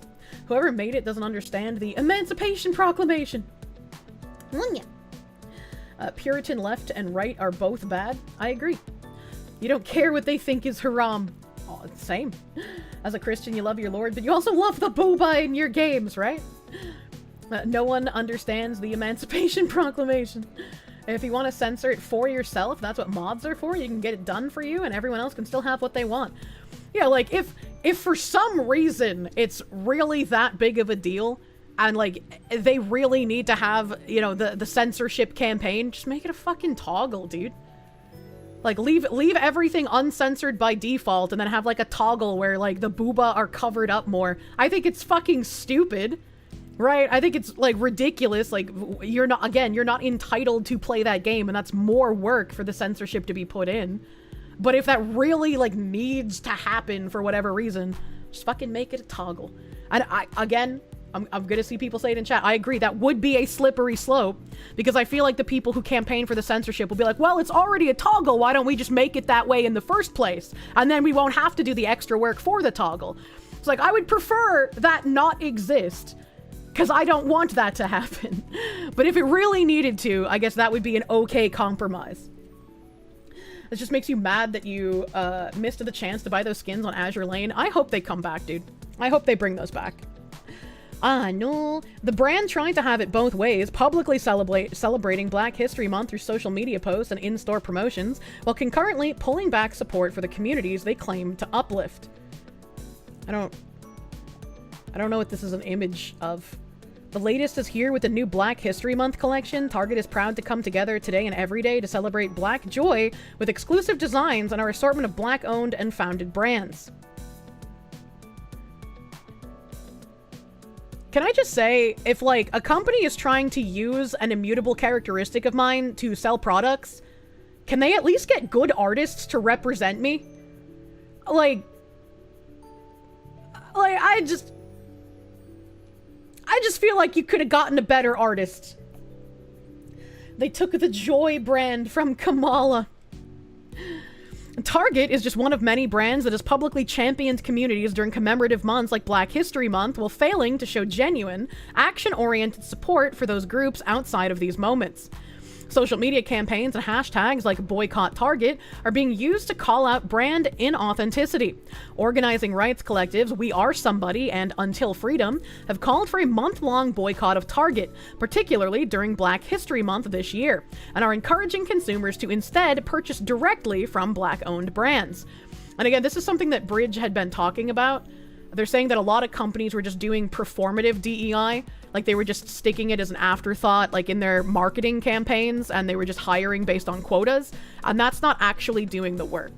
As a company, if you're going to promote DEI, which you should, in their opinion, then you need to be actually committed to doing the work and not just tacking it on as a marketing strategy. It needs to be embedded in the DNA of your company, and you need to be having this done by everyone there. It needs to be in how you make your products, how you sell your products, how you interact with the community that buys your products. It needs to be just part of your business strategy. And so it makes sense that people are boycotting Target because, again, Target is not doing exactly what they want. Oh, little nice fist there. We Are Somebody is a coalition building organization for the working class. I just don't believe you. Social media provides a space for consumers to hold companies accountable, and Gen Z, the social media generation, is behind many of the movements looking to expose inauthenticity and demand change from the companies they financially support. Gen Z closely examines brand behavior and is making note of companies that publicly celebrate Black history through posts to consumers, but intentionally end programs that financially elevate minority communities. Our generation is shaping the future of DEI by pushing for authentic representation and systematic change, ensuring that our industry mirrors the diverse world we live in. Posting alone isn't enough to cover anti-DEI behavior anymore. Brands have to speak up and act or risk losing Gen Z's support. Kayla Marrero is an assistant account executive at Ad Pharaoh. What is it? Heinz ketchup as chip dip. Okay. I was hoping this wasn't a fucking Heinz DEI thing down here. Also, why more brands are ditching the perfect family trope? What does that mean? What does that mean? Shut up. Perfect parents, perfect kids, perfect home. Ads love the fantasy, but as diverse households become the norm in Asia, Quantum Rainham Wilden Ramahandi what explores how clever brands are embracing new family dynamics through fresh storytelling. The theme of home and family and brand communication is often conveyed with warmth, typically featuring a complete family unit, a mother, a father, and a child sharing everyday moments. Mothers are often shown handling domestic tasks with a child's help, while fathers return from work, reinforcing traditional family roles. In Southeast Asia, where collectivist values remain deeply rooted, this idealized depiction has long been the norm. This portrayal suggests that a family's completeness is essential for overcoming challenges and achieving happiness. The father is the breadwinner, the mother the caregiver, and the child the source of joy. But what happens when an advertisement steps away from this conventional narrative that portrays an incomplete family? I don't like this. I don't like this idea. Like, why, like, you've already destroyed the nuclear family in so many senses. Why is this necessary? Let me out. It's like, why are they doing it in Southeast Asia? Over the past 5 years, brands in Southeast Asia have started addressing single parenthood with more nuance. Oh, is it all the, like, sex tourists, like, fucking the women there and then abandoning them? Some ads highlight the absence of a parent, portraying the emotional weight it carries. Others tackle the stigma single parents face, showcasing their resilience and overcoming societal judgment. Some redefine family entirely, shifting the focus from structure to the strength of parental bonds. Increasingly, brands are also portraying single parents not as struggling exceptions, but as everyday individuals who balance caregiving and work with determination. In some ads, the absence of a parent is central to the emotional pull. A Petron Malaysia's campaign captures a child longing for her absent mother, emphasizing the pain of separation despite the father's best efforts. Similarly, Life Buoy Indonesia tells the story of a child who moves forward without their mother, keeping her memory alive through words of wisdom that guide them. These narratives tap into traditional values, reinforcing the idea that parental presence, especially a mother's, is irreplaceable. By tapping into sadness, these advertisements' narratives evoke empathetic feeling, making them a compelling medium for a brand to connect with the audience. Ew. I do not like the emotional manipulation, but I guess ads have been doing that for fucking ever, right? It's like, I definitely would feel emotional, right? If there's an ad about, like, they lost their mother to death, right? Like, that's not good. Nobody likes that. Kitty! There's no... Syah, birthday Syah nak dekat dah tau. Syah nak dia apa-apa tak? I don't know. I don't want you to disturb my life anymore. I'm happy with my current husband. I hope you understand. Nanti birthday Syah masa raya. Sasha's birthday is approaching. Jangan boleh Please don't forget to come over. I can't promise you that. Chat, I live in America, right? So I'm used to mostly deadbeat dads, right? I have my mom as an example, and I have my uncle's ex-wife as an example of women who abandon their families. Is this common in Southeast Asia? Or is it still the same there, where it's typically the men who abandon, and then occasionally you'll have women who do it? Or is this, like, normal over there? It's ironically showing women as shit. What a weird setting. Yeah, like, I'm wondering if this is, like, a strange reversal, or if this is, like, a common thing in Southeast Asia. Marxists need to destroy the base of society for their revolution. The family is something they need to get rid of so the state can take the place, nurturing these children into the ideology. Yeah, no, that's why I'm asking, because, again, I don't know the norms in Southeast Asia, so maybe they have an abundance of women abandoning their families, but to me, this speaks more, like, knowing Western culture, this speaks more to the... Why would you get married? The women don't want the responsibility. They don't want to be a housewife. They're not going to care for the child. What is the point in getting married? You'll end up a single father, and look at how much of a struggle this is. Right? Like, it looks like it's more to split up the family unit again, but if this is a common dynamic where it's more so the women that abandon their families than the men in Southeast Asia, then maybe it's just a cultural thing that I don't understand. It's subtle, isn't it?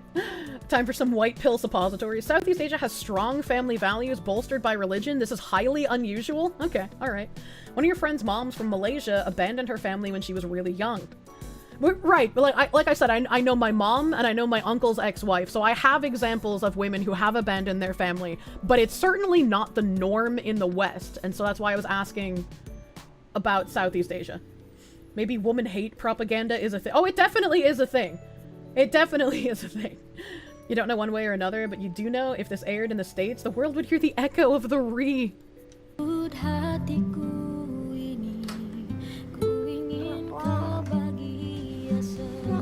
I want mama.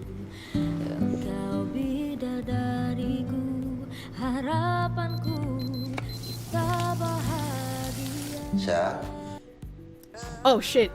Sorry. I clicked a button on my mouse. Oh wow, I'm magical! I put it back to the right place. How much is it the father abandoning the family versus getting kicked out? I mean, you're right. You're right. Sometimes it's the woman being manipulative and trying to turn the child against the father. Like, you're completely correct in that regard. I don't know the statistics for that. Mama is a better cook. Oh no! Don't do the dad like that, child! Who can tie your hair better? Mama? Okay. You look beautiful. Let's go. Assalamualaikum. Sorry, I can't read that fast. I can't. Hold on. Assalamualaikum. Talk din. Why is that not translated? Walai kumusalam. Dari mana tu? Kumusalam. We're buying groceries. Hello, Tadin. Okay, take care.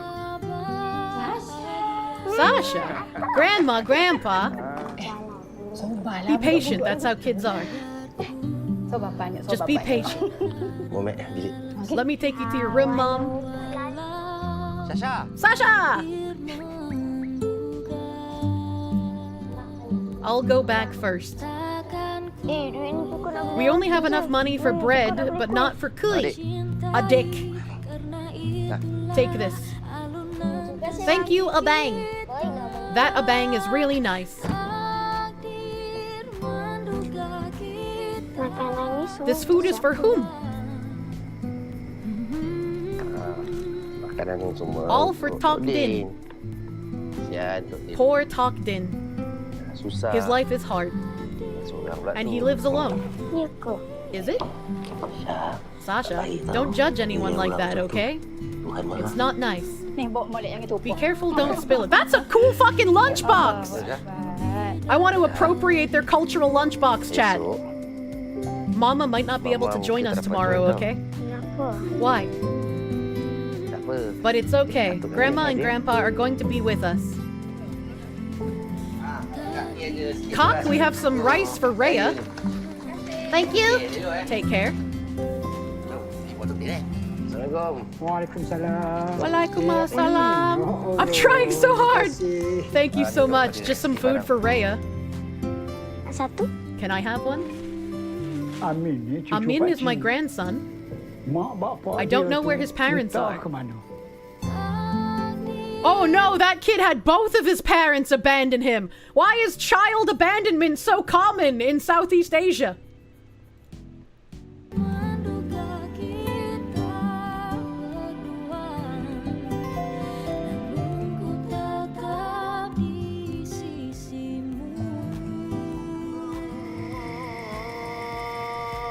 Why are we watching Southeast Asian Hallmark? This is an ad.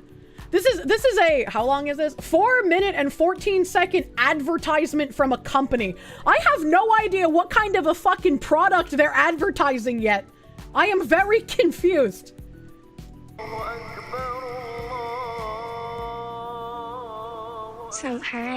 Salamat. I couldn't read the rest of it. Abba, I'm sorry. I haven't been good to you. I have Abba, Mama, Grandpa, and Grandma. I love you, Abba. Oh, Habibi! I love you too, Sasha. Resolve the disagreement, foster happiness. Mama, surprise!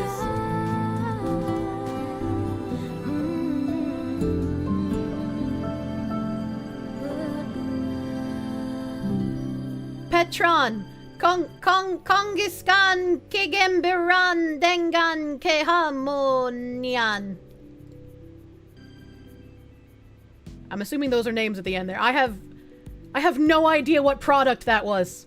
I don't know what I was just sold. I'm confused. Oh, hi, good evening, Kirsche. I like your funny words, Magic Man. All these characters sound strangely like Kirsche in English. Kirsche say nyan again. What? It's a Filipino oil company? What the fuck does oil have to do with what I just watched? I was told depression. I don't understand. In patriarchal societies, being a single parent, especially a single mother, is often seen as going outside the norm. But that commercial was about a single father, and his daughter was kind of a bitch.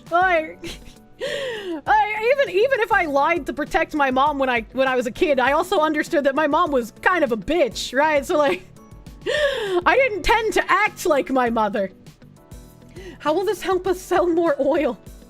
As a Malaysian, Kirsche, never say another Malay word ever again. Also, yes, we get ads like this all the time. Why? Give me something fun to say in Malaysian so I may butcher your language again with my Boston accent. All according to Keikaku. Women in this position frequently face intense social pressure, judgment, and stigma. Some advertisements have barely tackled this issue, portraying women as subjects of societal scrutiny, while highlighting their resilience in the face of adversary. If single mothers are a plague, please do not glorify them. Please do not present them as, like, a good societal norm. What tipped you off on your mom being crazy? Her renting your room, or you having to hide the drugs for her? You know, I started feeling bad when I just didn't have a room altogether, because before she moved to the place where, like, I had a room for a little while, but then she rented it out. She was living in a place that only had 2 bedrooms, and so I didn't even have a room. But, like, I don't know, you know? Is it right to plap single moms if it's her fault she's single? No, because you're still perpetuating the degenerate hookup culture. Just because single mothers are bad for society does not mean that you can use them. That's also kind of disgusting and degrading. Especially a single mother, that is the only one that is seen as the more normal option. What the fuck do they mean especially? Also a good point. Don't be sluts, chat. Deep fried quamcadile, thank you for the member. In your sea country, at least, if you get a girl pregnant, you either marry her or the girl's family will get you jailed for rape, so she removed the baby. You know, that's an interesting concept to, like, basically legally force people to get married if they end up knocking someone up.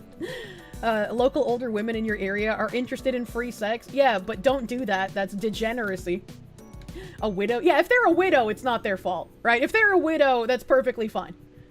I mean, it's not fine. Like, I feel bad for them. Like, I wish they weren't a widow, but I do not have the power to bring people back to life. And keep your sluttery to the fantasy domain. Exactly. Exactly. Unless they killed them. You know, there's a lot of asterisks popping up here. For example, Julie Biscuits portrays a broken family where the father neglects his responsibilities, yet the mother is blamed for not sacrificing enough to keep the family together. Many such cases. Choosing to distance herself from the extended family, she remains unwavering in her commitment to raising children. Similarly, Pampers Philippines highlights the struggles of single mothers, capturing the mother's emotional journey as she overcomes self-doubt and embraces the full weight of motherhood. Some brands move beyond loss and stigma to redefine what family means. Lockdom Philippines showcases a hardworking single mother juggling her career as a nurse while caring for her child, proving that a family's strength comes from love, not structure. Oh, that is so fucking wrong. McDonald's Philippines takes a more symbolic approach, showing a mother and child enjoying a meal together despite being surrounded by traditional families, subtly reinforcing that their bond is just as meaningful. I prefer Japan McDonald's commercials, I'm gonna be real with you. The narrative, I don't know how much of this really needs to be read, because this just seems like repeating the same thing. To stay relevant, brands must align their storytelling with these shifting realities, moving beyond old norms and ensuring their narratives embrace equality rather than marginalize certain communities. By breaking away from conventional stereotypes, brands have the opportunity to normalize diverse family structures and promote a world where parenting is defined by love, effort, and commitment, regardless of gender. I completely disagree with this. I completely disagree. I don't think we should normalize these family structures that are inherently troubling for both the parent and especially the child's development. Destroying families. I'm so sorry, Southeast Asia, that you're starting to get more of the fucking propaganda that we did back in the 80s and 90s. When I was speaking Malaysian, it sounded like I said nyan. It was what you meant earlier, by the way. Oh no. Good news is a lot of this should disappear with US aid shutdown. I certainly fucking hope so. Because, like, a lot of Asian countries have held on to, like, the strong family structure far more so than Western countries, right? Like, it's not seen as bad to live with your family into, like, older age past 18. It's expected of you to, like, help take care of your parents or your grandparents in their old age. Like, this has been something culturally, like, vastly different than what we have been sold here. And so this looks like the beginning of trying to sell Asian countries what we have been propagandized with for decades. You miss when advertisements were just trying to sell a product or service? Same. Can we go back to corporates just being evil because they want as much money as possible? Can we go back to that? I want that, actually. You miss when advertisements are trying to sell products? Yeah, dude, same. Oh, God. Philippiety is a must in Asia, for better or for worse. I don't know what that means. I don't know what that means. You don't like that you're expected to basically cut ties with your family at 18? Shit's retarded. We used to live with our families until we died, basically. I think it's wrong for parents to kick their children out at 18. I think I would like to do something sort of like what my ex's dad did with him, right? Because his dad bought him an apartment when he was born. It was like a condominium thing.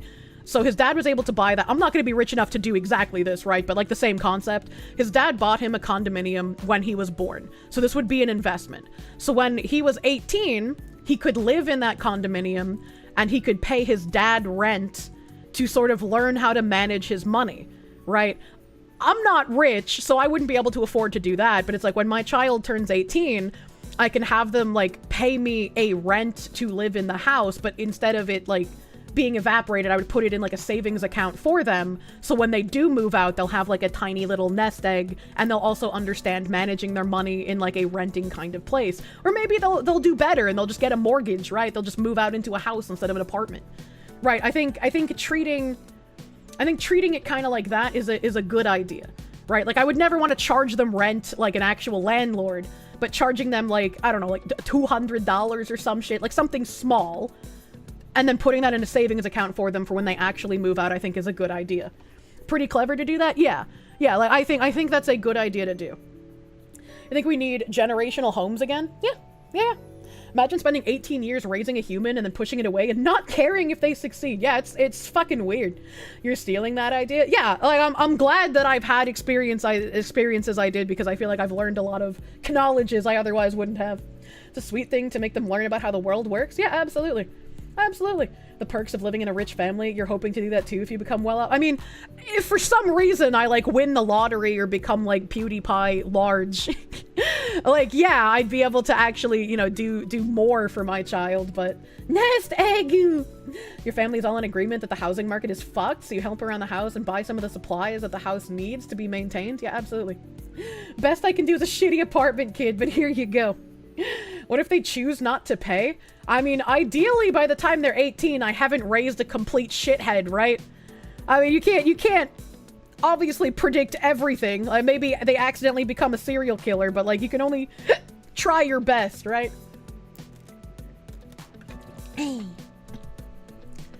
Every rando buying a house at 18 was a thing for, like, 20 years, and everyone wants to pretend that's how it's always been.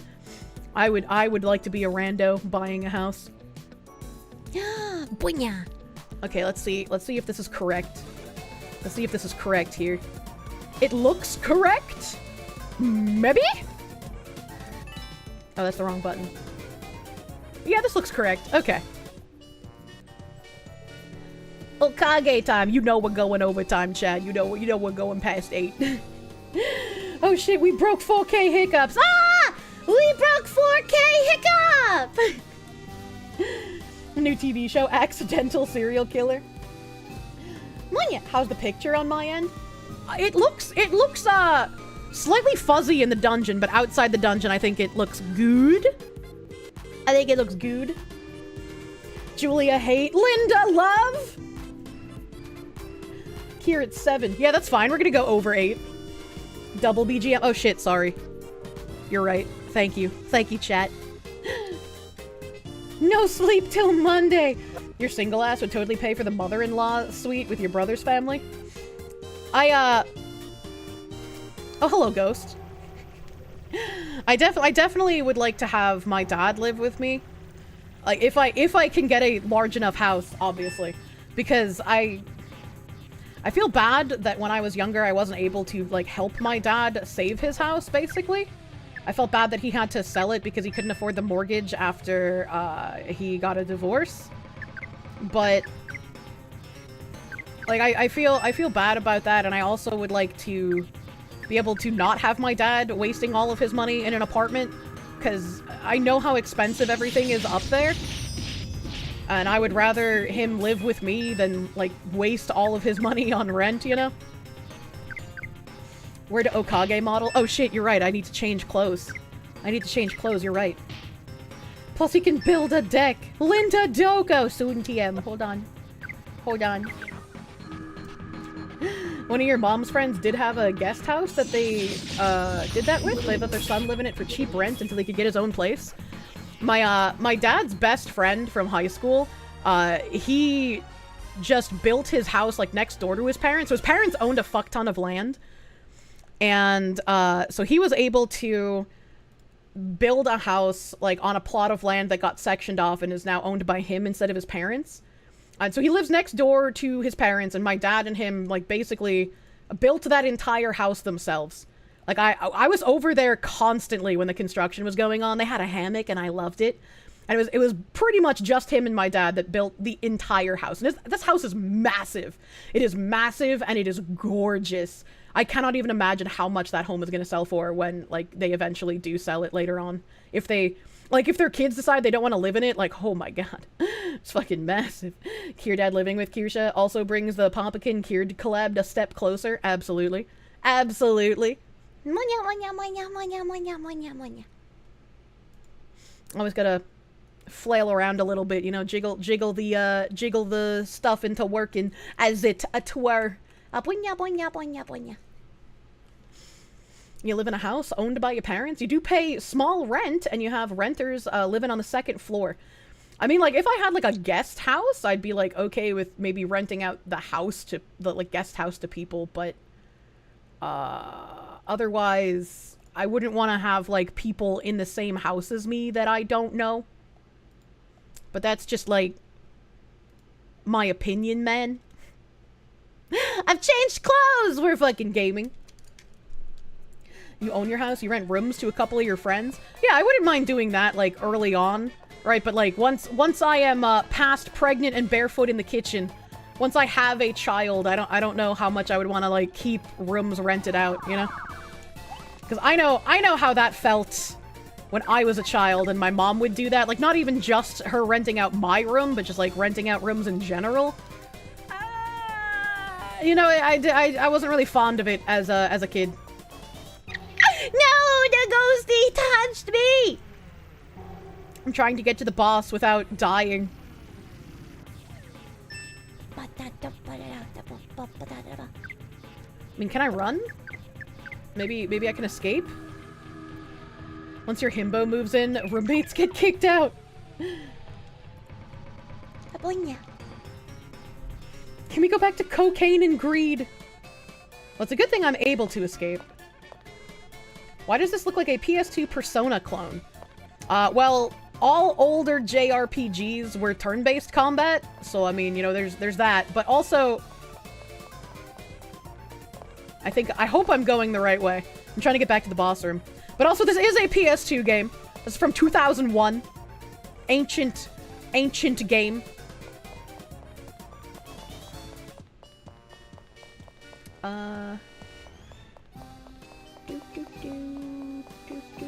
I don't remember where the boss room is. Oh, I'm so fucking smart, chat! I'm so fucking smart! I am ready. Let us fight the big bull. Old game. Old Okage. This came before the more popular Persona games. Alright, I've already read all of this. I died last time. We remember all of this. The bull is very, very excited to fight us. He loves fighting. I fucking love the music in the boss fight, dude. Persona 1 released in 1996. God damn, that's also old. Alright. The burly bulls are icy. Big bull is fire. I need to powerless the big bull. Kissling can speedy the woman, because she is my highest attacker. Ari should also pump her up. Speaking of old game, you finally beat the super boss of Final Fantasy V, a first version of Omega Weapon. Hot damn. Gotta prep that bull. Thanks, I hate it. Why you talk like that? Time to put the bull in the chair. See, that's better. I like that one. Alright, let us attack the burly bulls. Ooh-hoo, ooh-hoo, ooh-hoo, ooh, we're gonna heal the woman. And Kissling is going to nut on the boy. Okay, Rosalind cannot use magic. That's fine, though. 163 does not kill it. Unlucky. Okay. Did I restock on items? I did. I restocked on items and I leveled up, I think twice. This area does not give a lot of experience, so...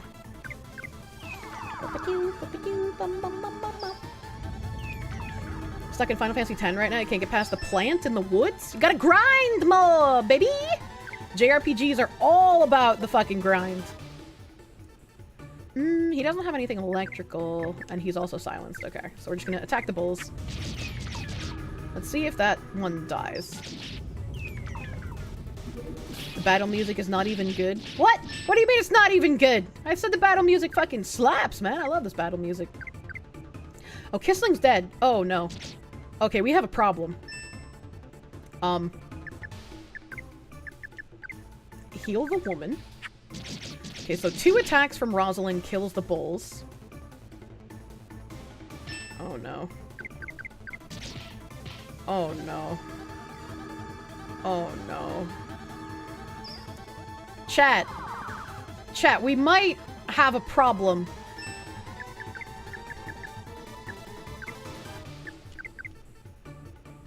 Kissling is useless. I can't fucking wait to replace his ass, dude.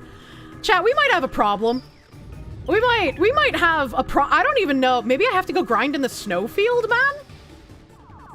Maybe it has to be the fucking snowfield? Cause like... Oh, she's dead again. Oh, she's so fucking dead again. He's silenced.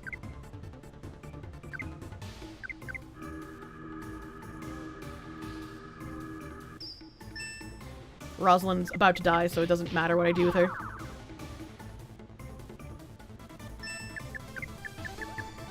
No, energy flower. I don't know if I can fucking recover this, man. Replace the old white dude. Typical DEI practice. Well, if he didn't want to get replaced, he should do a better fucking job. Yeah, we might have to go grind in the snowfield, because the things in the tree do not give us enough experience. Unless you mean the sin spawn. Last stream you also said you needed to grind. I did grinding off stream. I leveled up twice, but the things in the big tree hole do not give a lot of experience. So let's go see if the snowfield might be better for grinding.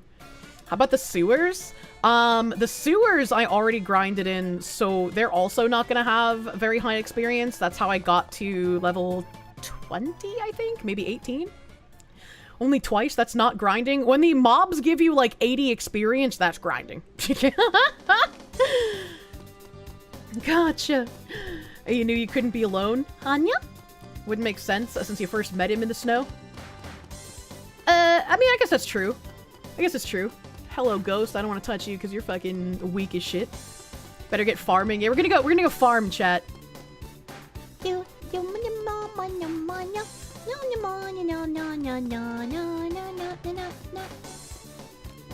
much EXP do I need to level like 5 times? I don't even know if 5 is gonna be possible, man. Kissling wouldn't be so bad if he weren't weak in every area outside of LP. And his spells aren't even that powerful. He is like just a useless party member, man.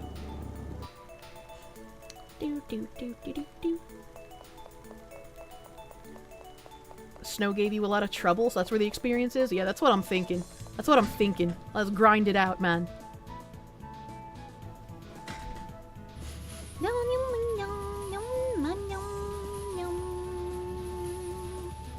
He's an old man. He's good at nutting. He's a fun character for the story. Not so much for the battling.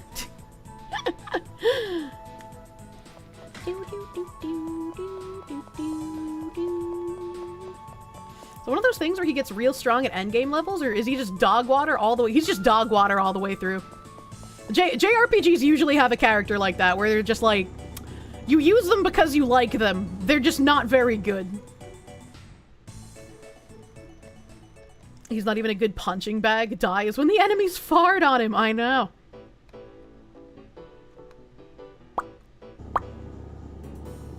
keep Kissling? No, Kissling's gonna get replaced. He's gonna get replaced, man. Aw, you bitch. That's usually the blue mages. I unironically used Riku as a blue mage in 10-2, because her blue mage outfit was fucking radical. Gao is like that in 6. True? I used Gao because I liked them, though. Blue fucking cat from 10. I hated Kimari. Gao. And Kirsche, do you like grid-based strategy RPGs? Not so much.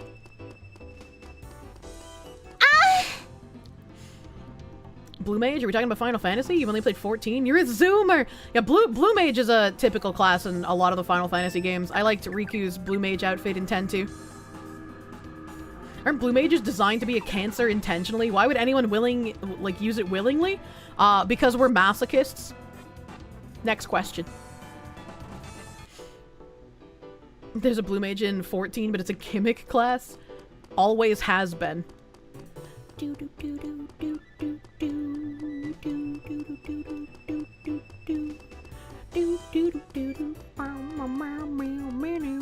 Oh no, a hallway.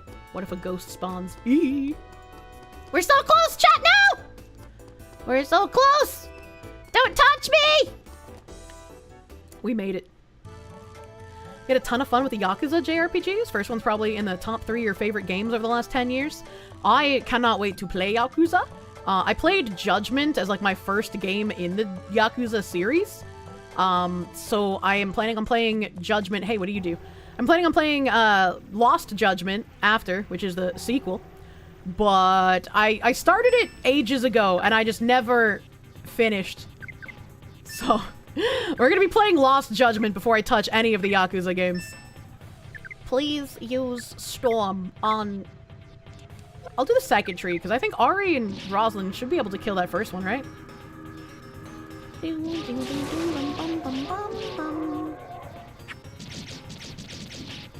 She did 2 damage the first time. Ooh, I wonder if there's a tome in the snowfield. If there's no tome in the snowfield, it might be difficult to grind here. Lost Judgment has a DLC where you can play as Kaito? Oh, shit. I love Kaito. It's gonna be great when I get to Infinite Wealth and Pirate Yakuza in Hawaii in like 5 years! Okay, so that first tree finally dead. How long is this game that you've gone this long without getting a new character? I think this game takes like roughly 40 hours? Boing! Megan, you want to play 10 again? It's such a beautiful, fantastic game. I love 10. Probably, like, my favorite Final Fantasy. Okay, that's not a lot of experience. That is not a lot. That's a lot of effort for not a lot of reward. 386 hours without side quests. Not Okage. That's for goddamn sure. People die and Kirsche dances. When will she stop dancing? When will it stop? Yuna. Alright, let's fucking wander around this snowfield. There's gotta be a book somewhere, and there's also gotta be a teleport point somewhere. And there's also the cipher. What the fuck is this?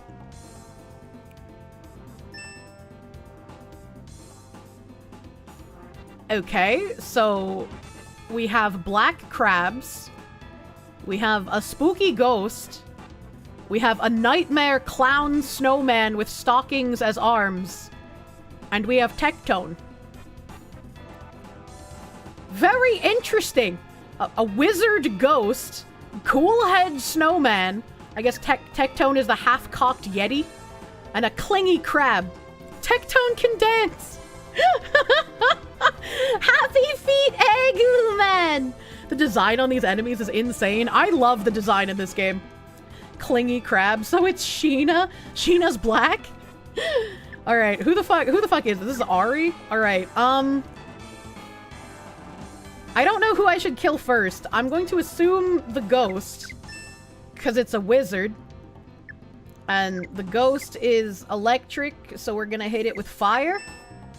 And Rosalind is also going to hit the ghost. What? Tectone, how can you do this to me?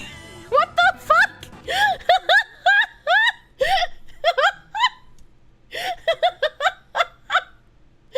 Classic Tectone, man. He fucking hyped me up and then peaced out.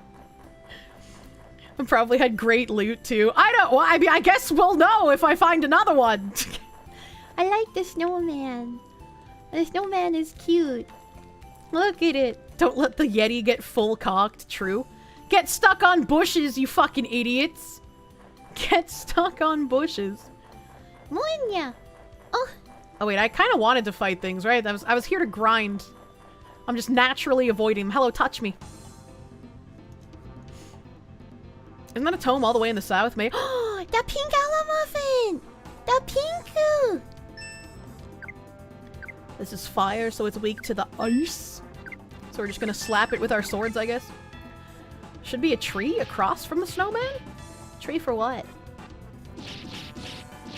Like how the victory music doesn't even play if the enemy escapes, as if saying, LOL, way to fuck that one up. I know, right? All these enemies are too cute to kill. I'd love the design, dude. Munya. It's like a Tim Burton fever dream. It really is. Oh, Kisling kind of needs some help. He needs some milk! Never mind, the elephant's dead. We're good. We're chilling. The ciphertext? The ciphertext said something about friends. So I'm assuming there's going to be, like, more snowmen. And I have to find a tree with the snow. Oh, this doesn't give a lot of experience either. Oh, fuck. Chat, we might be cucked. We might be kind of cucked. I need to mend the old man. No fanfare, because they don't care. Snow. Is there going to be a tiny gear over here? This looks like a place where a tiny gear would be. I guess not. I guess it's just extra snow.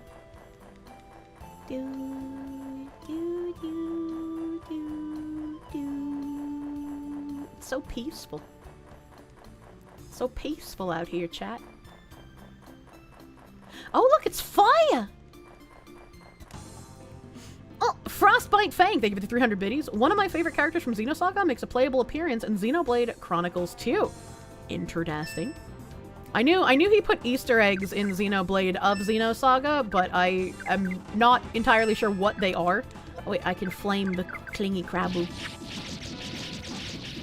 Kisling is full of green dust. I hate him. I love him as a story character, but I hate him in my party for combat.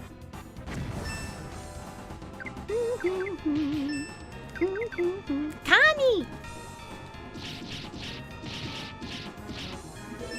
You know, you beat a game when you've been grinding for a while, and then you think, what do I do now?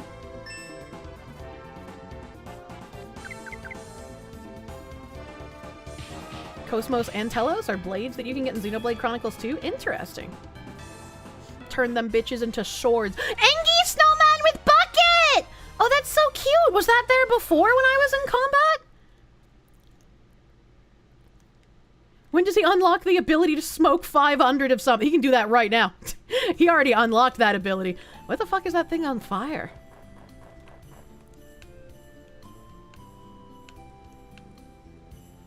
That looks like a bridge over there. But what is this? Oh, it's got a moat? What the fuck? Hello, tree. Okay, there's no tiny gear here. Hello, ghost. You're too high up in the air. You can't touch me, dumb bitch. Oh god. Wait, I'll touch you.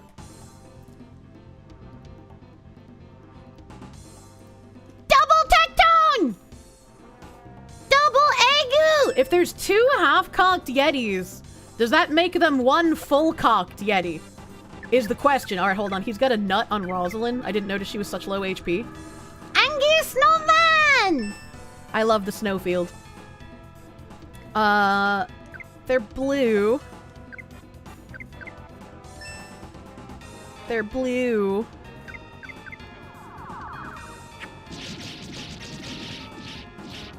They look like chimkins. Rude. Yeah, you know what? I'll storm one of them. No! How? How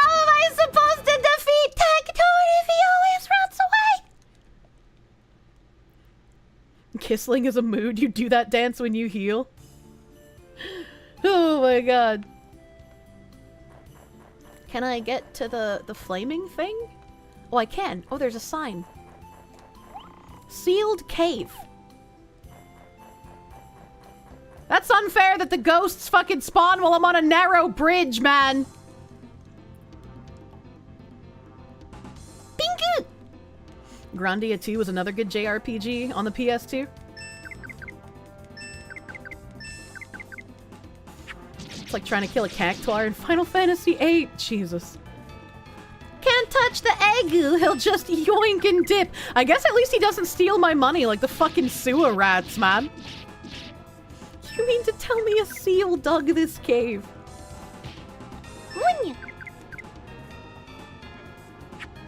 Pink and evil, just like me, for real, for real.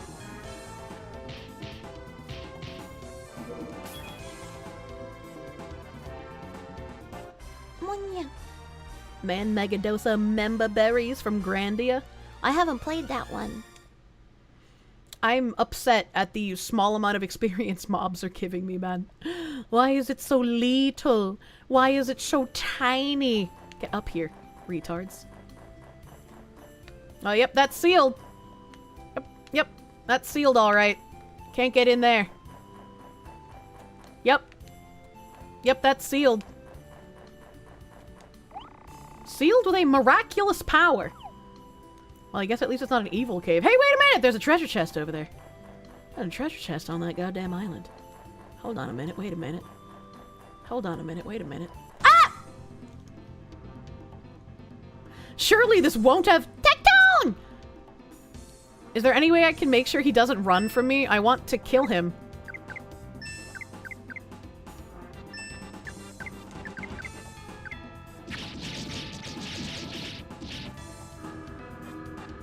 You got booped. This gives very endgame dungeon after long quest vibes. God damn it! How do I stop them from running? There's gotta be some sort of like anti-escape spell I get access to later on, man. Have you tried rope and chloroform? Have you seen how much Tectone's been going to the gym recently? I can't chloroform that, man.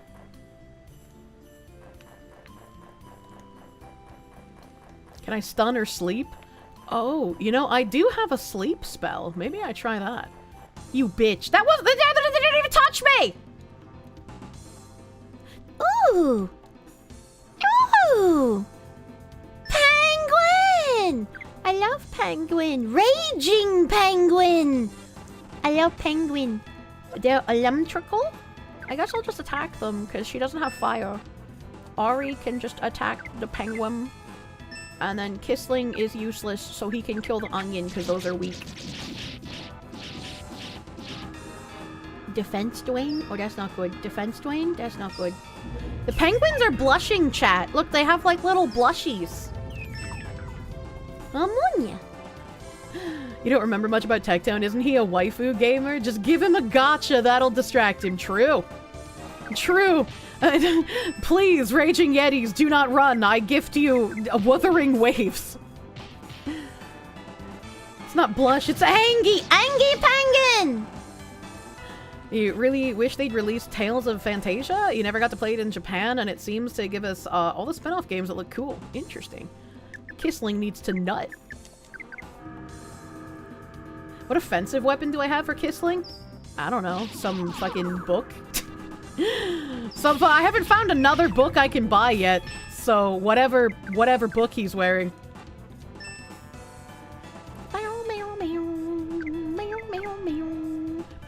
These look more like Florus Rakos from Final Fantasy II? I don't remember what those look like. I haven't played 2 in like over a decade.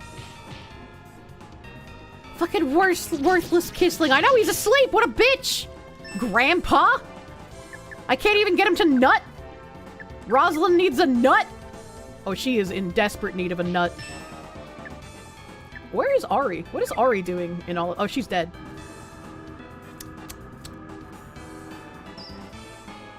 I feel like because of how much damage these things do, they should definitely give more- Sandman! Bring me a dream. These definitely should give more experience than they do. What a waste of a good nut. I know, he nutted on her while she was unconscious.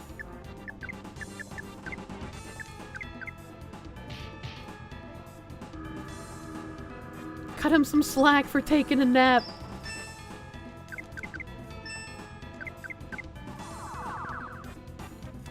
No take back, so the nut is forfeit.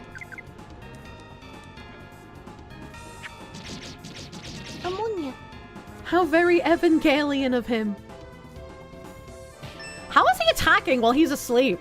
Is sleep not like a typical sleep, but it's like a sometimes you just miss your turn? What a weird status ailment. I've never seen that. Every time someone is put to sleep normally, it's just like they lose every turn until they wake up.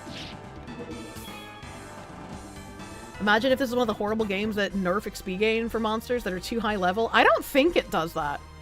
I know it nerfs experience gain if you get too high level above the monsters, but I don't think it nerfs it if you're too low level. But like these aren't even giving a lot of money. Oh, this one kind of gave like okay experience, I guess, like 130 or some shit. Hit him with the EP. Bandit shoe. Perhaps it's more of a drowsy than a sleep. We're gonna mend. Wait, Kissling is still asleep. There are status ailments that persist after battle in this game? What the fuck? The game definitely gives loads of experience if you're under level. Bunbee! Wait, they're white-face Bunbees! They've been huffing cocaine!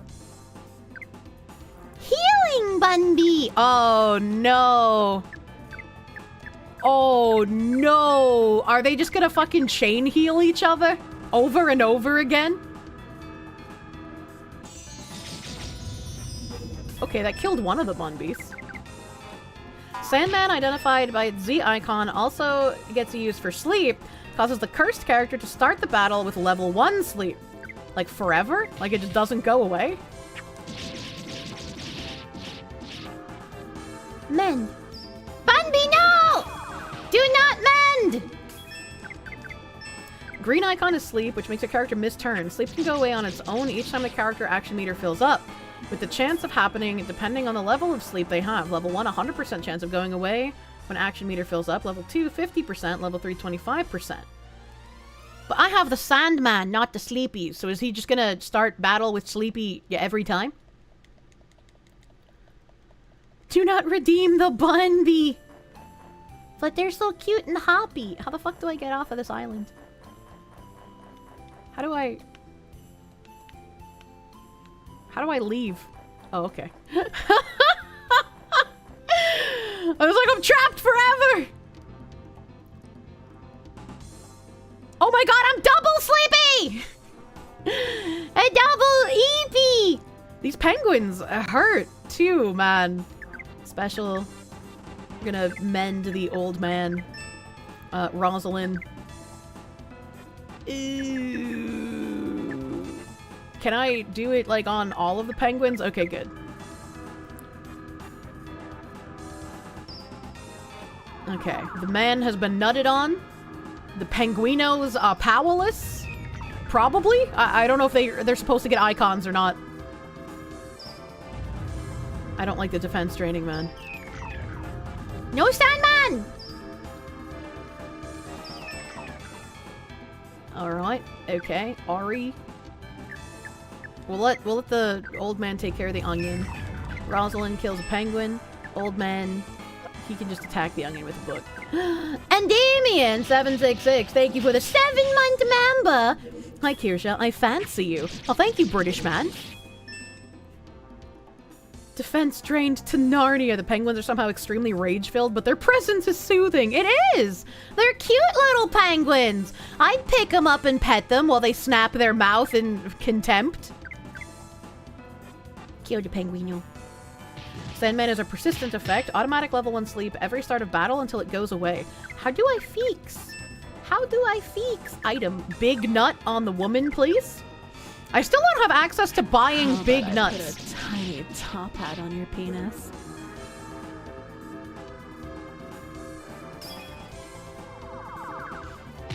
Sir Potato! Sir Potato! One of my longest lurking friends. Thank you for the 50 fucking gift subs. Thank you, Sir Potato, the deep lurker man. Holy gift sub. Thank you! Mr. Sir Potato had to come out of lurk mode to just show us the size of the meat he's still slanging around. Thank you! Thank you, Sir Potato! Oil Baron up in here. What a beautiful guy. What a beautiful guy. Sub bomb from the shadows. You love to see it. He's actually the Sandman. That's fat schmeat, massive baloney smuggler. True. What was that about a tiny hat on a penis? Don't worry about it. I guess I'll use a flaming tome because I don't know what the status of all these penguins are, man. They're still too alive. And Potato Man just showed up and said, "Have some fucking potatoes." It's because we were talking about the potato famine earlier. Clearly, he did not want us to be famished of him. Oh yes, Stanley, please. Munya. That penguin's dead, man. What? Stan can fucking miss? What is even the point? What is even the point of him helping if he can miss a fucking penguin?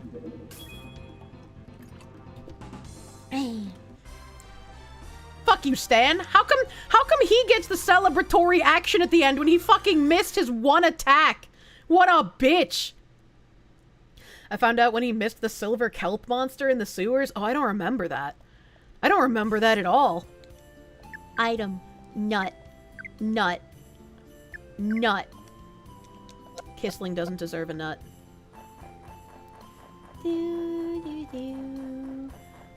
Is that a campsite? Ooh. What are these? What are these giant footprints? What are those? What are these? Hello, Ghost. You're about to say, didn't Stan miss before? Bunbee!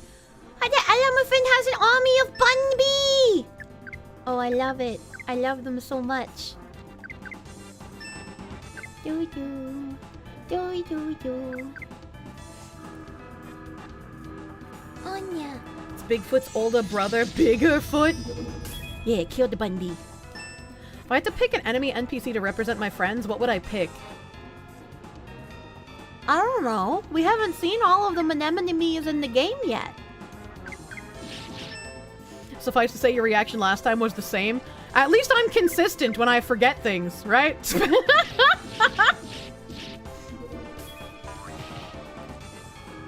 The Bunbees are definitely Pippa, obviously. Yeah, you know, maybe there's a bigger Bunbee somewhere, though. Look at the bigger Bunbee. Anya. Officially excommunicate the Big Shadow loser from the name of Stan. We don't miss. Pink elephant. Lock on? What does that mean? They're fucking... They were locking in before that was a phrase, chat? The pink elephant can lock in! Baby. Bonk Bunbee.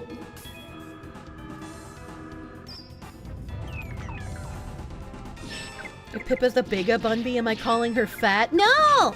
She's just like the captain of the Bunbee, so she's gotta be like bigger, you know? He looks crazy. That man needs some sleep and less coffee. Devs were definitely locked in. Okay, nobody needs nuts. Where did the Bigfoot footprints go?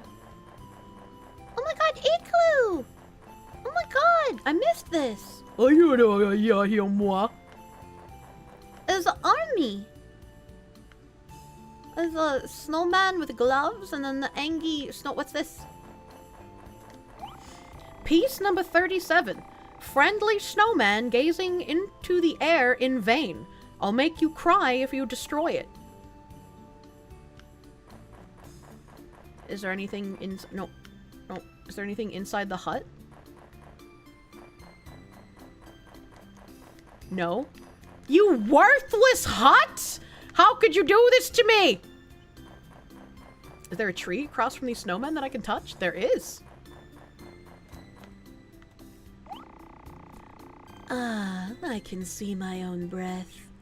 This place is ruled by sub-zero climates. I am surrounded here by a field of snow. Please excuse me for not showing myself.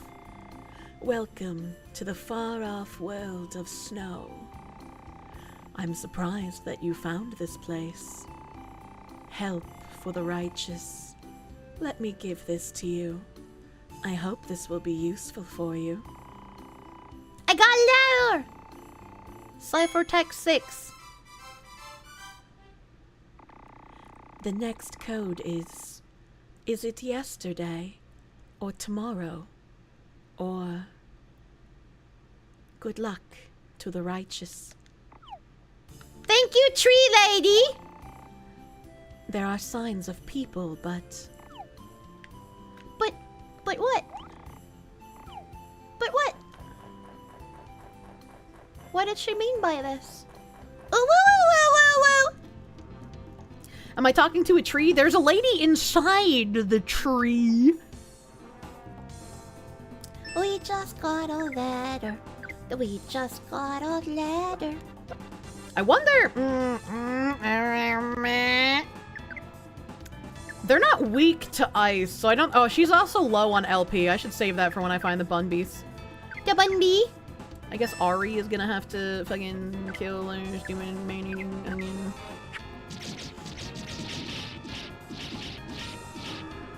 Bigfoot. Yeah, there's Bigfoot footprints in the snow. Bigfoot has... Oh, what was that? Fucking lag? Bigfoot has a giant Yeti cousin? A flaming tome, those penguins. Turn them gay. Sandman is cured with alarm. I do not have an alarm. I do not have that. Bing, bing, bing. Oh, the penguin missed me!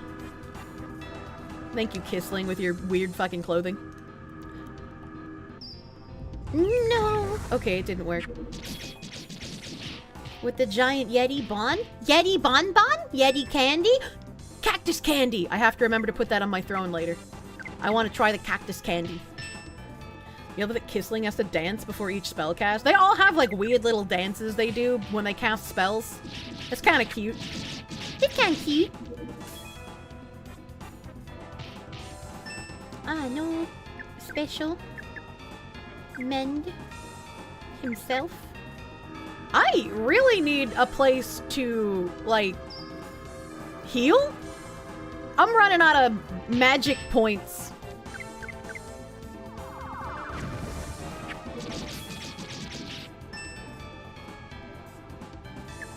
Please nut on the woman.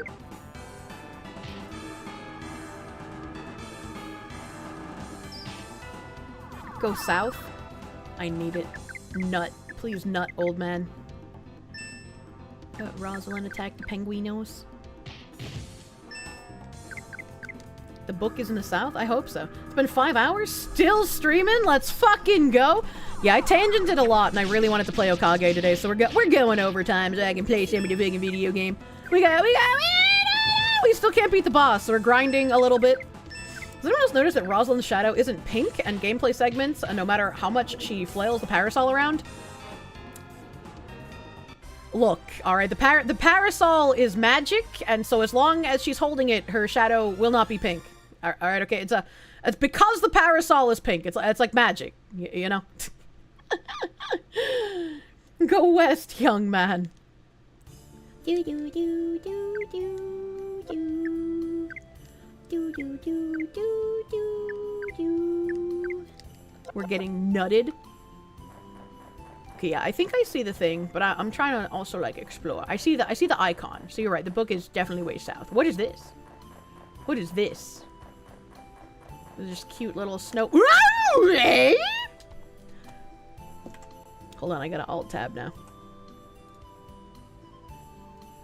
We got a cheat sheet here, chat. Describe the unhinged terror humans feel at witnessing my evil glory.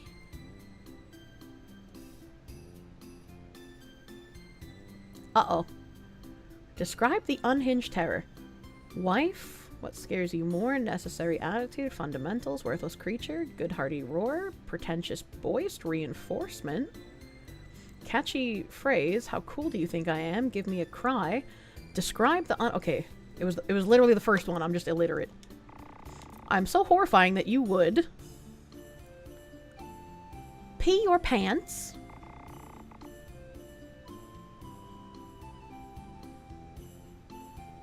If bone chilling while half asleep. I'm so scary that you'd pee your pants if bone chilling while half asleep. Well, it doesn't make any sense, but that's what he likes, so, you know. That's, I don't know, whatever, man. Whatever, Stan.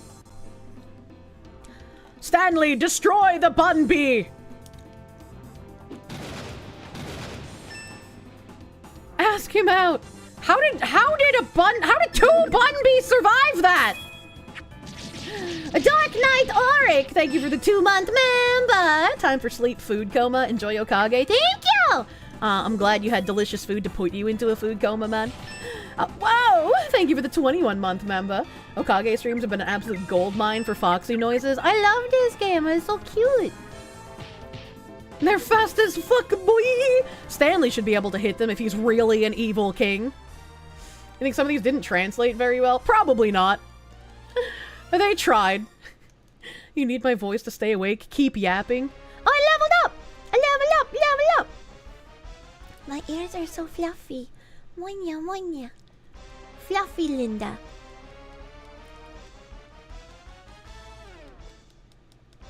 Destroy the bun bee and my pissed pants are yours. Why does he have a pee pants fetish?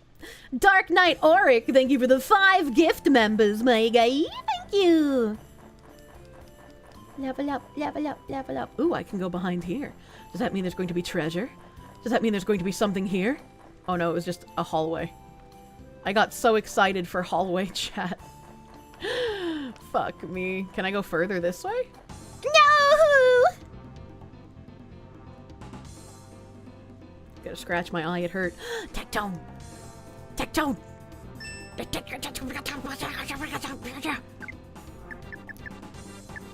Well, there's nothing here that I can use to, like, make them stay. Maybe I'd touch the half-cocked Yeti. Ari, Blaze, half-cocked Yeti is fucking water? Oh, he's got a blizzard sword now. Yeti. Ooh, she did fucking big damage. Special. No, Yeti is blue. Can't Ari taunt? Oh, I put him to sleep! I'm fucking nuts! I'm fucking nuts!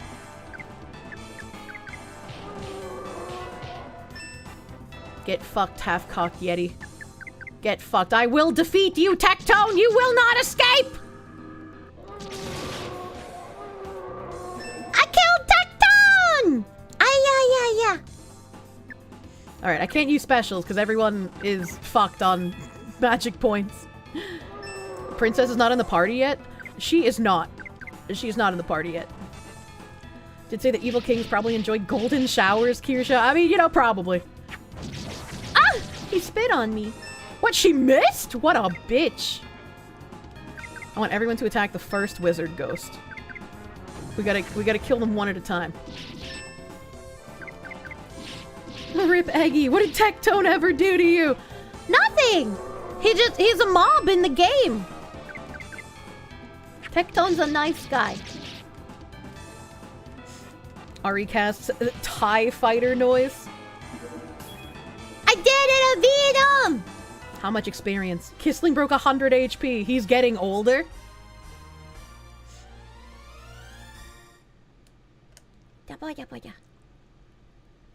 Okay, they gave me big money. Oh, that is not big EXP, though. Alright, okay, so, I mean, you know, that's Maybe I don't try to fight the Yetis. They don't give much experience, man. Treasure champs! How do I get in there? How do I get in there? Can't go that way.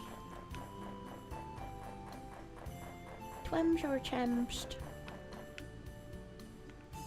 Twims or champst. Something is there. Oh, I didn't even click the ground. Okay, so if I just walk over them, I pick them up. Interesting. Okay, but I can't penetrate the trees here.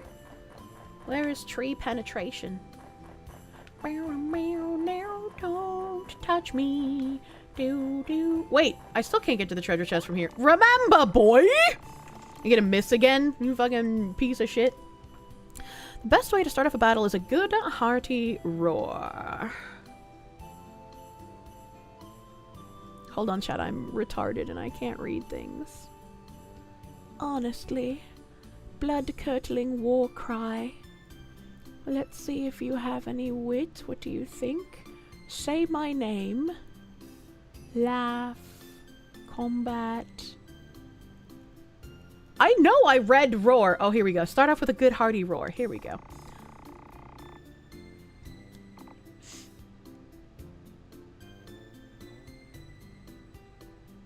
Wait, am I retarded?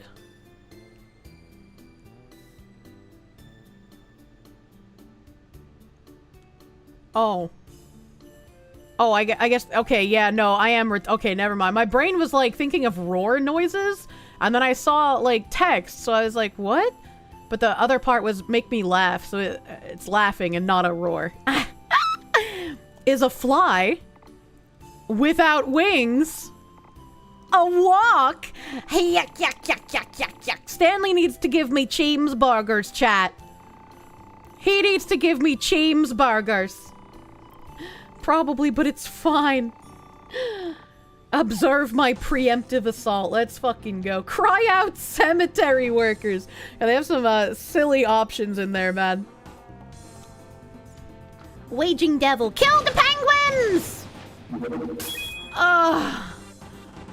Oh god, it sounds so good when they all die at the same time. Like, I wish I could just mass grave all of these things. That's a lot of penguins. Not at Alarm charm! The penguinos! They gave me the thingy! Also, the penguinos do give a decent chunk of experience. How am I supposed to get to this fucking treasure chest, chat? Oh, okay. Well, I found another gear. I found another gear. But how do I get to the treasure chest? Don't touch me. Don't touch me. This is a dead end. Don't touch me. I do not consent.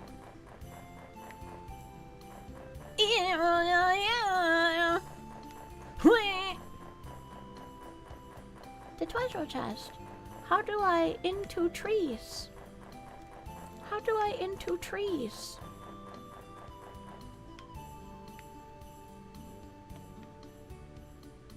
Because it looks like there's area to go in on the other side of this tree directly across from me. But how do I get in there? Oh man, these ghosts are fucking flying now, man. Surprise attack! No, you bitch! It's annoying you can't jump or go through soft obstacles in a JRP. That's a lot of snowmans!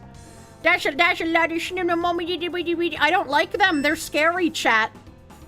I do not like the snowmans. Bing, bing, bing. Bung, bung. Kissling, I need you to be my nut man. Please nut on yourself. Oh, he might die. He might be dead. He's not dead. Okay, they don't do a lot of damage. The Tim Burton snowmans. Usually the idea is to not nut on oneself. This guy doesn't know about the tummy cummies, chat! Finally something I can do. That onion has a blue mouth. He's been eating the blue raspberry lollipops. Harvey Snowman, attorney at nut. Alright, the onion is deep slit. Uh-oh. Oh no. Oh no, what is that? Oh no, what is that? Oh no, what is that? Kissling, please nut on the boy. please, the boy needs help. Oh god, I haven't even been F1ing. Oh god, the panic. Oh god, the panic. Please double nut on the boy.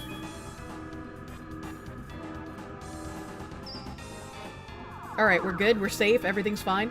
Psycho, thank you for the 5. I inspired you. What the hell is this spicy cat raid? Psycho, thank you for the 5. I inspired you to bust out your old PS2 to play Final Fantasy X too. Hopefully you still have a Brady Games cheetah book. I never had the cheetah book. I never had that. Lone Wolf Clan, thank you for the raid. Welcome, Raiders!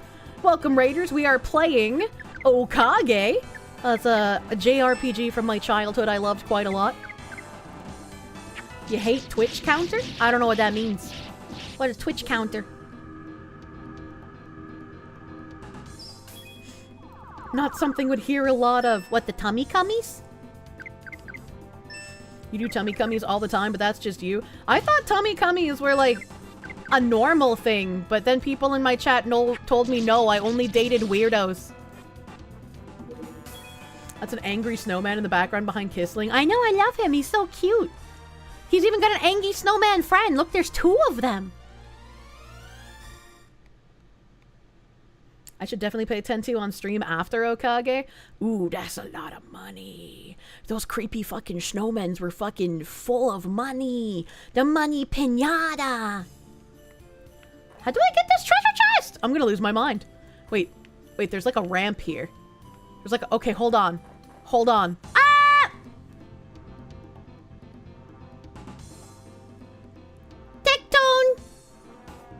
Tectone, you don't give me good money, so I will let you live.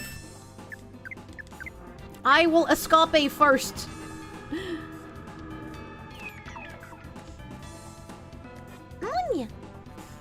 You still have all your old strategy guides? Oh, that's what he meant by cheating. I don't think strategy guides are cheating. Yeah, I have all my old strategy guides too, because they have like fucking neat-ass artwork in them. The ones for like Xenosaga and Kingdom Hearts, those were also like super chunky. Like they were very thick. I think the Kingdom Hearts one even came with like a special like case. Like it had a like thicker cardboard or whatever case enveloping the guide.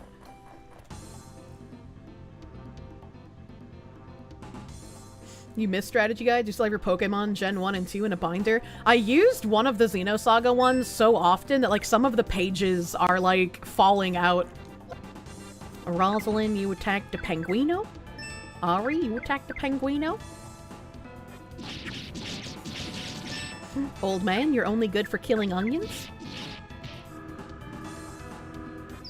Oh yeah, somebody asked me what book Kissling was wearing and I forgot to check.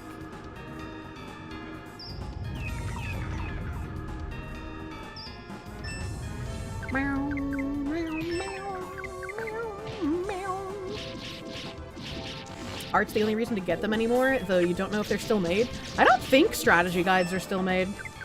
Depends on if there's abs and you're pulling out, then tummy cummies make sense, but also if she doesn't leg lock you, does she even like you? What a question. Nut, please, nut, please, nut. Hate strategy guides for you, figuring out a game's secrets and strats, the most fun part. I liked to play a game without using the strategy guide the first run through, but then after that, you know, it was fair game. After the first run, you could use the strategy guide. Have I ever had a Penguino snack cake? No, I didn't even know those were a thing. You always play first runs completely blind? You like to fully experience the game? Yeah, absolutely. That's like when I play new games and stuff, I do those completely blind on stream. Strategy guides are still made. You find them in Steam forums. There's a guide section for every game, and it's usually filled. Yeah, but like the physical guides were cool because of all the artwork and stuff they put in there. Did I F1? No, I forgot. Get me out of the menu! Okay, F1. Saved. We're fucking nuts. And then, status of the old man. He's using ghostologies? Ghostologos? Whatever that means. I haven't been able to buy another upgrade for him. You're holding the fancy guide for Twilight Princess. Oh, snap. Can I go back here? Oh my god. Oh my god. There's so many like little secret alcoves. Fuck you, ghost! Give me the secret alcove. There's nothing else over here. There's no secret hidden tiny gears, you bitch. Oh no, I went the wrong way. Fuck. Rosalind, your fat ass was supposed to protect me. Last strategy guide you bought was for Zelda Tears of the Kingdom, so yeah, they're still made. Interesting. I can't fuck up the bunbies with my stuff. Wait, do I have items for that? Wild strawberry. I need to be able to buy wild strawberries. We got a problem. I don't think the elephant can do anything crazy, so I guess if we just target the bunnies, we'll be fine. Target Bundy? Target women.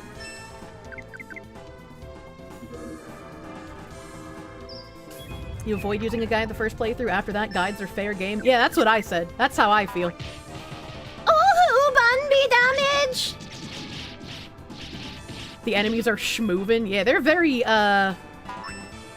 boink. I think that's the same boink noise from Digimon World 1. Like, unironically, I think that is the exact same boink noise from when you have the, like, the Digimon freshly hatched from the eggs. That's gotta be the same boink. Okay, Kissling, please not on yourself.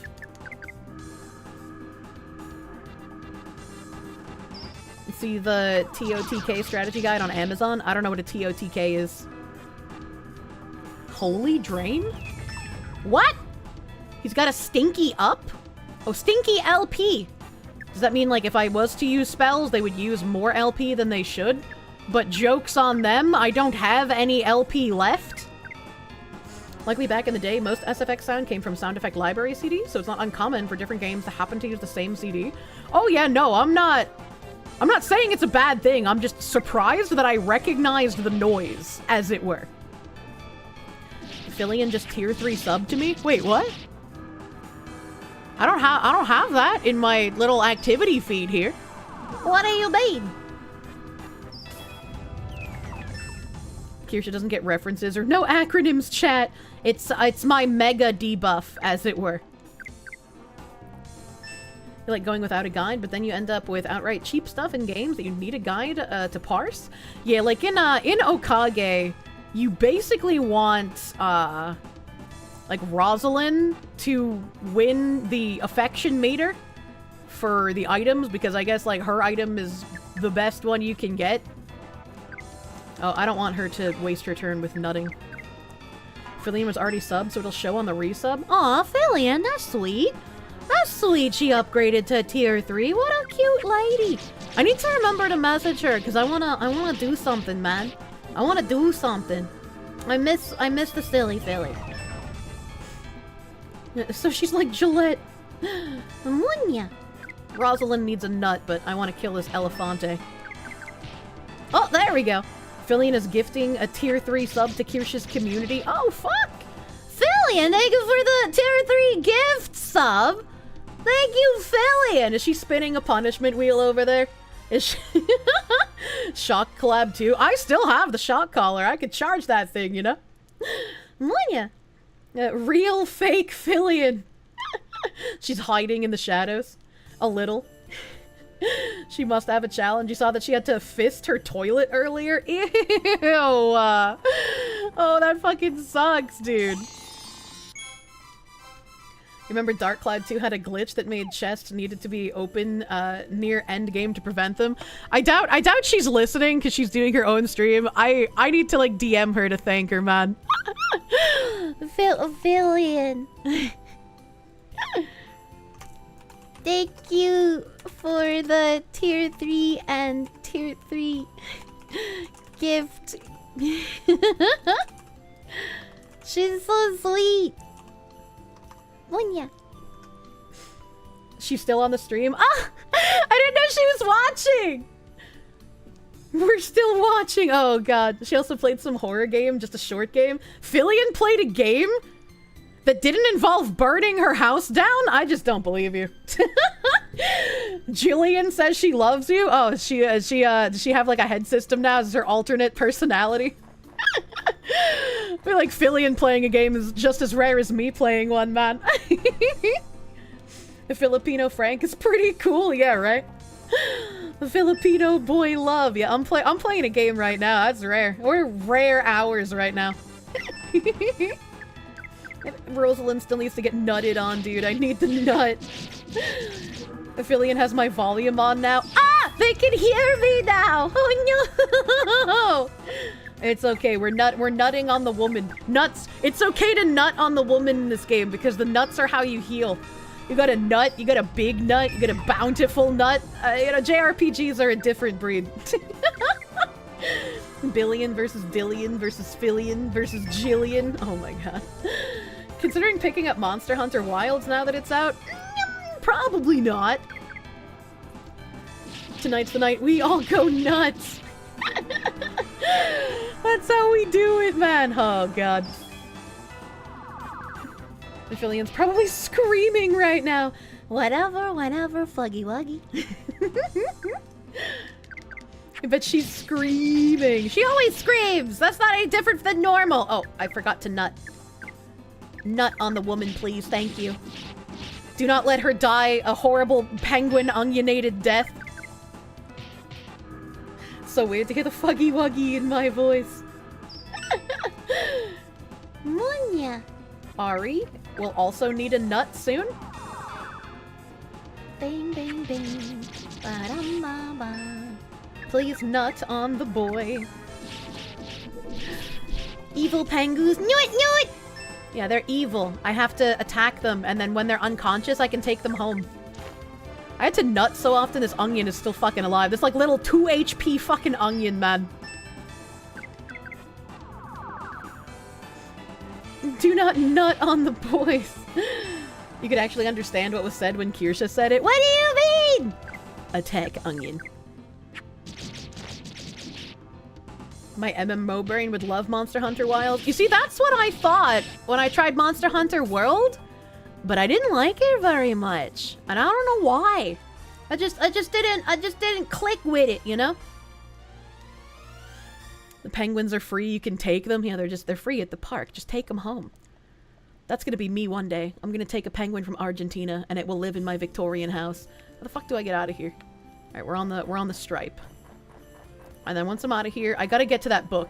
I gotta fucking just like hard truck it to that book. Don't get distracted by environmental elements. Don't.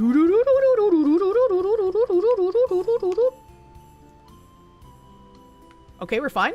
No, we're not fine. We're not fine. We're not fine. We're fine. We're not fine? Fuck! I thought I could squish around him. This is illegal, alright? Them putting them on this, like, little fucking tiny strip, okay?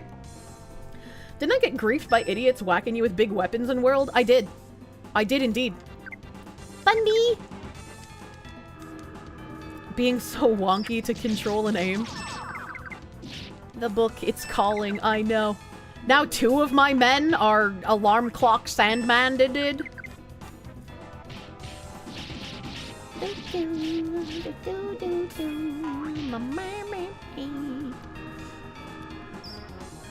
You gave up on Twitch during the deer person? I mean, that's understandable. I don't exactly like Twitch or YouTube as platforms. I think they both have a lot of shit wrong with them. Wait, Kissling died! What the how could you... Bunny? Bunny?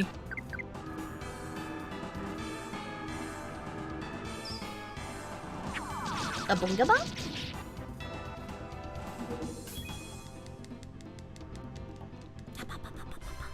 I would love Metal Gear Solid 5. I played Rising Revengeance. And that was a lot of fun. That was a lot of fun. Click, click, click, click, click, click, click. This menu takes so fucking long to get out of at the end here. Okay, I need to nut. I always forget to out of battle nut. And then I go into battle and need many nut. Beep, beep, beep. Get off. Get off. Oh, we fucking made it. We're chilling. We're fucking chilling. Alright, don't get distracted. Avoid ghosts as much as I possibly can. We gotta get to that book. We gotta get to the book. I'm dying. Everyone needs alarm clocks. Okay, we got a trail. We're chilling. We're chilling. That sign, I can use that sign if I need to evaporate ghosts. Okay, we're gonna use it. We're gonna use it. Evaporate. Southeast to Triste, dead end. Southwest, nothing really. Well, that makes me want to go southwest, right? If the sign is telling me there's nothing there, obviously we should go there. Ooh, the thingy! Hold on. Okay, you're right, I'm sorry.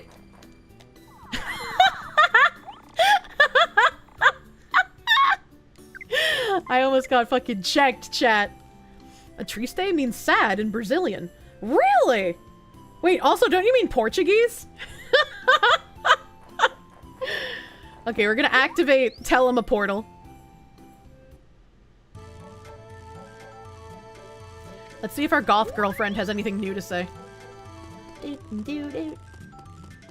Oh, we only have 2 teleportals left to find. Huh. The island's open to all the world's travelers. They can use the island at any time, in any situation, as they see fit. Okay. Okay. I became Zoidberg for a second. Portuguese, Brazilian, same difference. Brazil is appropriating the language. It's your birthday today, so you're making yourself grilled steak and corn on the cob and then drinking alone. You're not alone, you're with all of us. Happy fucking birthday! Happy fucking birthday. I hope you have a nice quality steak, dude. Happy birthday! The gate is still shut. Can I do anything about that? Is Triste like the fucking walled city in Attack on Titan? What the fuck is that? Ah! I was just trying to look at the city, you bitch! This has to be the most surreal game you've seen so far. Wait, why? Why is it surreal? Clingy quabu. Clingy quabu. Turn the crab gay.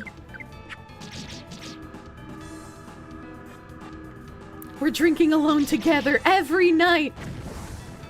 Random fucking missing texture. That's not missing textures. That is their texture. That is their texture. Unfortunately, she hates us. You'll never know we support you. What? Portuguese is what Spanish sounds like, spoken from a deaf person. What the fuck?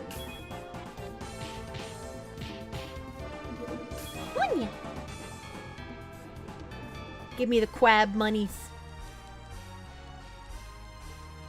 That's so true, is it? Portuguese, Spanish, same thing basically. I feel like those are fighting words. Steak is the pre-made filet mignon wrapped in bacon. You marinated them in whiskey and added herbed butter at the end. Oh, you know what I love? Publix has these really nice flank steaks that are stuffed with like mozzarella cheese and spinach. Oh, those are so fucking good. I love those things, dude. What is the— oh yeah, I forgot I was looking at something before I got ambushed. What is that? So like there's this walled city area right here, but like what is that? What is that? It kind of looks like warehouses or some shit with like a giant coliseum behind it. And I can't like look up because the farther I get away— whoop whoop whoop whoop! Rosalind, your fat ass, protect me. Because it doesn't— like the camera angle doesn't really go up much. Fine, I'll fight you. Next town over. Looks like a warehouse or a dock. Yeah, fuck this Elefante!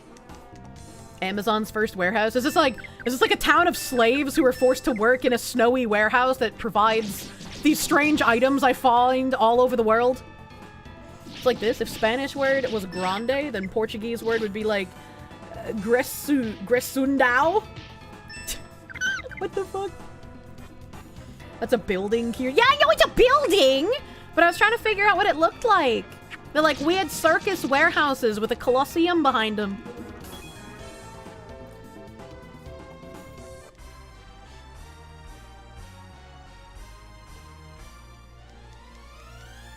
A coliseum.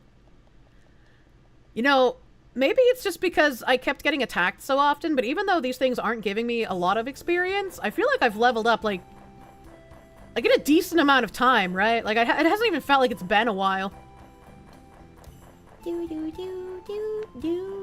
Ooh! Oh, I can see more shit here. Okay. All right. I can see there's like a little river with like a little bridge. That's got to be where like the poverty people live. Was it? I think it was called Lost in Random. It was a game that I played that I was playing like a little tiny character thing, and I went through all these different worlds, and everything was controlled by like RNG and dice. And that's also how I fought in battles. And there was like a big town tower thing, kind of like the Kowloon City, like just made out of trash and metal and shit. This kind of reminds me of that. Dicey and the One Lady. Yeah, that game was super fucking fun. That game was super fun. Oh, there's like weird shit over there. What is that? Can we go there? It was a good game, but the game's... Yeah, the ending was kind of lackluster, but I really liked going through the game. Lost in Random was pretty good. The devs showed up and hung around when I was playing multiple times. That was pretty fucking cool too. I don't know if the Bunbys will all die. We'll see. Supposed to do what Henry Flogger did and burn down the poor people's shacks after they'd done building your hotel. That seems kind of rude. Haha, poor people don't build good. I feel like all the like little shack towns in games like this are modeled after the shanty towns that were set up outside of South African cities. Like that's just what I think of every time I see them now. Do nut on yourself. Brazilian favelas. That's Lost in Random, yeah. Lost in Random was a really fun game. Didn't really like the ending, but yeah, really fun game. I don't think I'll need to nut. I think I'll be fine.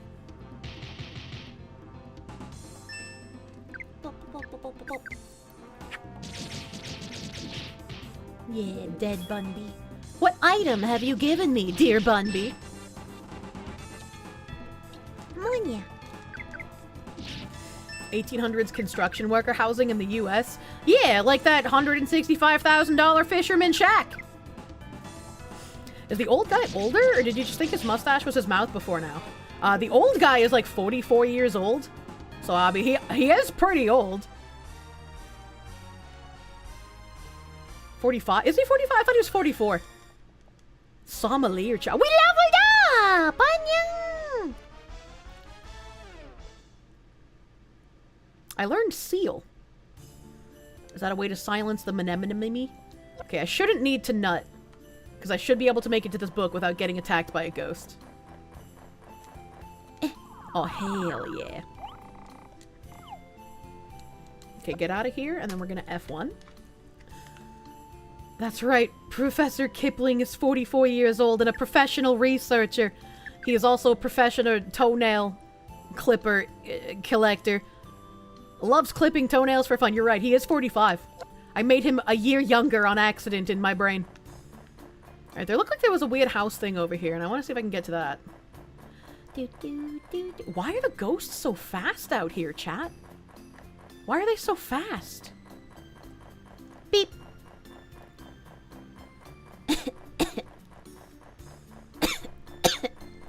I'm dying. 40s is extremely old. Yeah, he might as well be dead. Oh, it's a big snowman! Look at it! Look at the big one! I want to touch it. Ah, no! What? What was that noise? What was that? What was that error noise? That was spooky! I don't like that.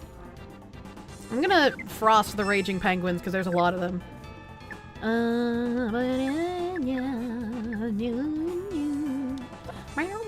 Wait. Can I group sleep? Can I do that? You can't get over Kisling's hair, man. Okay, so the frost did not do a good amount of damage. Come on, yeah. Kirsche gonna nut and frost the penguins to calm down? They're all sleepy! They have a different animation when they're asleep! Oh my god! I was not expecting that, because I don't think I've seen mobs have a different animation when I put them to sleep before. That's pretty fucking cool. That's so fucking cute! Look at them spin and flail! They're captured. They can't do anything. I love them. They're so cute. Wait, how come they all woke up? That's not fair. That's not fair. What are you doing? Why are you doing this? Go back to sleep. Go back to sleep. Tectone did a spin while asleep too. Really? I didn't even notice. I'll have to put Tectone to sleep again later. Is it a one turn only sleep? Maybe it's only one turn. I don't know, man. They heard you squee over them. They hate the sounds of happiness. Yeah, that's actually what it looks like, is they just hate the sounds of happiness. But I mean, like, I could avoid damage by doing this, right? Sleep only lasts one turn? Gay. You two have a different animation when you're put to sleep, Jesus. It's like I just have permanent chloroform, man. How wonderful. Got done putting some good bearings in your rollerblades. Hopefully they work well when you go skating in like 30 minutes. Good luck. I hope it's a nice ride, dude. The dead penguin, no. You'll never get to upskirt peak Rosalind as she parasols down onto your face. Why live? Hold on, wait a minute. What did he mean by this?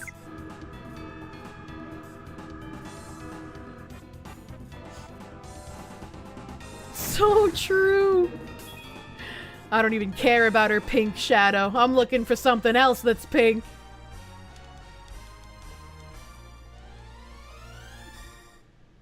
The penguins do not have a lot of money. They're very poor penguins. Ari unfortunately got behind in levels.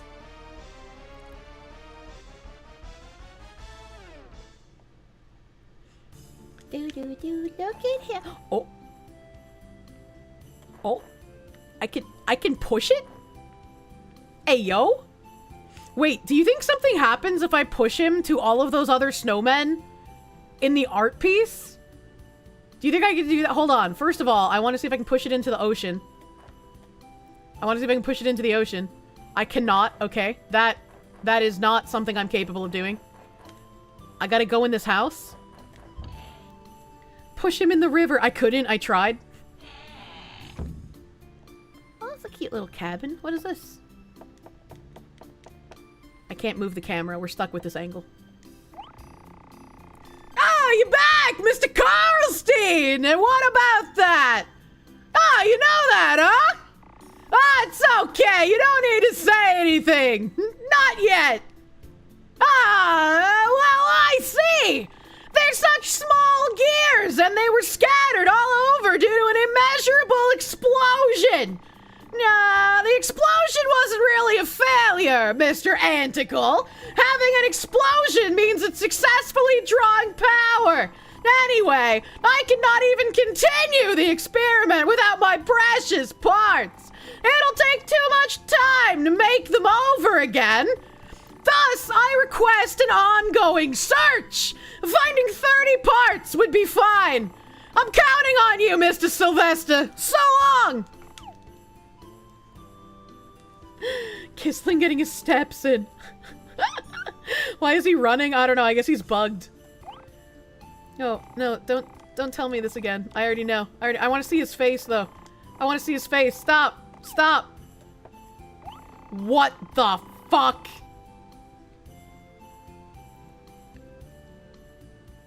Brother.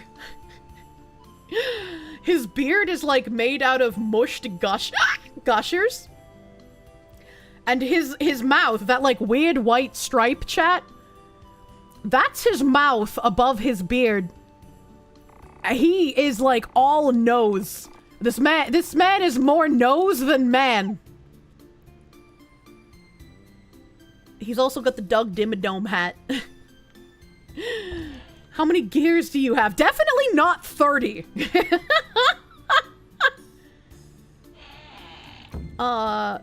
Item. I'm assuming they're in here. Tiny. I have 11. I have 11 tiny gears. It bothers you greatly that much of the UI is written in pure lowercase. The shift key exists. Why? What bothers you about the lowercase? I think it's nice. It's stylized. Is there a tiny gear behind the house? No? Unfortunate. Alright, I'm gonna push the snow. Ah! Tectone. I'm gonna put Tectone to sleep. He's gonna run away, so I know this battle's not gonna last very long. But I'm gonna put one of them to sleep.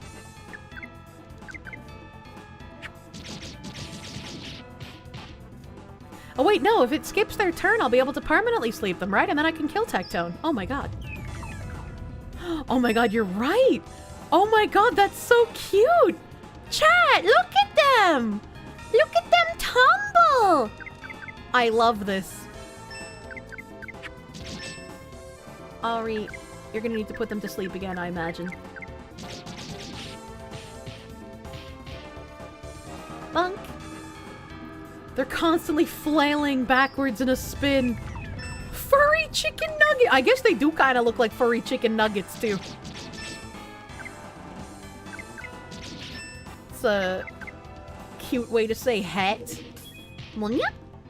Oh no, this Tectone isn't dead yet. Yeah. Looks a lot like you when sleeping, except they're standing up. Oh no. Just surprised I haven't found a replacement for Kissling yet. Yeah? Yeah? Alright, so this truly proves that there is nothing to be gained from these Yetis. Maximus Genitalia! Thank you for the $1.99, dude. Thank you. Alright, we're pushing the snowman. We're pushing the snowman to the other snowman. Because I feel like that's what we have to do, right? We have to bring him to his brethren. They're like on the other fucking side of the snowfield, dude. Oh god. Wait, it would probably be easier if I pushed it that way. Don't touch me! Stop. Don't touch me, there. That is my Rosalind, please, thank you. Okay, so this way? This way? Yeah. Oh, wait. No, there's an invisible wall! No, there's an invisible wall. Don't touch me. I'll touch this one. You looked at Lost in Random and it looks really good. How did you not know about it? It kind of plays like Kingdom Hearts Chain of Memories. On sale for $3 on... Oh, it is on sale right now. Okay. Lost in Random, $3 on Steam right now if you're interested. My playthrough of Lost in Random was before I was dual casting.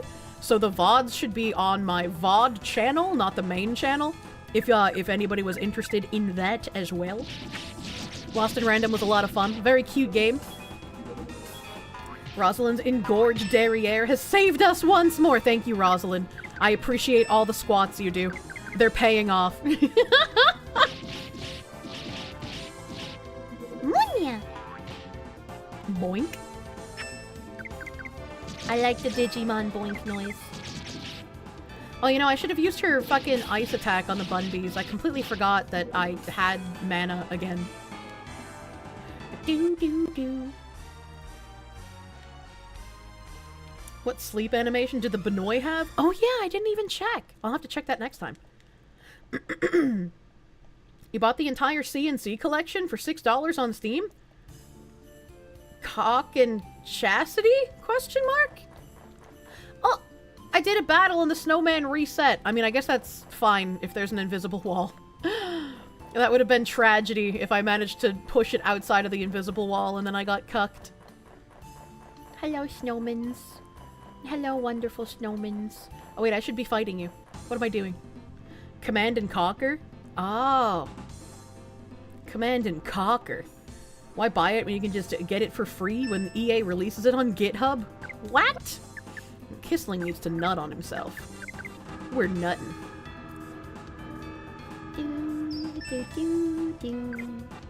Chat, we're gonna beat that fucking big bull guy. We're gonna do it. There's no assets on Git, only code. The Kraboos are very strong.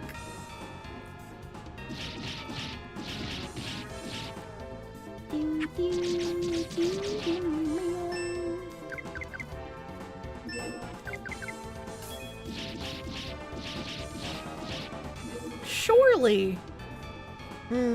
I don't know if I should level up one more time or if I should make it back to the big tree hole right now. The bull dies tonight. The bull dies tonight! Crab Rave, my brethren. I wonder if there's a way to, like, stop ghosts from spawning. Right? Like, when you're later on in the game and you don't want to fight, like, the little babby ghosts, I wonder if there's a way to just, like, avoid ghost. Does Stan ever actually do anything? I mean, he, will randomly use attacks during combat, depending on how high your affinity is with him. The higher your affinity, the obviously more chance he has to do attacks during combat.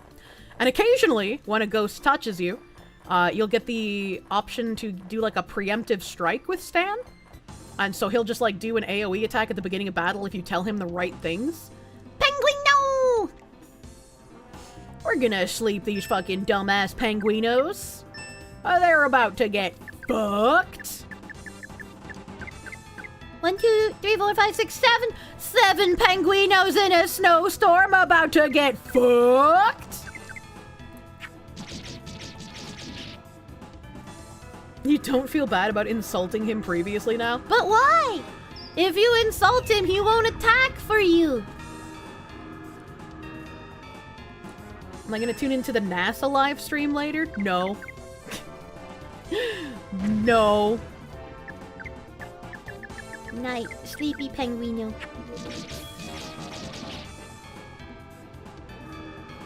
Disappointed. I should know what CNC is an acronym for in DGen circles. Consensual non-consent. He didn't put an N though. He did C and, like the and sign. If it was CNC, obviously I would have said that. Obviously.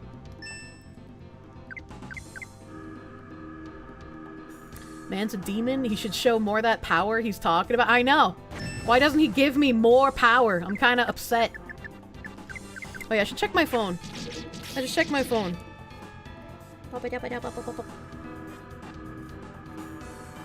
What are you up to? Hello, Dad. Streaming. Still.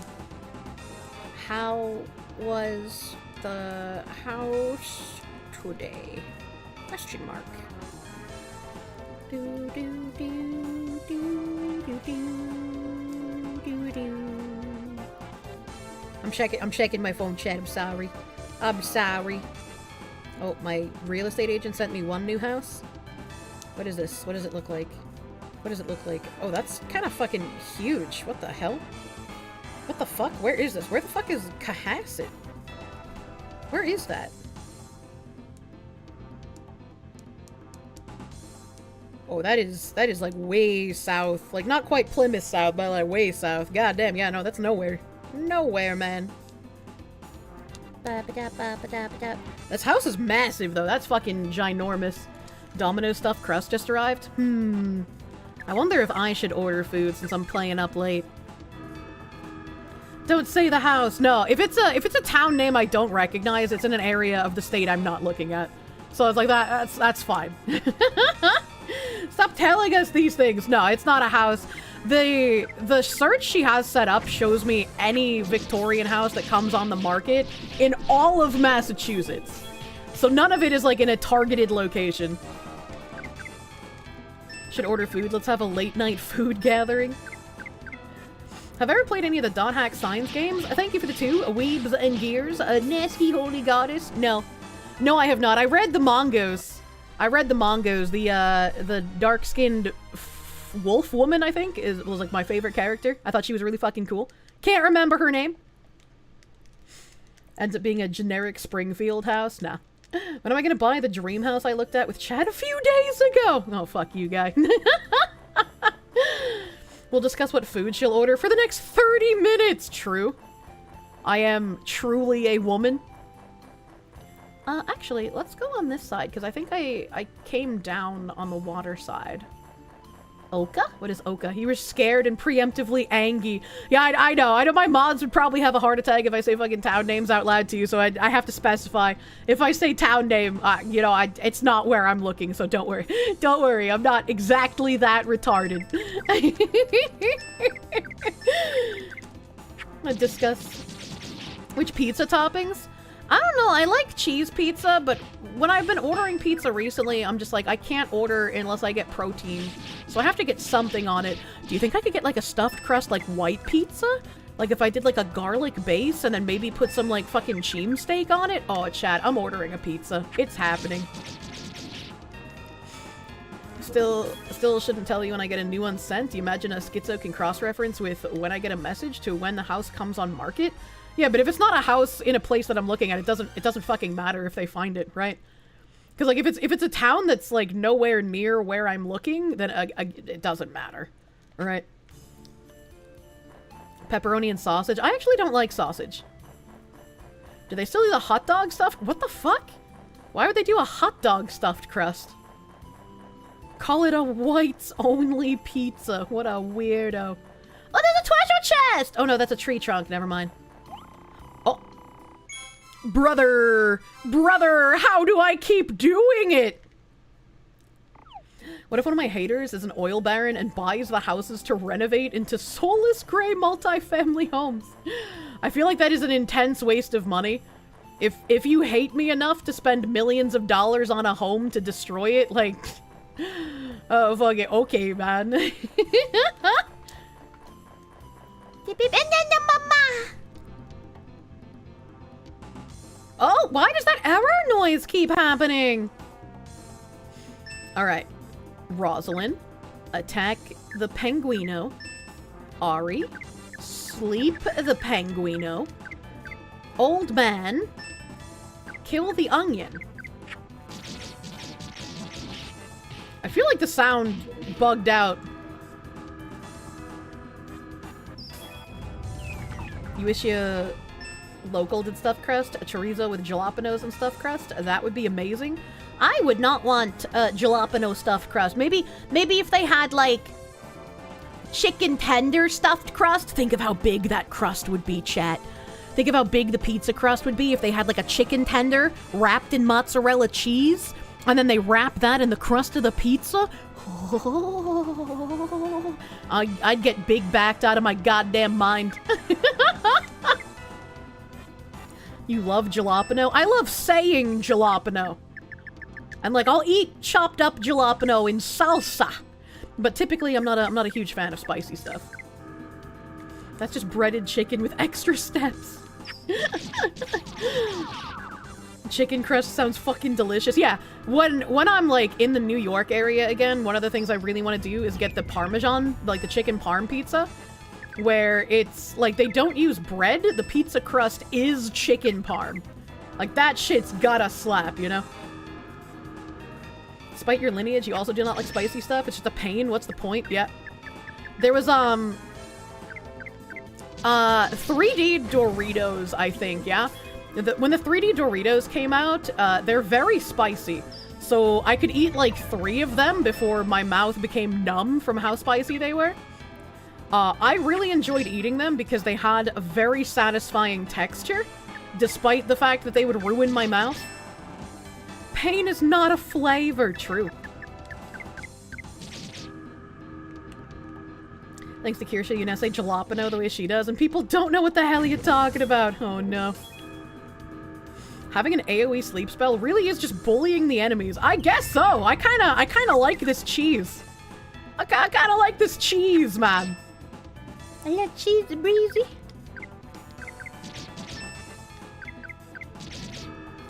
They were like eating really, really tasty razor blades. Bonka Penguino. Yeah.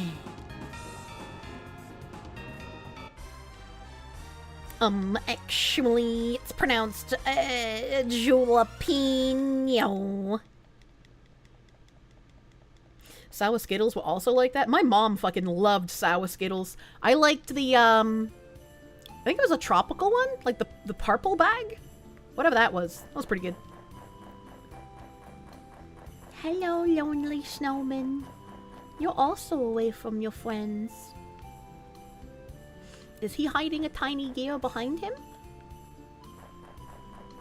Tiny, lonely snowman gear? Do, do, do, do, wah. No. Hey, what's this say? Hot springs are a friend to a chilled body. Welcome to Big Bull's beloved spa, the Post Spa. Can I go in the hot spring? No. The ghosts get stuck on the hot spring even. Well, that seems like a cock tease. How can you put a spring and a sign and not let me use it? What was the big deal about the movable snowman? I don't know, just a cute little thing. It's a cute little thingy. Attack. Sleep. Sleep the penguin. Also, chat, I think I'm noticing, I think the amount of magic I can do is team-wide. They don't each have their own, like, pool of LP. It's a party pool. What the heck is this game about? I am an ordinary boy in an ordinary village living an ordinary life, but then one day my sister gets attacked by a ghost who jumped out of the bushes and it turned her into a pig Latin cursed woman. And then we used an ancient bottle that my dad found because he likes antiques. And the ancient bottle had Stan in it. And Stan took over my shadow, so I am no longer just an ordinary boy. I am an ordinary boy whose shadow is possessed by an evil king spirit. And he cured my sister's curse of pig Latin, but that turned her shadow pink. And now we're trying to get his evil powers back by defeating all of the fake evil kings. I hope that makes sense. Explanation of the game is amazing, never change, old PS1 game. Well, this is PS2, but yeah, close enough. Bing, bing, bing. Also, Linda's cute. Linda is our wife. I love Linda. Bantam Sartorius, thank you for the €5. Beloved Foxu, fellow honorable chatters. It's been a blast, but it's getting late, so you're gonna go to bed like the penguinos. Thanks for the stream. Thank you for hanging around. I should order that pizza before I forget again. I want to get out of combat before I order food. It's the PS2's Earthbound. Wasn't this on GameCube? Not that I'm aware of.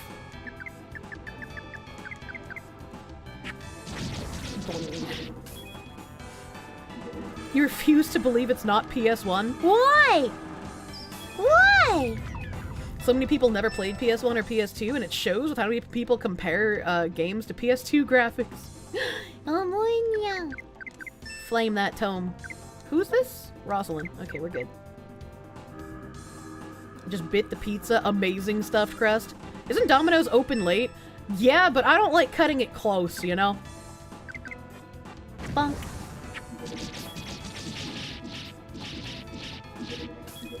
Ah. PS2 is goated. Change your mind.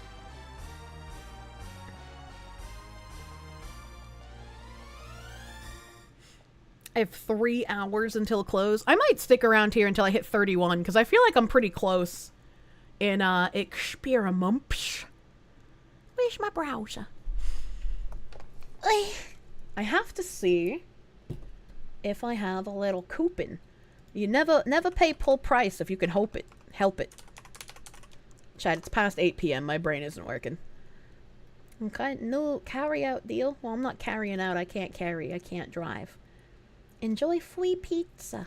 Yeah, free pizza. Redeem free pizza. Cheap the noodles.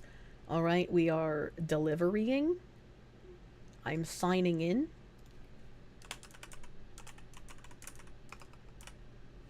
Help, I can't see. Password. Oh, I fucked that up so hard.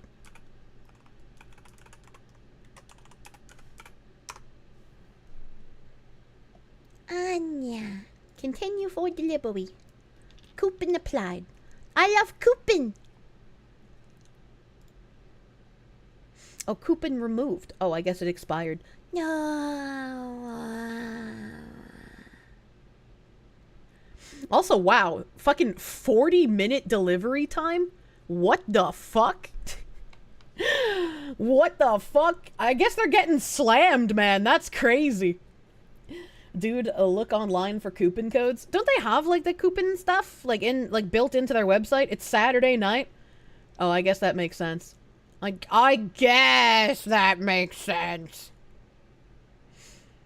Oh. Okay. I see. I'm picking up what they're putting down here. My offers are still baking. View coupon.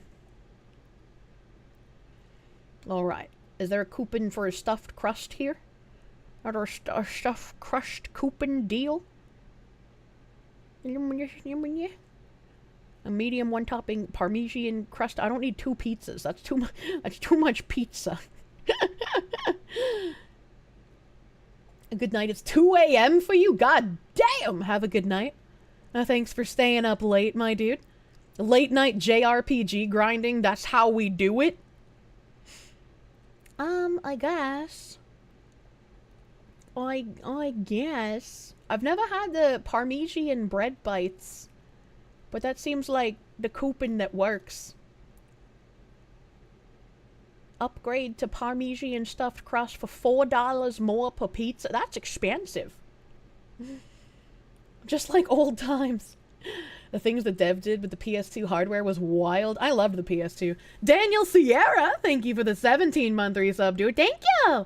It's a Sony first-party game. It started development as a PS1 title and was changed to a first-year PS2 game. It's pre-Final Fantasy X and plays like a PS1 game. It plays like I like it, is what it plays like. Yeah, I guess I'll do the coupon for like the pizza and Parmesan bread bites. I've never eaten those, so I don't know if they're good. I would like the Parmesan stuffed crust build my pizza. Start from scratch pizza. I would like Parmesan garlic stuffed crust. I would like garlic Parmesan sauce or Alfredo sauce. Ooh. I don't remember what their stuff tastes like. I don't know if I go with the garlic Parmesan or the Alfredo. Because I'm going to have Philly steak on it. It's going to be a Philly steak pizza. So I guess maybe going with the double garlic, right? The garlic parm crust with the garlic parm sauce. Maybe that's the way to fucking go. Someone tries to spell out jalapenos and still screws it up. What do you mean? What do you mean? Is Kirsche throwing a pizza party? Well, it's like if you're late night JRPG grinding, you gotta have pizza. I dip the bites in blue cheese. I'm not a big fan of blue cheese. I'll eat, like, the blue cheese crumbles on, like, wedge salads. But I'm not a huge fan of it. Garlic Parmesan. I see most people saying garlic Parmesan. You tried the garlic parm stuffed crust? It isn't stuffed with parm. It's just sprinkled. Very misleading. Very disappointing. I can understand that. I can understand that. I feel like it should be stuffed with it, not just sprinkled. I understand. Well, you understand. Don't forget the Dr. Pepper. I don't like Dr. Pepper. It makes my mouth feel funny. It's like spicy soda. I don't like it. What is fucking... It's a medium 2-topping pizza, right? So I can get the Philly steak and then, like, extra cheese, I guess. Extra cheese here. Shredded Parmesan Asiago. Seeing is believing. Or believing is seeing, rather. Parmesan Asiago. Should I get Parmesan Asiago or provolone? Maybe provolone would be better with fucking Philly cheesesteak. That's the doctor working his magic. Toasted shredded parm is crunchy and delicious. Sounds like an allergy. Mozzarella cheese in the crust, but parm on the crust. Philly steak. Yeah, I'm cutting off a piece of Philly and I'm eating it. The Philly steak. Kirsche has a mild flavor allergy. Wait, do I actually? A stuffed crust medium is not like 80% stuffed crust. Yeah, but the crust is the best part, man. I should drink Dr. Pippa instead. I'd turn her ears into juice, honestly. What about the pronunciation of taco, quesadilla, and tortilla? What about them? Tortillas are just like burrito breads, if you think about it. Talking of pizza, remind you of DSP? DSP is not the only person that eats pizza. What do you mean? What do you mean? I don't know if I should go with the shredded parm Asiago or the provolone. I like parm and I like Asiago. I'm gonna go with that, alright? Would you like to redeem a free dipping cup for 20 reward points? Absolutely not. What kind of bullshit is that? What kind of dumb bullshit is that? Fucking add to order, man. Like it, cheese it up. No thanks. No thanks. I already put extra I don't need that shit to be like cheesed out of its mind. Right, Parmesan bread bites. Oh, I get a free dipping sauce with this one. How fucking nice of them. Is there ranch any good, chat? Is Domino's ranch good? Asiago, the myth, the legend. 20 whole points, though. There was a new DSP pizza party video? What the fuck? It's ranch. I've never had Domino's ranch, so I don't know if it tastes good or if it's like a bad ranch. Because like every restaurant's ranch tastes different, right? They all have like a different flavor. So is Domino's ranch like decent? Does it taste okay? No, it doesn't. You haven't had Domino's since 2015, you would know. Their ranch is pretty runny in your opinion. Is it buttermilk? Yeah, it's a creamy buttermilk ranch dressing with hints of garlic and onion. Domino's Ram Ranch. Probably tastes like grocery store. Well, I mean, the grocery store depends on, like, which brand you buy.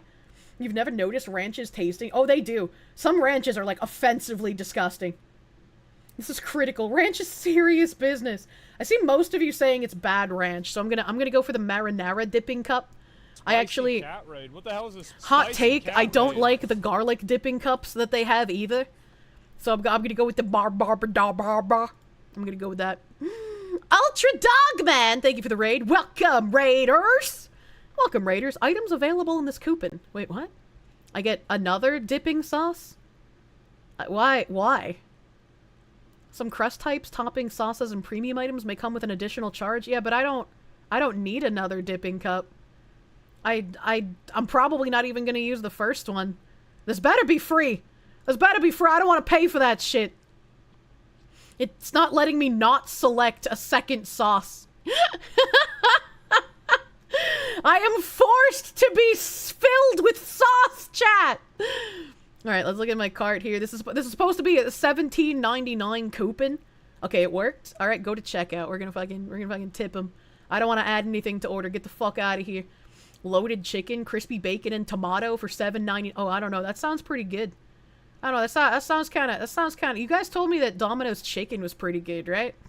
You guys said their chicken was pretty good, right? The second sauce hit the pizza. Bloated chicken. Suburb Hermit, thank you for the member. Oh, thank you for the member. It's pretty good. Can you eat all of that, though? No, it'd be like fucking a gajillion meals. Their chicken is ass, but edible. And I mean, men eat ass, so that makes sense. And if you ain't got no sauce, then you're lost, but you can also get lost in the sauce. You like the lava cake? I tried their lava cake ages ago, and it wasn't that great. I wasn't a big fan. Not a big fan of the lava cake, you know? If you only get a Parmesan stuffed crust pizza, they're 12 grams of protein per slice. They skimp a gram of protein per slice if you add any other toppings. Pizza money.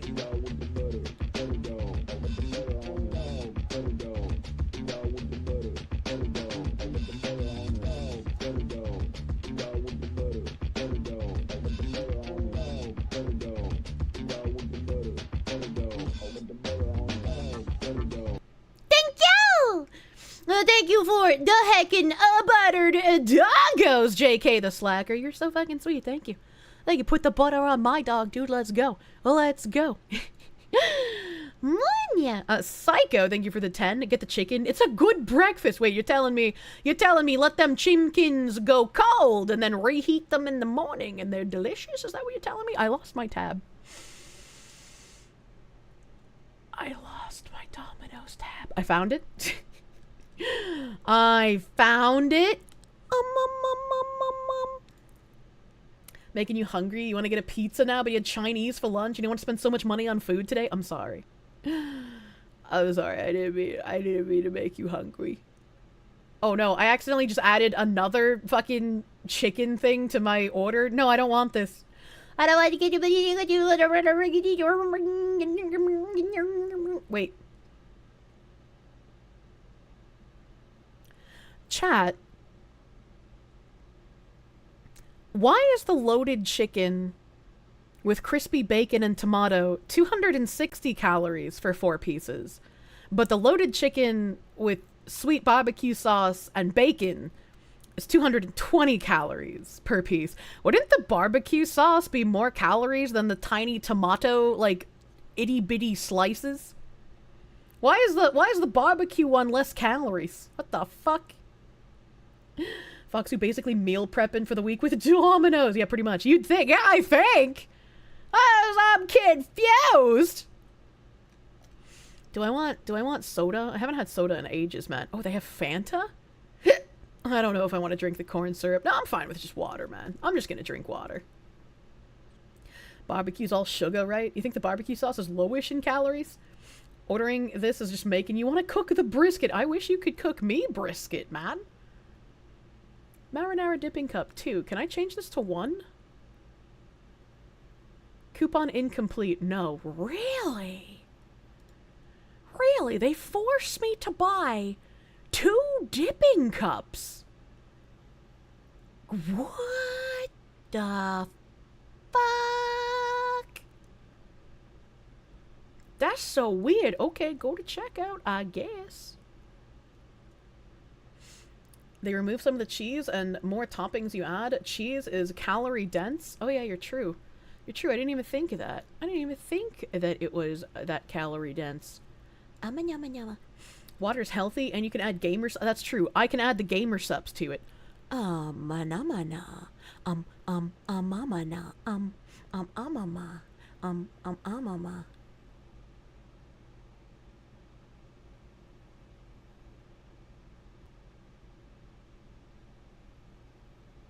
Sorry, I was reading.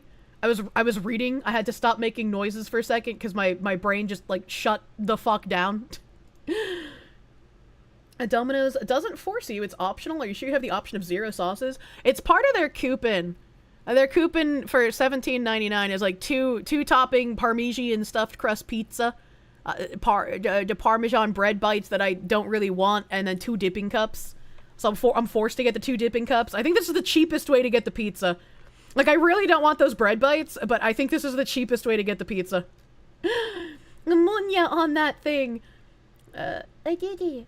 Don't forget code Kirsche for your gamer subs. Yep. You do want the bread bites? I mean, I don't. They're like crack. I don't know. I just don't believe you. How do I fucking pay for this? How do I pay? Oh my god. Oh my god, it's like $33 fucking. Continue checkout. Why is fucking Domino's so expensive nowadays, man? I mourn the loss of the 555 deal all the time. Leave it at the door. Place on floor. Please. No contact delivery. Thank you. I don't want to see people. I don't want to see people. I hate people. Okay, alright. Is this a real card? Oh no, it's expired. my card is expired. Wow, imagine that. Imagine my card being expired. Oh my god. Do you want the bread bites? They're 10 out of 10 and very unhealthy for you. That's what the butter dog was for. I know, thank you for the butter dog. I just, you know, I'm shocked. I'm shocked at the prices of the Domino's. 11.20. And then, yeah. And then, yeah. Uninflate my dollar, please, Orange Man. You gotta agree that the bread bites are like crack if you like greasy stuff. Pizza guys? No thanks. Steakhouse guys, though. Wait, what do you mean? Oh, like Outback Steakhouse. Oh, I see. Little Caesars still has $5 deals, but you gotta pick it up. You're gonna hate me, chat, but I don't like Little Caesars. I think they're kinda icky. Prepayment is required for deliveries left at the door. Well, no shit, man. I think it's funny that they give you the option to not tip on the delivery orders. I'm just gonna make that known here. I think that's funny. Indicates required field. Wow. Wow, okay. We're gonna give them the tip here. Feeling generous. It's hot and ready. Pizza. It's fresh, it's good. Deep dish is also decent. You don't like Little Caesars, but you can respect the price, true. Alright, I'm placing my order. I hope it's going to the right place. I hope it's going to the right place and I didn't accidentally buy someone else a pizza. I didn't check. I didn't check the delivery address. When I ordered the stuffed crust, where is it? Is this the right place? Yeah, it is. Okay. When I ordered the stuffed crust for like the first time to try it, I almost accidentally ordered it to Pippa's place, and I was like, oh my god, that would have been tragic. She would have been so fucking confused. Be like, why is there a pizza showing up in my house?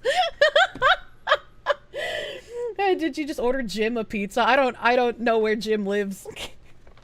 Caesar's is just a once in a while thing for you, but your aunt loves their wings. Also a hot take. I don't like wings because they have bones in them. I should just send Pippa pizza randomly. Oh my god. Okay.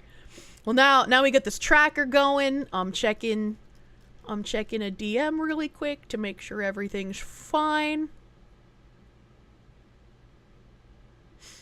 Oh, okay.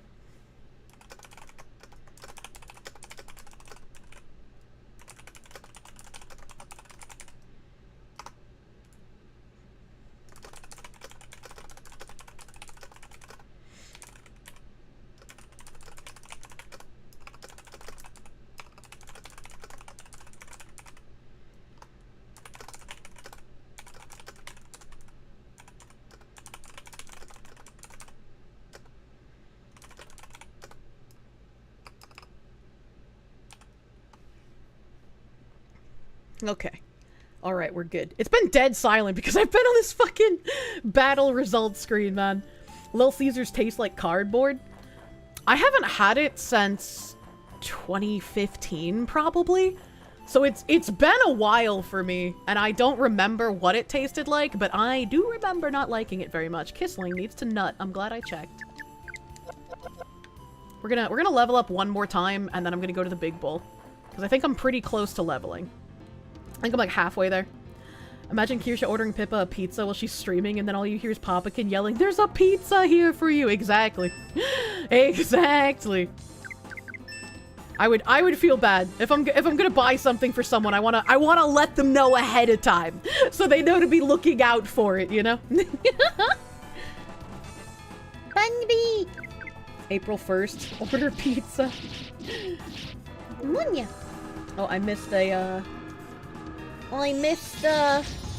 cunning Droga. Thank you for the 10. When you worked at Domino's, you had a 300-pound dude who would only fit in one area in the store next to the oven, so he would cut all the pizzas all day while dripping in sweat all over them.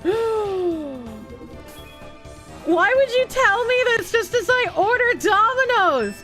What if my store has a 300-pound man dripping sweat all over the pizza? Why would you do this? Why would you do this to me? Extra flavor. I don't want that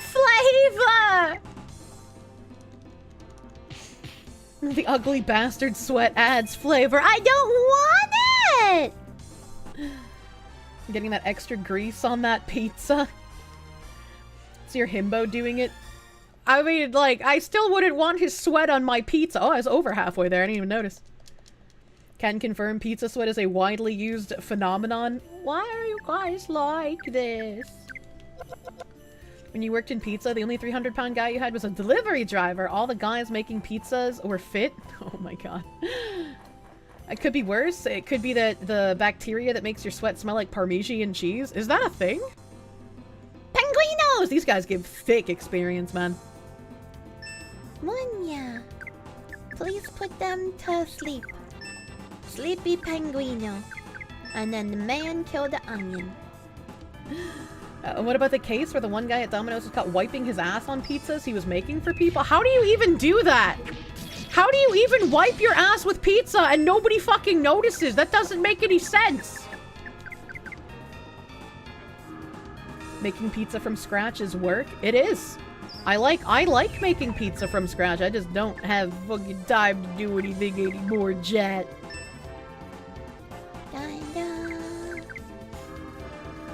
Beepy Pingu. Number 15, Burger King foot lettuce for the number 3 brown lady. Oh man, that sword noise again. Every stereotype about pizza places is true. Your first shift as a high schooler, the manager tried to sell you weed. Sounds like a cool manager. The Italian in her screams, "The cook of the pizza!" True. Have to remember that there was a guy jorking it into the ice cream machine for 4 years? I hate food handlers. I feel like there should be, like, severe, like, prison repercussions for fucking with people's food like that, you know?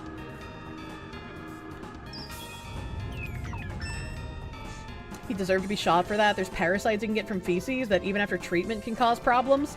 Yeah! You just got fucked up! How did no one catch him whacking off in the ice cream machine? That's what I'm saying. Like, it's crazy how they can get away with it for so long, and then even once they're caught, it feels like they don't get enough repercussions, you know? You know? Did I buy some items from the spa? What do you mean? There's no NPC to buy stuff. It's the spa is just like a pool. There's no NPC there. If you owned a food place and someone working for you did shit like that, forget just being fired, you'd beat them with a sack of potatoes. The spa has a spa store. No, it doesn't. Wait. Where did this building come from? I didn't see this fucking building here, chat. I did not see this building. I heard there's a monster with a great body. In addition, what's even more amazing is that she's training alone. Training forever. Whoa. Isn't that amazing? She's something. By the way, dude, why don't you take a bath? It feels real good. Oh, here's the shop man. Oh! Oh! I was excited and then I looked at the prices. It's just like real life, for real, for real. It's 15,000. This is the one she's wearing. Worldly Ghost is better for him. Custom made wear is better. Honorable armor is better. Starchy coat is what he's wearing. Conjurer tux, I can't buy. Big nut. Bunby charm. Relaxing? No way. Sommelier, impeccable taste. I got those as drops. Alarm charm. These are expensive. Big boss's charm gets you nerve back. Cures paralyze. Cheerful stone cures luck. Envelops with spring flower scent. And then a guidance jewel. I bought one of these at the beginning of the game and I've never used it. Didn't see the building. Yeah, I didn't see this fucking building at all. I guess I'm gonna buy some big nut. I probably don't need many of these because it's not like many people in my party have that much EXP. I'm going to buy... She does not have a better sword. I'm going to buy the defense for him. And the defense for her. Ooh, I think I do have enough money to upgrade them. But since Kissling is worthless, I don't really want to spend 17,000 Sukal on him. Chat, do I spend the Sukal on the Kissling? Or do I just hold out until I get a better party member that doesn't suck? Why is the coat starchy? Crisp finish gives a clean impression, dear chatter. Hold out. Hold out. I still don't have another party member to replace Kissling? I don't. Not yet. Not yet. We'll get the money back pretty quickly. Does it work for anyone else? No. All of the, like, attack equipment is unique to each character. Save your suckle to make someone suckle less. A DPS for Kissling makes no sense, but if he can tank better... Oh, he can't do either of that. Hold out, the initial party never lasts. Yeah, I think I'm gonna hold out. Did anyone look ahead and see how long it is until the next party member? Yeah, I'm gonna not upgrade him. Fuck you, old man. Fuck you, buddy. Equip. For this guy. Brand sword. Oh. Powerful but not durable. Why does that tank my luck? It only gives me 5 attack, but it lowers my luck by 3. Hidden stat. Is that worth it, chat? 5 attack for 3 luck? Is Kissling's only thing that he deals thunder damage? Luck's for crit, isn't it? I don't know. I mean, probably. That's usually what it's for. Luck is usually crit, yeah. Thanks for making me feel old. Wait, why? Like the model I'm on today. They're so cute. Thank you! I also love Linda! I guess I'll take the 5 attack. You didn't get anything new. You got armor. 33 to 42. Oh, that is a huge jump! Holy shit! Alright, she tanky now. God damn. Do you have any other items that I could replace? Attack +1. Defense +1. Bandit shoes. Agility +1. Luck +1. Avoid attacks. That doesn't really work for Kissling. Mirage ring? Dodge attacks? What's the difference between avoid and dodge? What's the difference?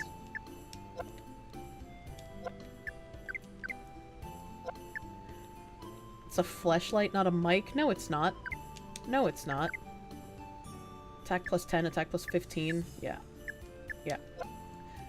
Luck is crit chance? Yeah. At least you know in Fire Emblem, Void is crit reduction and dodge is avoiding attacks. Not sure in this. There's not a lot of information about this game either. Let me see if I can sell you my old items. Sell. Chief's armor, there we go. Sell that. Make a little bit of my suckle back. Custom made wear. Wait.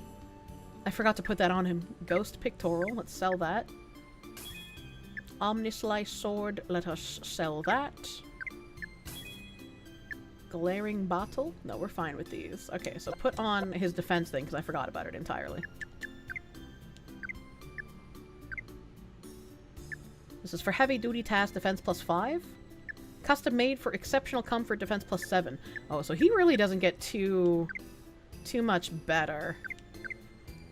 And I can't sell the ordinary outfit, but I should be able to sell the durable outfit.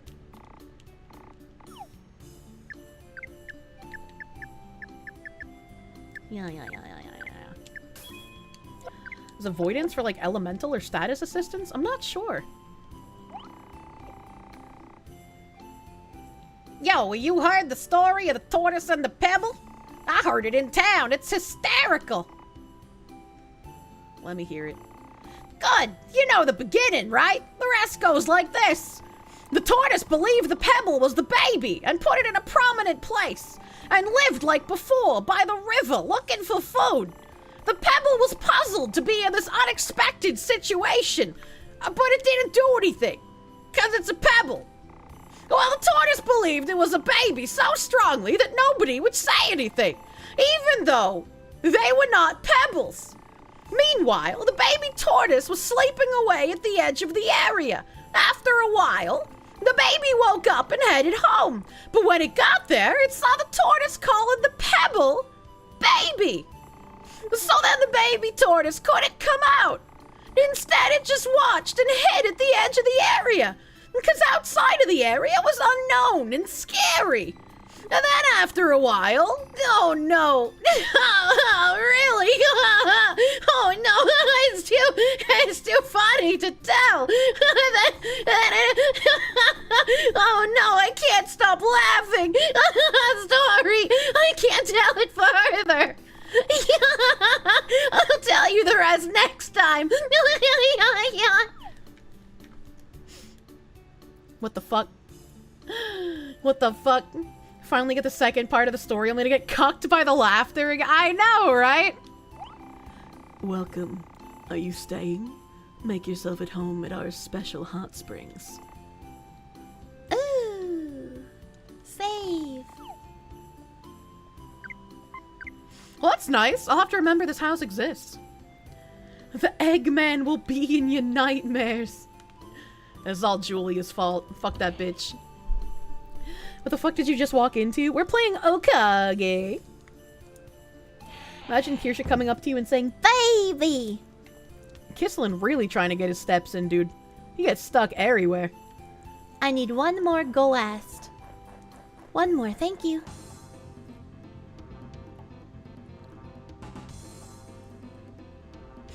Catching up on his cardio. He needs to be useful for something after all, you know?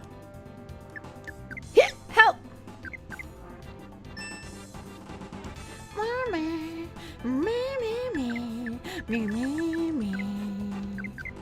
Old man kill onion. Oh my god, the music just fucking lagged.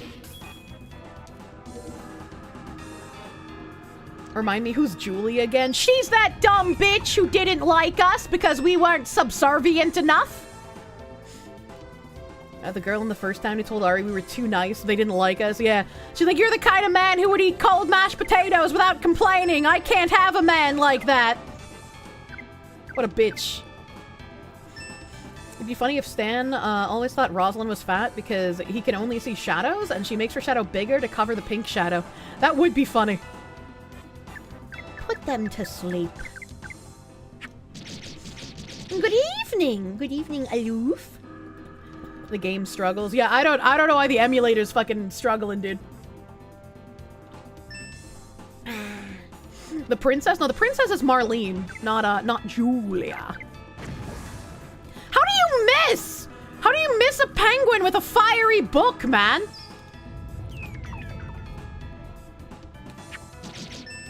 Better than the session 1, at least. Still, that's true. Right? Was it? No, wait. I didn't have any issues with this game on the first time playing it. Did I? Did I? I did, because I tried using it in a different emulator. Okay, it took a while for my brain to kick in there. Marlene is pretty cute. Yeah, I like Marlene. I like Marlene. Cold potatoes are great. I like warm mashed potatoes. I'm not a fan of the cold potato.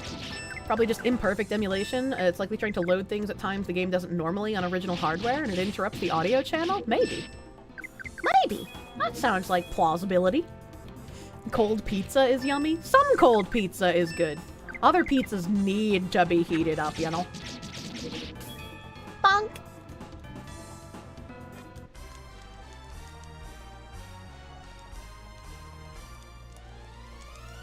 I push X button 7 million times.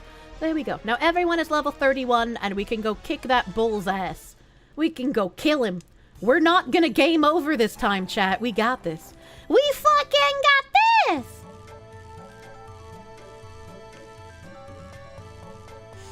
Nice to see Kirsche able to go overtime back in the heart of the sicky days. She could barely do a normal stream. Yeah, that was fucking a rough couple of months, man. It was hard. Ah! Wait, I want to see what you are. I want to see what else is in this fucking corridor. Bumblebee Spooner! Bumblebee Day of the Dead Spooner! What is the name in Spanish? De la Muerte. I want to kill the De la Muerte fucking Bumblebee Spooters. Someone with Spanish, help me. What is it called? De los Muertos. De los Muertos Bumblebee Spider. What are you? Strung out spider. Oh, so they're like meth addicts. Okay, alright, I feel you. Put them to sleep, Ari. Put the fucking spooters to sleep. And they're fire, so I can ice them. I can ice them out, and then the old man can kill the onion. Pinche puta!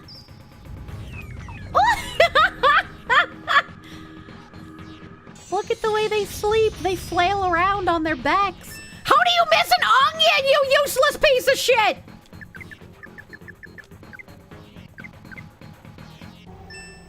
Oh, that was cool. The onion jumped right at the boom.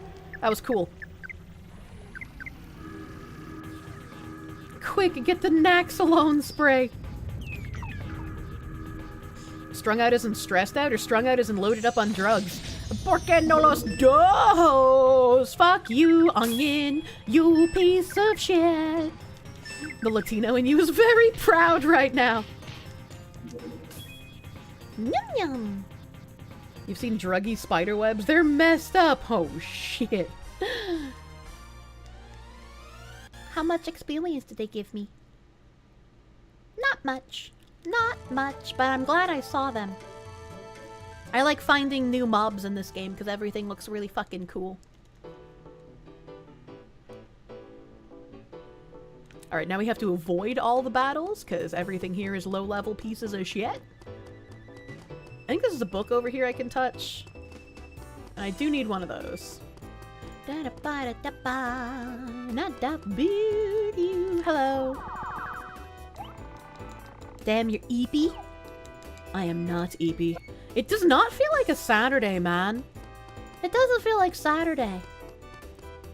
And Kirsche be talking taco. I probably shouldn't, but when I see Spanish in chat, I just like read it off anyway.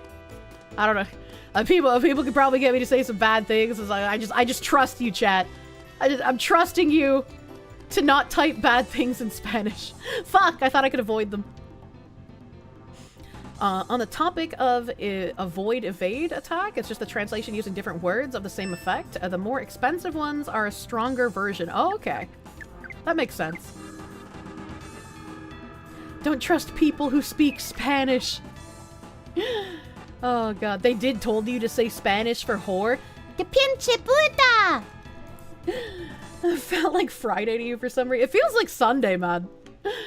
I guess it's because I've been playing this like every... I wouldn't say every, but I guess the last 2 Sundays, maybe? Have some big cojones. Hell yeah. Ah! Don't touch me, Ghost. Tapunya. Don't trust Spanish speakers. Azahara in shambles. Luckily, the moderators are all Spanish-speaking black gay men, or so I've heard! We run in the real golden banana around here.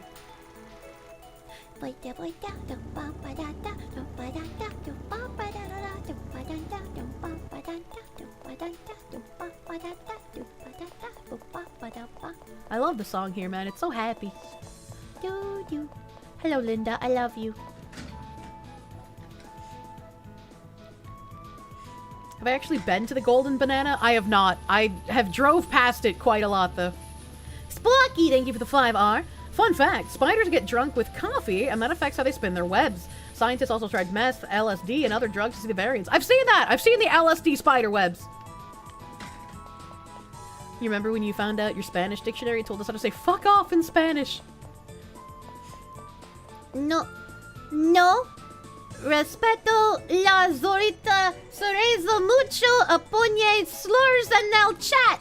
Unque pudiara es serio. What am I saying?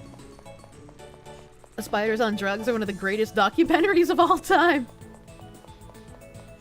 I hope that wasn't a threat. I mean, you know.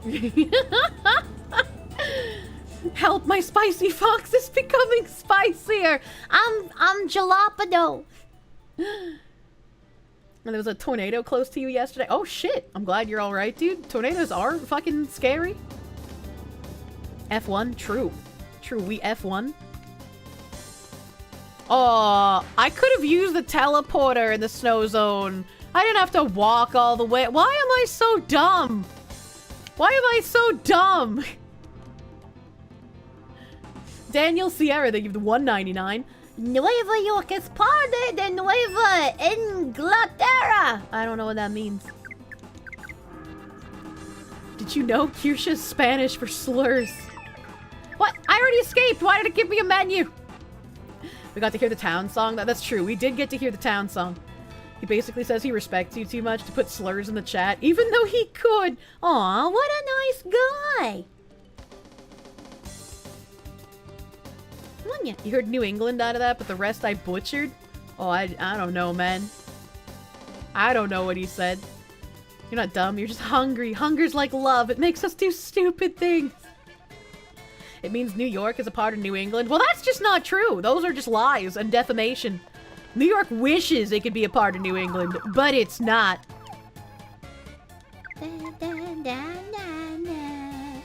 Kirsche's my favorite slur. I say it with the hard E. Yeah, typing Kirsche without censoring the I strikes fear into the hearts of weirdos everywhere. You have the decency to not slur and put my livelihood at risk. So kind! So kind and thoughtful.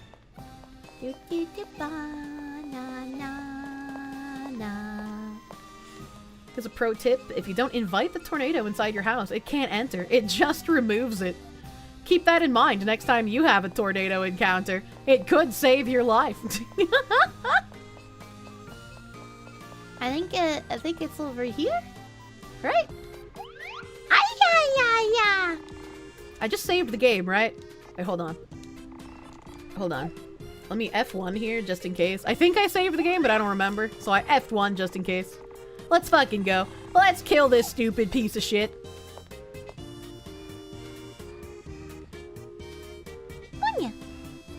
Alright, alright, alright, alright, alright, alright, alright. JC Duask, thank you for the 100 biddies. In El Salvador, chucho means male dog, but the female version, chucha, means pussy in other Spanish-speaking countries. I mean, that kind of makes sense, right? Because we have like pussy cat. We also have like bitch for dog. Of course, New York isn't part of the New England. It's part of Massachusetts. Oh god, can we just annex it? Can we annex it and then make our state better as well? Make Massachusetts more like New Hampshire. All right, we're gonna powerless on the big bull, and then we're gonna. Can I sleep the burly bulls? Can I do that? Am I capable of this? Burly bulls are that, so I would want to electrify them. Wait, I want to Speedy the woman.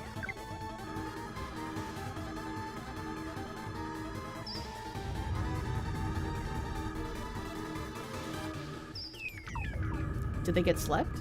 Did it work? Oh my god, look at them spinning! Their bodies and their heads spin at 2 different speeds! That's so cute! Oh, I love it. We're gonna kill the barley bulls. Ari is also gonna kill the burly bulls. I feel like I'm forgetting to... Oh.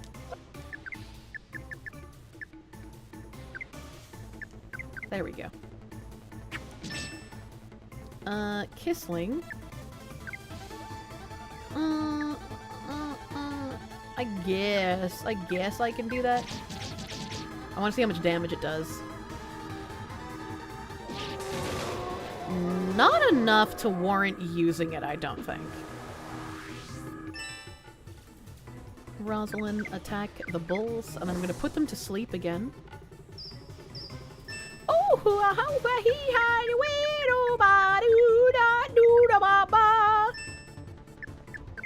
Nut? Wait, I bought a bunch of big nuts. So I can big nut on Rosalind.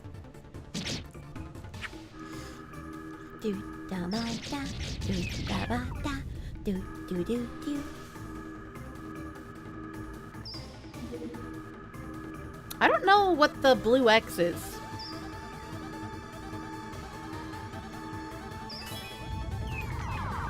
Sleepy bull. Okay, Rosalind, attack the bull.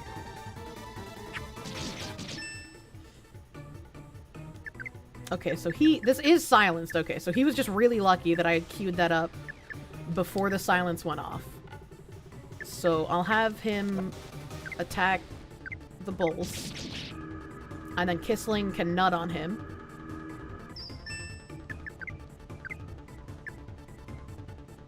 Nutting on the boy, okay. Rosalind kind of does thick damage to these bulls. I wonder how much her burst does. Let's see. And what? Okay, it did good damage, but it missed 2 of them? What the fuck? I'm gonna overdrive again on Rosalind. Kirsche, I want a Victorian house so I can preserve its cultural integrity. Leftist, we must destroy these Victorian houses to erase slavery. What a retarded thing to think, to be honest. Still no silence cure available, I guess? I mean, it just drops off after a couple of turns. It's not really that big of a deal. Kissling, what can I have you do? I guess just go fucking slap it with a book, you useless, worthless man. Oh, he killed the bull. Good thing Rosalind already did a ton of damage. Also, how the fuck does he do 107 damage with a melee attack with his book, but his spells don't do anywhere near that? Isn't he supposed to be a spellcaster? What the fuck is happening? What is going on? Okay, those are all dead. We're winning, chat. We fucking got this. We fucking got this. What are you? You're red? These are, unfortunately, AoE attacks, so I don't think this would do more damage than her just basic attacking. Oh, Kissling! Big nut on the woman! Big nut the woman!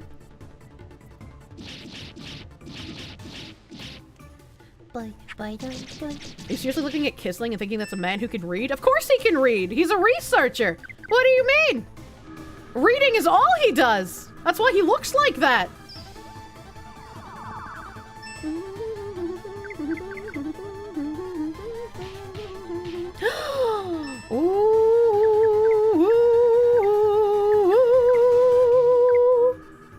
That's a lot of— he almost one-shot this old man. Kirsche wants to LARP her fantasy of being a Southern Belle plantation owner while having her apple picker slaves worshipping her in glorious Victorian mansion. I only want one himbo. Only one himbo. Kissling, can you do anything worthwhile? Decrease speed? I mean, maybe. Ari. Can I sleep the boss? I feel like I can't sleep the boss, right? Like, surely that won't work. Right? Rosalind, can you do anything? Wait, he's probably— is he probably almost dead? I don't know. I'll hit him with a powerless. Chi ah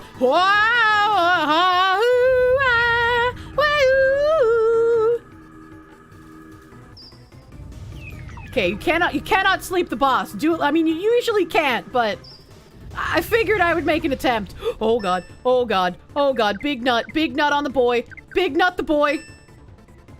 Ari will attack the bull. Rosalind will attack the bull.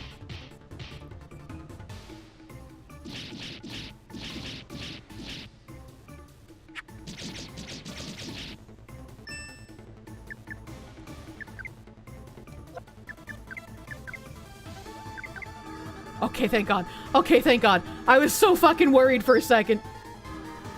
I was so fucking worried. This was after I used the thingy that was supposed to, like, reduce his attack. Alright, Rosalind. Rosalind does more damage, so she should attack. And then Ari should revive the old man, so he gets experience, I guess.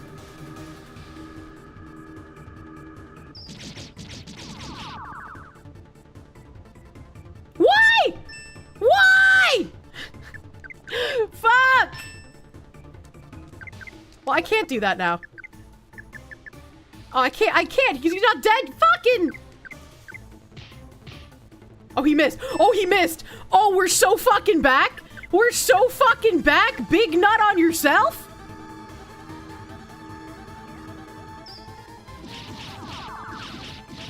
Please die. Table is fallen 1, 0, 7, 0. Maybe I should just, like, defend until Kissling needs to nut on people. 1,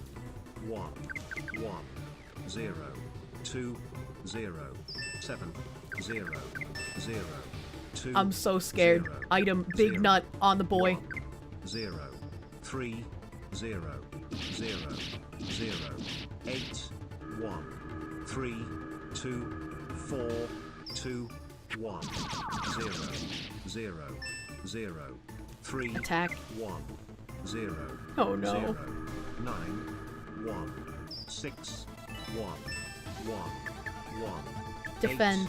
8, 0, 3, 0, 0, 2, 0, 0. Do you think I should use burst? 3, 0, 0, 0, 5, 0, 2. I feel like I should burst, but it's gonna lower her attack. I'm scared, man. 9, 0, 3. Oh, I should have big nutted on the girl. 6, Fuck. 0. Let's burst and see how much damage that does. 0. And then I'll big nut. Big nut. Big nut. You can't activate me with numbers. My autism isn't like that. Bunya! Oh, I didn't see how much damage the burst did. I wasn't looking. Fuck.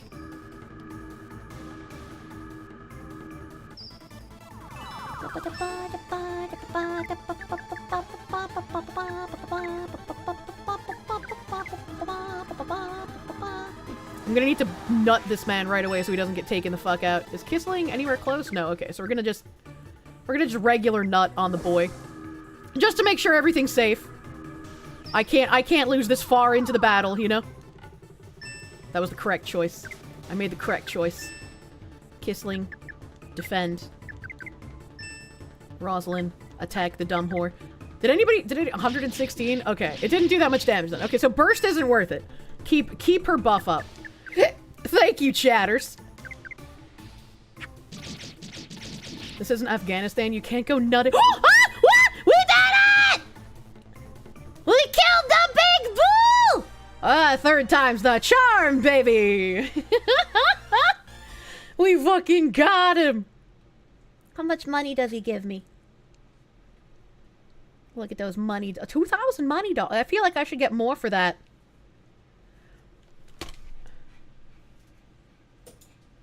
Brother, what is this experience spread? What the fuck is this? That's like 160 something. What the fuck? Why is it so little? Why is it so tiny? What the fuck? I'm so upset.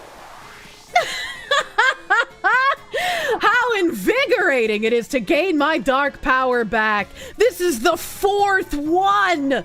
Come on, slave. I'm on a roll. Go defeat the next evil king. We'll pound them to dust. Whoa, did you say you're going to pounding things? You're still here? I already regained my dark power. I don't need you. Go away. Shoo! Stop playing cool. Besides, you didn't win the victory alone. Indeed! You're strong, brother! That was the toughest battle I ever fought! I felt a brother's soul deep in my heart! Huh? What are you talking about? Who is a brother? Brother, I know you will keep my burning fighting spirit glowing forever. Right, Stan, brother? Huh? Me? What? The reason why I waited here is so I could fight with a kindred spirit, a brother. I don't think so. Former Big Bull Evil King, I think you misunderstand. Don't be so stiff, brother! I don't need a title! Just call me Big Bull! Oh, what? I didn't even click anything! How could she talk that way? Good for you, self-proclaimed evil king. You may take care of him. Silence, you gnat! Just because it is not for you! Before I heard fate calling, it said to me... Hi, once you become the strongest, head deep into the sewer. Okay, bye. It was so confusing, but now I get it. It's not me heading there, it's you, brother! Again, deep in the sewer. Why? What is the importance of deep in the sewer? Well, I don't know the meaning, but what I think is there will be a cool muscle paradise that only the strongest can reach. Ah, well, it was a waste to ask. Now, let me travel. Let me join your family. Let me travel with you from now on. You don't mind, right, brother? Oh, he's an ally now. We get the fat wrestler man. You can... That makes me think you guys are taking me in, so I have to give you something. But what do I have to give? Oh yeah, you defeated me, brother! So that title and that stylish World Evil King belt should go to you! Right on, brother! Reign over everything as the holder of the title belt! No, I don't want this. No one knows about this belt. What's the point? But the belt got broken in the fight. Oh, darn it all. Well, when it's broken, it's broken. I should have something else. Oh, how about this, brother? I've had this since I was enlightened through fighting. Yes, this is good. Take this, brother, and take good care of it. A manual handle. Is this like the anal hooks they put in the women to hang them from the ceiling? I see. Thanks. You're having a hard time. I agree. I love giving the stupid evil king trouble. Oh, you are our sister! Pleased to meet you! Who is a sister? And I am the leader. I believe it is called Dawn in the lower world. Hey, yo, Dawn, what do you say? And I'm the brains of the family, Kissling, the famous scholar. Oh, you're the doc, yo? And him? 1, 2, or 3, chat. There are, in fact, hooks and handles that are not like anal hooks. In fact, most things are not like anal hooks. 3. I'm seeing mostly 3s here. All right. Okay. It's too complicated to explain. I'm just an ordinary boy, man. Huh? What's that? Oh, you can't fool me! Ari is, you know, what is he? Basically, he's, oh, okay, he's a cub! Hey, yo, what up, dude? You can't just call me a cub, what the fuck? Hey, don't threaten him. Now, let's get back. Gotcha, sister! I am not your sister! A new friend joins the team, and our band of adventurers becomes even stranger. What kinds of misadventures are in store for this peculiar party? At least he didn't call you kitten. Yeah, I guess so.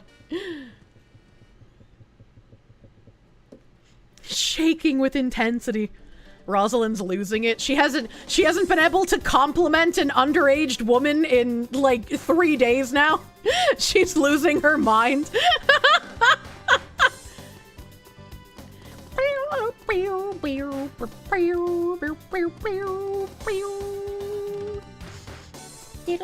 Saving time? Yeah, soon. I want to get back into that. Fuck. I don't even care. Is a fly without wings a walk? Oh my god, I remembered. Chat, I remembered something! I remembered! The dad oh, it's just a fucking chimkin. This chimkin is about to experience hellfire, man. Yeah, take that, chicken nugget. Oh, what is this kids game? Well, it's rated T for teen, first of all. But it's Okage. It's a PS2 game that I played when I was younger. I love it. We got 3 whole suckle. Liquefied chimkin. And we vaporized it. He's out of the stratosphere, man. Teens are still kids. I'll be fair, teens are still kids. Whatever. But I wouldn't call it a kids game. I wouldn't call it a kids game, man. Stand dialogues are probably just poorly translated Japanese prose. They probably are. They probably are. Pizza update? I mean, it's gonna take a while to get here. Alright, I don't know where to go or what to do after this, but let's put the big bull man in our party. Let's fucking eject Kissling, because he's a piece of shit. Oh, Big Bull is fire, man. So, Big Bull replace Kissling. What? No, those about what? Rosalind, Big Bull. Okay, I see what happens here. Okay. Big Bull is level 25. He kind of weak. All right, we gotta make him big and strong in the snowfields. We're gonna save. We were so over-leveled for that fight. This man is only 25. Brother, did you see how hard that was, though? Did Did you see how fucking hard that was? Bing, bing, bing, bing, bing, bing, bing, bing. I like the music in this game, man. I would like to save state for resume, thank you. Thank you for asking. He was still one-shotting Kissling, even over-leveled. Yeah, like, fucking kinda weak. He beat you twice. I don't think he's weak. I mean, like, in my party, he's weak, right? Because he's not gonna be as strong as he was when I fought him, because that's what games do. That's what the games do. Who's the pussy hat KKK man? That is a woman, and that's a fortune teller. Remember, chat, whenever a boss joins your party, he loses over half his power immediately. Yeah, he was super fucking strong in the boss fight, but now he's gonna be a little pansy. Hell, he's gonna be a little pansy boy. Stan stole his power, so it at least makes— oh, actually, you have a good point. Unlike in other JRPGs where they just mysteriously lose their power after you beat them and they join your party, at least in this one it makes sense because Stan steals his power back. You're so fucking smart. You're so fucking smart with your remembering brain and shit. The bull is a Hulk Hogan coded. Hoomstead is online today because it's very late. I'm gonna say hi to the Bagman. Little Bagman angle. Wait. Is Peeba streaming? It is past 9. Is Peeba alive at this hour? Pippa Karaoke. Oh, hell yeah. Pippa Karaoke 3D. Let's fucking go. Let's fucking go. I don't get to see my Benoy in 3D very often. Munya. Peeba. Yeah, we're gonna raid Peeba. So today, Twitch guys, you're gonna have to click a link. It's your turn to click a link instead of the YouTube guys. Other channels.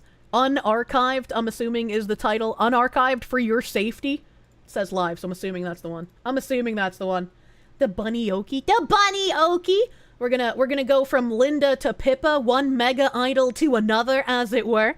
As it were! So thank you guys for hanging out extra late with me again tonight! Sparky, thank you for the 5R. Defeats boss, acquires boss, boss's dog water week, peak JRPG experience. True and real. And if I have missed your super or your resub, tomorrow we'll be doing the chat licking, catching up on the thank yous that I have missed for the week, and still doing the lickings, and then we'll play probably more Okage. Probably more of this tomorrow, because I don't know where I'm going after beating the boss. They just kind of gave me the boss and said figure it out. So I you know, we'll figure it out. Thank you for spending long time with me tonight. I will see you guys tomorrow. Have a good rest of your night. Give Peeba big loves. Bye bye. Bye bye.